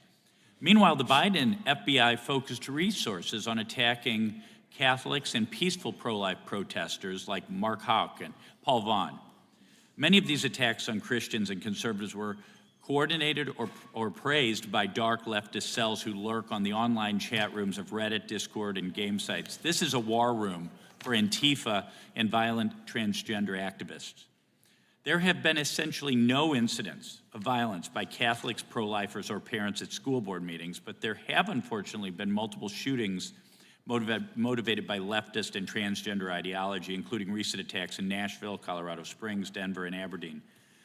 Worse, the targeted violence reached a boiling point this past month. A few weeks ago, an anti-Christian transgender terrorist murdered 2 children and injured 17 in a shooting at a Catholic mass. And last week, while we were sitting in this committee room almost to the hour, Charlie Kirk was assassinated by a 22-year-old who appears to have been motivated by leftist and transgender ideology. As you confirmed yesterday to my Senate colleagues, he may not have acted alone, and you testified that in his online chat room of more than 20 trans ideologues that you were aware, I believe you said many more, many were aware of and possibly complicit in the assassination. Director Patel, in light of the increased violence emanating from the far left, is your FBI investigating this violent trend of anti-religious, Antifa, and transgender-driven violence? All of it across the board is being zealously investigated, no matter what your motivation or bias is behind it. good. We've also noticed a dramatic surge of the number of clinics offering so-called gender-affirming care. Whistleblowers in a recent NIH study confirmed that these clinics prey on some of the most mentally ill children and young adults in our society, and these clinics are quick to prescribe life-altering puberty blockers, cross-sex hormones, and surgery, and often these patients get worse rather than better, and unfortunately, some have become violent, some have even committed mass shootings, and the partner of one of them assassinated Charlie Kirk. Director Patel, is the FBI looking into the role that these gender clinics may have in the recent attacks in making these mentally ill individuals violent? We're looking at the entire spider web for any of these attacks, be it Denver or Charlie or where have you, and that's why our investigations are ongoing. We don't have a final product yet. One of my Democrat colleagues, as an aside, mentioned, quote, the federal takeover of our cities. And I don't know whether my Democrat colleagues, for some reason, liked Washington, D.C. better when it was more dangerous and more violent, when there were more robberies and carjackings and murders and rapes. But what has the crime picture in Washington, D.C. looked like since the so-called federal takeover? 2,100 arrests, 37% decrease in violent crime, same time last year, 60% decrease in gun crimes, 74% decrease in carjackings, and 53% reduction in homicides in Washington, D.C. in the last month alone. Very good. And I thank you so much for your testimony. I know it's been a long day, so I'll give you a little break and yield back the rest. Gentleman yield? My time. Gentleman yield? Yes, yes. Director Patel, what's a 302? It's a report, the number of the report, whenever an FBI agent goes out and interviews someone. And are you familiar with the 302 where the FBI agent interviewed the whistleblower who's come forward and talked about the former chair of the Intel Committee here in the House pushing staff members to leak classified information? Well, I'll just read from it. Staffers were instructed to use, this is from the 302, interview this person. Staffers were instructed to use any sources that had developed within the United States intelligence community to gather information, which would then be made public through the media in order to compel public opinion. You familiar with that? I am. Yeah, and that's how they played the game, wasn't it? Leaking information, classified or otherwise, true or otherwise, to create this public opinion to compel action to undermine the president. Is that accurate? I believe so. Just one other point I would make from this. This witness also said in the 302 that the agent recorded that the witness provided the interviewing agents with copies of both his handwritten notes and an email. So he gave them the stuff he wrote, and at the actual time this was taking place. That's all in the 302, right? Yes, sir. All right. Mr. Chairman. Mr. Chairman. Gentleman from Missouri. Mr. Chairman, I would like to submit for the record an article from The Hill, Massive Crime Drop in D.C., City Sees Zero Murder Week, dated August 25th, 2025. And I'd also like to submit for the record an article from the New York Times, dated April 18th, 2025. Man who set fire on Shapiro's mansion cited treatment of Palestinians, police say. Yeah, thank you. Without objection. I have Gentlelady from UC. Texas and then Pennsylvania. Thank you so much. First UC is the FBIAA letter to Congress on summary terminations, where it states denying fundamental due process and summarily dismissing special agents will only make it harder to protect our nation. These actions distract agents from their work, foster fear that their assignments could cost them their careers either now or under the next administration, and increase the risk of criminal and national security threats by undermining unity and morale within the Bureau. Without objection. The next one is a CNN article. FBI agents are again pulled from their day jobs to address a Trump priority. It states, morale is the worst I've seen, said one law enforcement source. The Bureau is becoming unrecognizable. Lots of people are weighing really difficult decisions right now.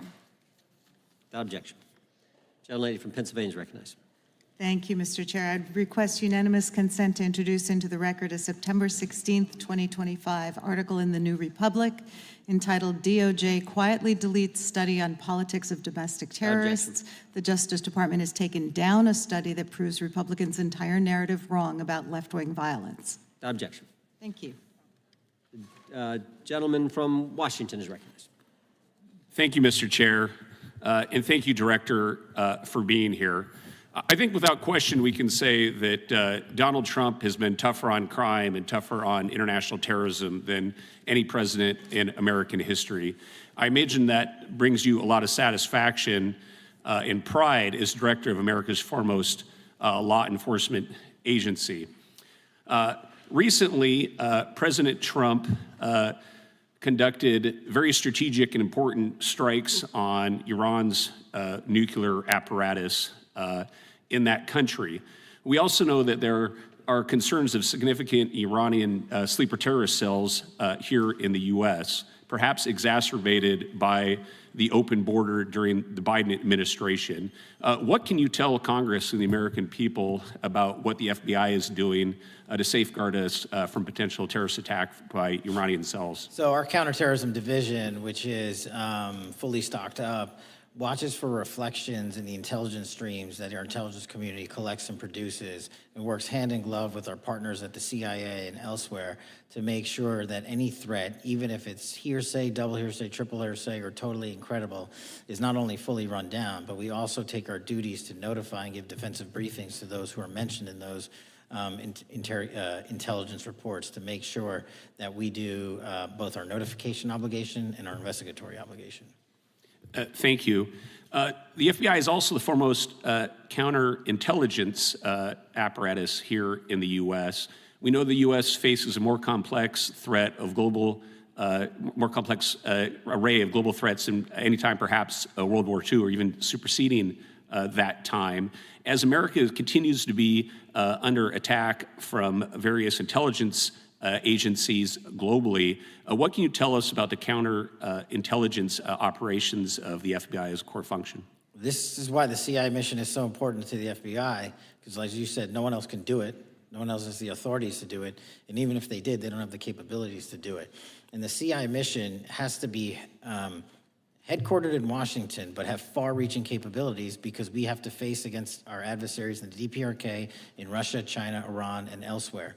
And in order to do that, we have to have dedicated intelligence professionals on those target sets. And since I become director, I've demanded not only a dismantling and disruption of networks, but a public display of how we're doing it so the world knows that our adversary is A, attacking us, and B, we're stopping them.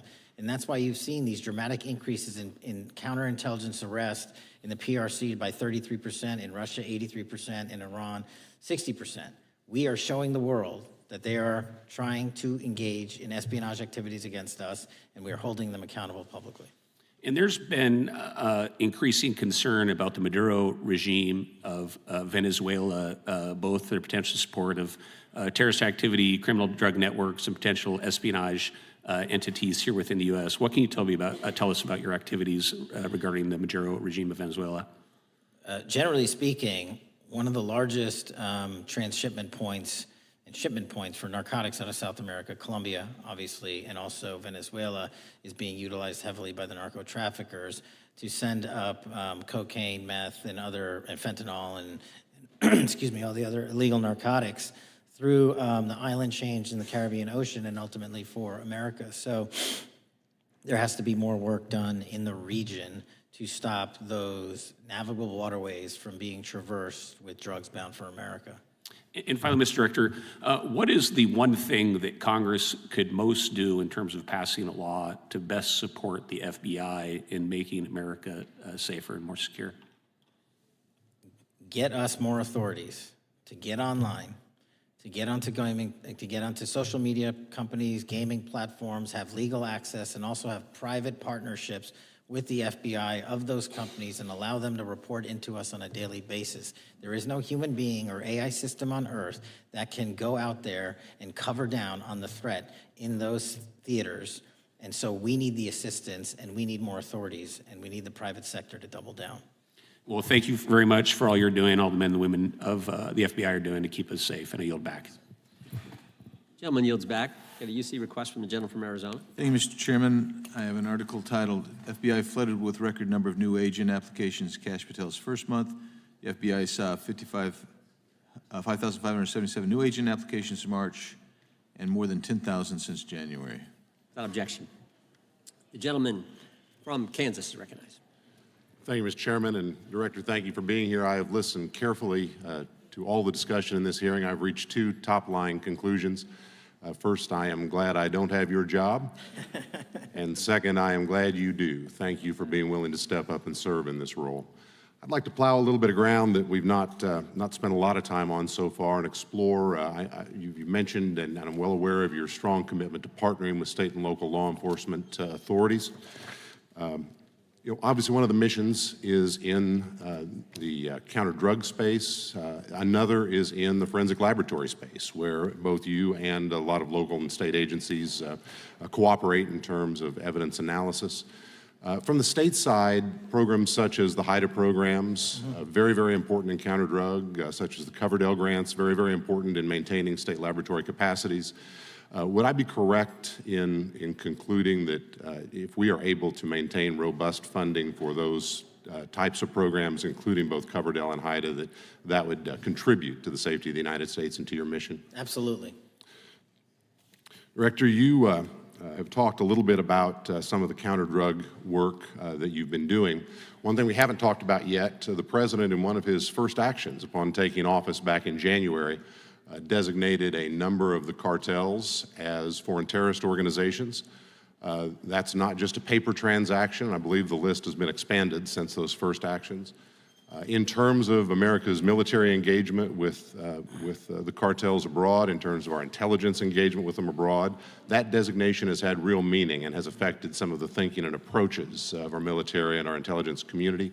Can you talk a bit about how that designation might be affecting or should be affecting the FBI's approach to dealing with the domestic activities of the cartels? The simple way to analogize it is after 9/11 and the manhunt for the foreign terrorist organizations overseas in places like Afghanistan and Iraq, the FBI received certain authorities to go out there and dedicate a mission to go after them both lawfully and investigatorially and collect evidence and provide it to our agent or agency partners. Once the foreign terrorist organization designation was labeled over to the Mexican drug cartels, we can now do that here.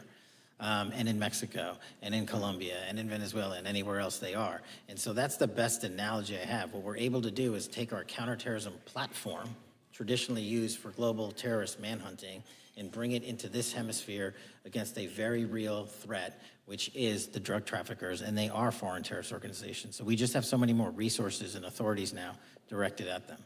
So, for example, Director, in the regions, from the vantage point of local law enforcement, there are structures that have historically handled those partnerships separately. HIDA, for example, is an example on the drug trafficking side. The JTTFs are an example on the terrorism side. How is the thinking evolving in terms of on a regional basis, either merging or not merging those structures now that the targets in many ways are merged? So the JTTFs are kind of our forward operating base across every single state in this country to take on that mission. And anytime you're labeled a foreign terrorist organization, you come right under the authorities of the JTTF, the task force officers, and the state and local level police work that gets done in those JTTFs. And the Homeland Security Task Force layer on top of that, I think 25 or 30 across the country, specifically working with DHS and Secretary Noem to go after the drug trafficking foreign terrorist organizations because they have unique capabilities and authorities dedicated to that mission. And so that's the beauty of the HSTFs. Let me ask you an adjacent question, Director. I noticed in your written testimony, I don't think we've talked about it yet, you brought to our attention an expiring authority. It's in 6 U.S.C. 124N with respect to counter-UAS drones. You point out that authority expires in statute at the end of this month, and you impressed upon us your interest in seeing it extended in some manner. Can you talk a little bit about the FBI's role in counter-UAS work over American airspace? I represent a district that's going to host some of the FIFA World Cup activities coming up. We're obviously very interested in security, and there are limits on what our state and local authorities have the capacity to do or what our military has the capacity to do once the threat is domestic. So it's critically important Both the FBI and DHS have those capabilities. I'll speak to the FBI, of course, only. And you raised the World Cup, and that's exactly what we need it for. The Club World Cup, which just happened, was 32 games in at least a dozen different cities across the country, the largest sporting events consecutively in American history. And we used our counter-drone capabilities to not only inspect and secure stadium locations, but where fans were hovering and we call base camps. And thankfully, because of the success of the FBI and DHS, we had no significant security incidences.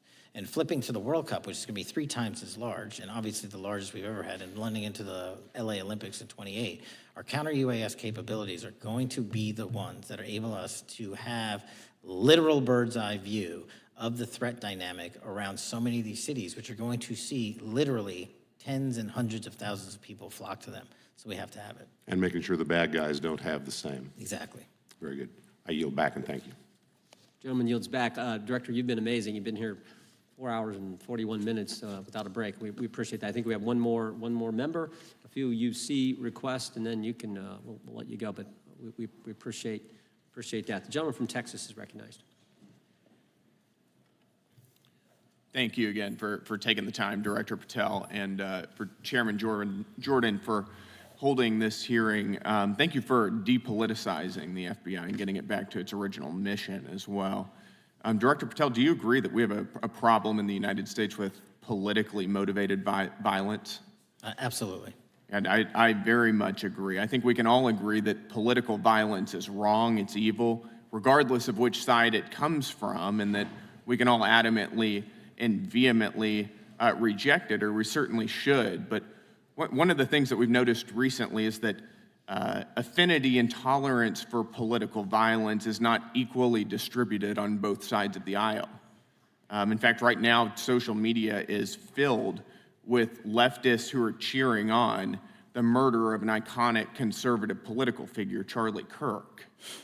And it's not just random people on Twitter doing this now. There's a YouGov poll released just a few days ago, which stated that 25% of those who identify as very liberal believe that political violence can sometimes be justified. That's far too many, is it not? It is. One is far too many. One is far too many. That's right. Only 3% of very conservatives said the same thing, and we can agree that 3% is far too many. But there's an astounding difference between 25% on the left accepting and tolerating political violence and 3% on the right. I would hope that our colleagues on the other side of the aisle would also recognize that there is a systemic problem on their side of the aisle with tolerance for violence against people with whom they politically disagree, that there is a cultural rot on their side of the aisle that needs to be addressed desperately. Would you agree with that? Yes. One of the more astounding aspects of this is that it's not just people. This comes from the very top, from their political leaders. Just a few days ago, a member of Congress of this body, Ilhan Omar, shared a video on her social media account about Charlie Kirk's murder, and I'll quote what it said. It said, "Charlie Kirk was Dr. Frankenstein, and his monster shot him through the neck." In other words, Charlie had it coming to him. The words that he said naturally led to his assassination. I mean, that is a reprehensible thing for a member of Congress to say, to suggest, to promote in any capacity. And there are people across this country who are losing their jobs for far less than this. And that, by the way, is a just response to acceptance and tolerance of political violence. It's amazing to me that the political left today, who were the originators and the cheerleaders of cancel culture, now have the backbone to attack conservatives for defending their assassinated friend. But there's a key difference here. Democrats want to silence conservatives for speaking obvious, self-evident, ontological truths like that men aren't women and men can't get pregnant. That seems pretty basic. That seems like a basic truth that we should all be able to agree on. Republicans, by contrast, are recognizing that a constitutional republic depends on the free and open exchange of ideas, that we can debate, without violence, and that assassinating a political rival is evil, it's wrong, and it should not be glorified or promoted or justified in any way, including in the way that Congresswoman Ilhan Omar did. So Mr. Patel, thank you again for being here. I'd like to, with the remainder of my time, just get your opinion. Does the FBI recognize the rising threat of political violence in America, and what can you guys do to address it? Yes, we do, and what we can do to address it, Congressman, is we need to get online partnerships with these companies in the public space, on these gaming sites, and on these social media sites. As I was saying earlier, there is no way to triage the amount of information generated on these sites by the FBI alone. And we need the public-private partnership. And there's another law that's expiring, I think, at the end of this month, which I believe we need renewed, that allows private sector companies to report into the FBI without liability for criminal investigatory purposes. And that's the kind of stuff we need to keep going. Got it. Thank you, Director Patel. We really appreciate it. Thank you. Gentleman yields back. Mr. Chairman. Gentleman from Arizona. I have some UCs. Gentleman to state his request. Thank you. The first one is a piece entitled Review of Domestic Terrorism After Kirk's Murder Shows Biden Politicized Issue, the Intel, and Fudged the Data. Without objection. Thank you. Make a motion to table. Oh, no, we got to recognize the ranking member for his motion. It's just a UC request. The gentleman's recognized for a UC request. Thank you, Mr. Chairman. This is the ADL report issued February 21, 2025, titled Murder and Extremism in the United States in 2024, concluding that for the third year in a row, every single extremist-related murder in the United States in 2024 was committed by right-wing extremists, 8 of the 13 involving white supremacists and 5 having connections to far-right anti-government extremists. Without objection. Gentlelady from Pennsylvania is recognized for unanimous consent. Yes, thank you. I have a couple articles here. First is a New York Post article, July 17th, 2025. Democratic Senator Ron Wyden claims big Epstein file full of actionable information locked in Treasury Department drawer. Without objection. This is The Guardian, May 18th, 2023. Deutsche Bank agrees to pay $75 million to settle Jeffrey Epstein lawsuit. Without objection. This is Fox Business, September 10th, 2025. JP Morgan processed over $1 billion for Jeffrey Epstein despite internal concerns over sex offender status. Without objection. And New York Times, Bank of America flagged suspicious payments to Epstein only after he died. Without objection. Okay, and I also have a motion, Mr. Chair. The lady was recognized. We're going to come back to the motion I thought was made by Mr. But I want to dismiss our witness. Could we do the motions before he goes?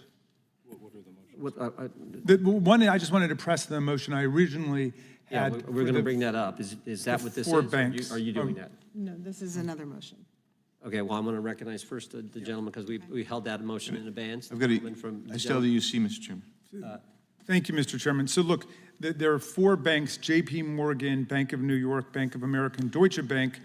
Yeah, but the gentleman can state his motion. Yeah, but the motion is to subpoena the CEOs of these 4 banks to bring in all records relating to their relationship to Jeffrey Epstein and to produce all records reflecting it. These 4 banks have flagged to the government $1.5 billion in suspicious transactions relating to the sex trafficking I moved the crimes. table.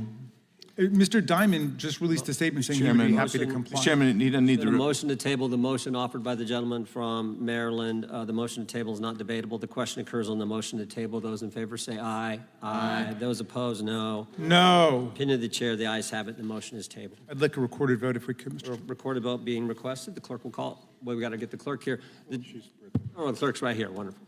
Clerk will call the roll. Yes. Mr. Jordan votes yes. Mr. Isa? Mr. Biggs? Mr. Biggs votes aye. Mr. McClintock? Mr. McClintock votes aye. Mr. Tiffany? Mr. Massey? Mr. Roy? Mr. Roy votes aye. Mr. Fitzgerald? Mr. Klein? Mr. Klein votes aye. Mr. Gooden? Mr. Van Drew? Mr. Nels? Mr. Nels votes yes. Mr. Moore? Mr. Moore votes yes. Mr. Kiley? Ms. Hageman, Ms. Lee, Mr. Hunt, Mr. Fry, Mr. Grothman. Mr. Grothman votes aye. Mr. Knott votes aye. Mr. Harris votes aye. Mr. Onder votes aye. Mr. Schmidt votes aye. Mr. Gill votes aye. Mr. Baumgartner, Mr. Raskin. No. Mr. Raskin votes no. Mr. Nadler. Mr. Nadler votes no. Ms. Lofgren. Ms. Lofgren votes no. Mr. Cohen. Mr. Johnson. Mr. Johnson votes no. Mr. Swallow. Mr. Swallow votes no. Mr. Liu. Ms. Jayapal. Mr. Correa. Ms. Scanlon. Ms. Scanlon votes no. Mr. Neguse. Mr. Neguse votes no. Ms. McBath. Ms. McBath votes no. Ms. Ross. Ms. Ross votes no. Ms. Ballant. Ms. Ballant votes no. Mr. Garcia. Mr. Garcia votes no. Ms. Kamlager-Dove. Mr. Moskowitz. Mr. Moskowitz votes no. Mr. Goldman. Mr. Goldman. Ms. Crockett. No. Ms. Crockett votes no. Gentleman from Texas, Mr. Gooden. Mr. Gooden. You're a no. You're a no. Lance. Yes. Mr. Gooden votes yes. Mr. Chairman, how am I recorded? Gentleman from New York. Mr. Goldman, you're not recorded. No. Mr. Goldman votes no.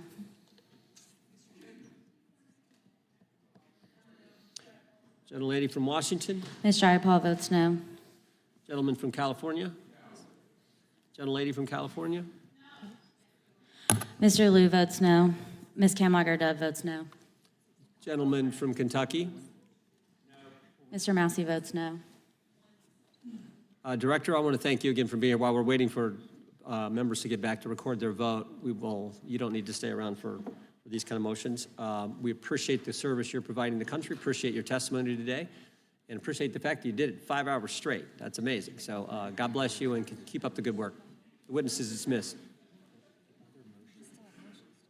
I know, but I'm dismissing the witness.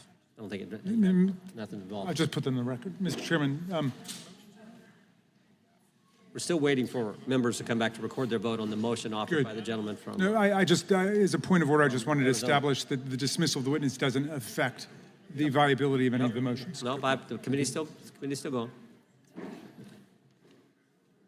How many members do we need?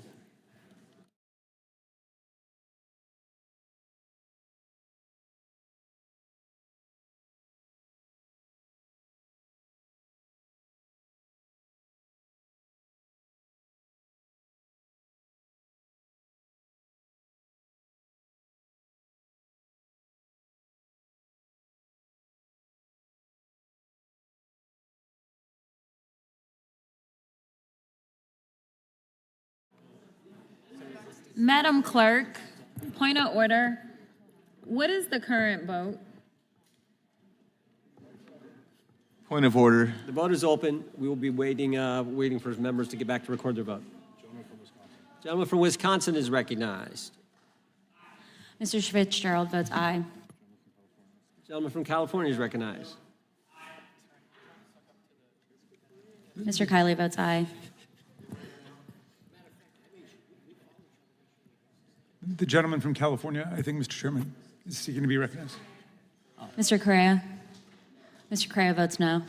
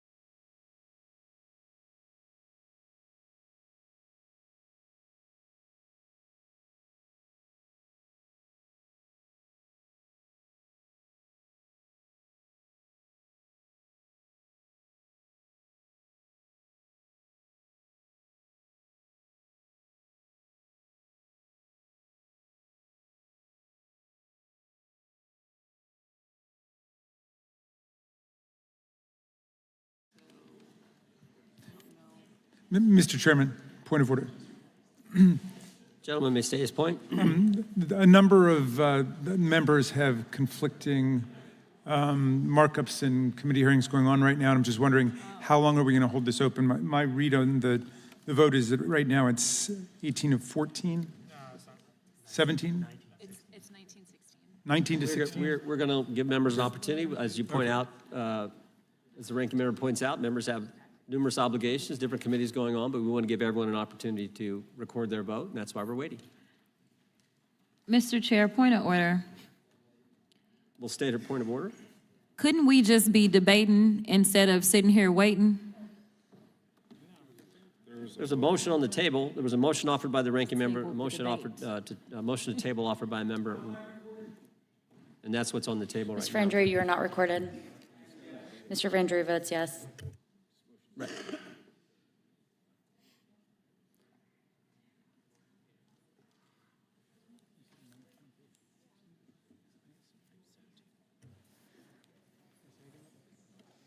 Gentlelady from Wyoming. Ms. Lee? Ms. Lee votes yes. Ms. Hageman? Ms. Hageman votes yes. Gentlelady from Florida and Wyoming.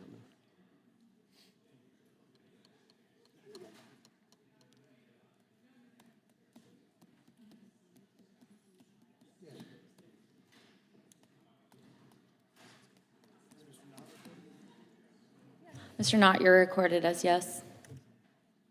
Gentleman from Wisconsin. Mr. Tiffany? Mr. Tiffany votes aye. Clerk will report. Mr. Chairman, there are 20 ayes and 19 noes. The ayes have it. The motion is tabled. The gentlelady is recognized from Pennsylvania.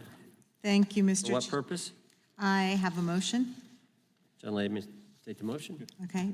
Pursuant to Clause 2K6 of Rule 11, I move that the committee subpoena U.S. Treasury Secretary Bessent to produce or otherwise make available to the committee all suspicious activity reports in the possession of the Treasury Department, identifying the roughly $1.5 billion in Gentleman from suspicious transactions. California is recognized. I move to lay the motion on the table. The motion is not debatable. I didn't finish. She hadn't completed the motion. Is it proper to cut it off before it's completed, Mr. Chairman? Finish your last sentence there. The gentlelady can finish. Okay, so we're asking them to identify the roughly $1.5 billion in suspicious transactions related to the sex trafficking crimes of Epstein, Maxwell, and their co-conspirators. And as we know, Mr. Chairman. Mr. Patel said that the Treasury Gentleman's might recognized. have that Lay the motion information. on the table. Yep. The motion is not debatable. The question occurs on the motion to table. Those in favor say aye. Aye. Those opposed, no. I request a recorded vote. Recorded vote being requested. The clerk will call the roll. Mr. Jordan? Yes. Mr. Jordan votes yes. Mr. Issa? Yes. Mr. Issa votes yes. Mr. Biggs? Mr. Biggs votes aye. Mr. McClintock? Mr. McClintock votes aye. Mr. Tiffany? Mr. Tiffany votes aye. Mr. Massey? Mr. Massey votes no. Mr. Roy? Mr. Roy votes aye. Mr. Fitzgerald? Mr. Fitzgerald votes aye. Mr. Klein? Mr. Klein votes aye. Mr. Gooden? Mr. Gooden votes aye. Mr. Vandrew? Yes. Mr. Vandrew votes yes. Mr. Nels? Mr. Nels votes yes. Mr. Moore? Mr. Moore votes yes. Mr. Kiley? Mr. Kiley votes aye. Ms. Hageman? Ms. Hageman votes aye. Ms. Lee? Ms. Lee votes aye. Mr. Hunt? Mr. Fry? Mr. Fry votes aye. Mr. Grothman? Mr. Grothman votes aye. Mr. Knott? Mr. Knott votes aye. Mr. Harris? Mr. Harris votes aye. Mr. Onder? Mr. Onder votes aye. Mr. Schmidt? Mr. Schmidt votes aye. Mr. Gill? Mr. Gill votes aye. Mr. Baumgartner? Mr. Baumgartner votes aye. Mr. Raskin? No. Mr. Raskin votes no. Mr. Nadler? No. Mr. Nadler votes no. Ms. Lofgren? Ms. Lofgren votes no. Mr. Cohen? Mr. Johnson? Mr. Johnson votes no. Mr. Swalwell? Mr. Swalwell votes no. Mr. Liu? Ms. Jayapal? Mr. Correa? Ms. Scanlon? No. Ms. Scanlon votes no. Mr. Neguse? Ms. McBath? Ms. Ross? Ms. Ross votes no. Ms. Ballant? Ms. Ballant votes no. Mr. Garcia? Mr. Garcia votes no. Ms. Kamlager-Dove? Mr. Moskowitz? Mr. Goldman? Mr. Goldman votes no. Ms. Crockett? No. Ms. Crockett votes no. Ms. Jayapal votes no. Gentlelady from California.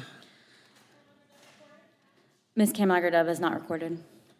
Ms. Kamlager-Dove votes no. Gentleman from California. Mr. Liu, you are not recorded. Mr. Liu votes no. Mr. Moskowitz? Mr. Moskowitz votes no.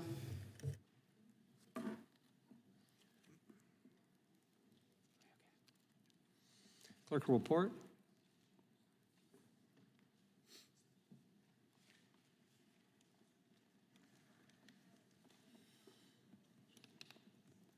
Mr. Chairman, there are 23 ayes and 16 noes. Motion to table carries. Mr. Chairman, I have a motion. Gentleman can state his motion, is recognized to state his motion. Great. I hope that champion of free speech, Mr. McClintock, lets me read it. Mr. Chairman, pursuant to Clause 2K6 of Rule 11, I move that the committee subpoena Deputy FBI Director Dan Bongino to produce and testify what the director is unwilling to discuss and share with Congress, the files related to Jeffrey Epstein, including witness interview records, including FBI Forms 302, search warrant materials, records relating to the initiation of investigations, records relating to financial transactions and payments, evidence collected from wiretaps. The FBI director said today that they've already released these documents. Bongino has reportedly considered resigning from his position over the refusal to release the full Epstein files. I'm delighted to Perhaps he'll be see that more my forthcoming. colleague can read, and I move to lay his motion on the table. Motion is not debatable. The question occurs on the motion to table. Those in favor will say aye. Aye. Those opposed, no. No. Opinion of the chair, the ayes have it, and the motion is tabled. I also can call for a vote, Mr. Chairman, recorded vote. Recorded vote being requested. The clerk will report, or will, excuse me, call the roll. Mr. Jordan? Yes. Mr. Jordan votes yes. Mr. Issa? Yes. Mr. Issa votes yes. Mr. Biggs? Mr. Biggs votes aye. Mr. McClintock? Mr. McClintock votes aye. Mr. Tiffany? Mr. Massey? Mr. Massey votes no. Mr. Roy? Mr. Roy votes aye. Mr. Fitzgerald?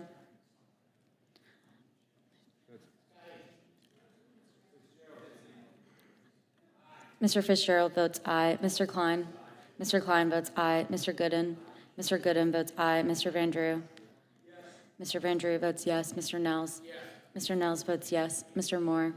Mr. Moore votes yes. Mr. Kiley? Ms. Hageman? Ms. Hageman votes yes. Ms. Lee? Ms. Lee votes aye. Mr. Hunt? Mr. Fry? Mr. Fry votes aye. Mr. Grothman? Mr. Grothman votes aye. Mr. Knott? Mr. Knott votes aye. Mr. Harris? Mr. Onder? Mr. Onder votes aye. Mr. Schmidt? Mr. Schmidt votes aye. Mr. Gill? Mr. Gill votes aye. Mr. Baumgartner? Mr. Baumgartner votes aye. Mr. Raskin? No. Mr. Raskin votes no. Mr. Nadler? Mr. Nadler votes no. Ms. Lofgren? Ms. Lofgren votes no. Mr. Cohen? Mr. Johnson? Mr. Johnson votes no. Mr. Swalwell? Mr. Swalwell votes no. Mr. Liu? Mr. Liu votes no. Ms. Jayapal? Ms. Jayapal votes no. Mr. Correa?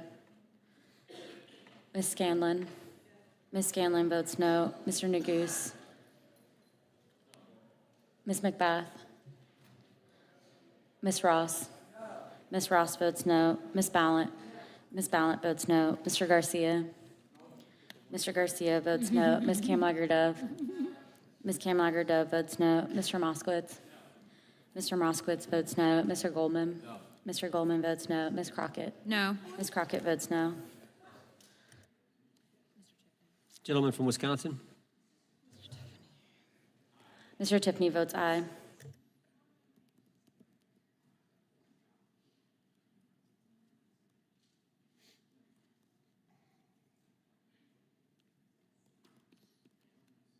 Clerk will report. Mr. Chairman, there are 21 ayes and 16 noes. Motion to table is successful. That concludes today's. Nope, I've got one. The gentlelady from Texas is recognized. Thank you, Mr. Chair. I'll tell y'all when I'm done reading. Mr. Chair, pursuant to Clause 2K6 of Rule 11, I move that the committee subpoena the head of the Bureau of Prisons, William K. Marshall, to discuss and produce all records relating to the transfer of Jeffrey Epstein, co-conspirator and child sex trafficker, Ghislaine Maxwell, in apparent violation of BOP policies regarding sex offenders, to include all BOP communications with DOJ, FBI, and the White House. BOP transferred Maxwell to a minimum security Mr. camp Chairman. following her interview with Gentleman President from Trump's California is former recognized. personal Move to lay the motion on attorney the table. and now Deputy been a motion- Attorney General Todd Blanche. Motion to I am table done is reading not now. debatable. This question occurs on the motion to table. Those in favor will say aye. Aye. Those opposed, no. No, Opinion of the chair, the ayes have it. I'd ask for a recorded Recorded vote. vote being requested. The clerk will call the roll. Mr. Jordan? Yes. Mr. Jordan votes yes. Mr. Isa? Mr. Isa votes yes. Mr. Biggs? Mr. Biggs votes aye. Mr. McClintock? Aye. Mr. McClintock votes aye. Mr. Tiffany? Aye. Mr. Tiffany votes aye. Mr. Massey? No. Mr. Massey votes no. Mr. Roy? Mr. Roy votes aye. Mr. Fitzgerald? Mr. Fitzgerald votes aye. Mr. Klein? Mr. Klein votes aye. Mr. Gooden?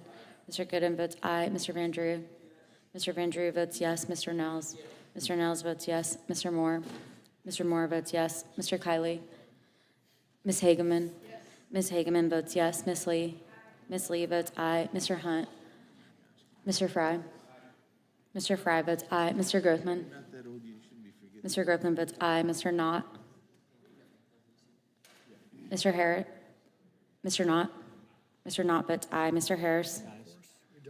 Mr. Onder? Mr. Onder votes aye. Mr. Schmidt? Mr. Schmidt votes aye. Mr. Gill? Mr. Gill votes aye. Mr. Baumgartner? Mr. Baumgartner votes aye. Mr. Raskin? Mr. Raskin votes no. Mr. Nadler? Mr. Nadler votes no. Ms. Lofgren? Ms. Lofgren votes no. Mr. Cohen? Mr. Johnson? Mr. Johnson votes no. Mr. Swallow? Mr. Swallow votes no. Mr. Liu? Mr. Liu votes no. Ms. Jayapal? Ms. Jayapal votes no. Mr. Correa? Ms. Scanlon? Ms. Scanlon votes no. Mr. Nagoose? Ms. McBath? Ms. Ross? Ms. Ross votes no. Ms. Ballant? Ms. Ballant votes no. Mr. Garcia? Mr. Garcia votes no. Ms. Kamlager-Dove? Ms. Kamlager-Dove votes no. Mr. Moskowitz? Mr. Moskowitz votes no. Mr. Goldman? Mr. Goldman votes no. Ms. Crockett? Ms. Crockett votes no.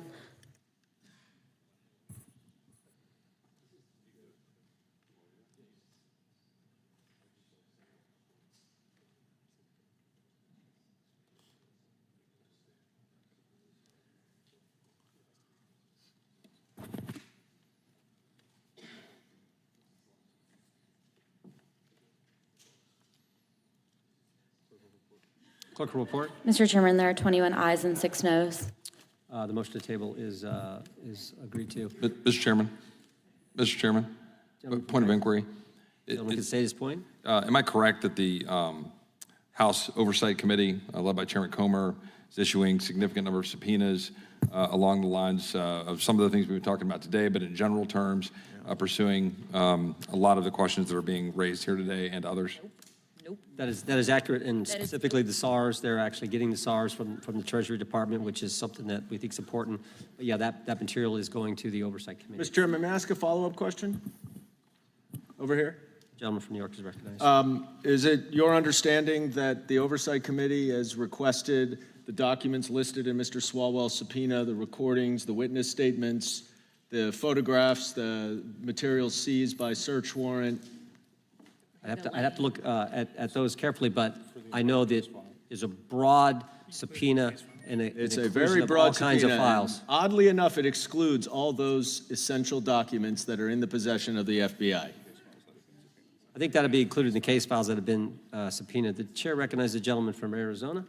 I have a UCs, several UCs. Gentleman can state his unanimous consent request. Yeah, first one is Democrat running for Attorney General issues profanity-laced Charlie Kirk post. Without objection. Next one, Cleveland Fire Chief removed from duty over incendiary Charlie Kirk social media post. Without objection. Next one, generic condemnations of political violence won't stop the left from escalating it. Without objection. Next one is A few weeks before Charlie Kirk was assassinated, CNN runs widely viewed interview with Destiny describing Charlie Kirk as spawn of Satan. Without objection. And let's see here. I think the next one is, gosh, I'm having trouble finding it, sir. Dang it. I will submit it for the record later, the rest of these. I have another 30, so I'll just submit those. Speaker, That Mr. concludes- Chairman, Gentleman from New York is recognized for what purpose? point of information with respect to everything that Mr. Biggs just read. So what? It's all free speech. First Amendment is alive and well in this great country, and thank the good Lord for that. Mr. Chairman. The gentleman from Florida, Just- for what just- purpose does the gentleman seek recognition?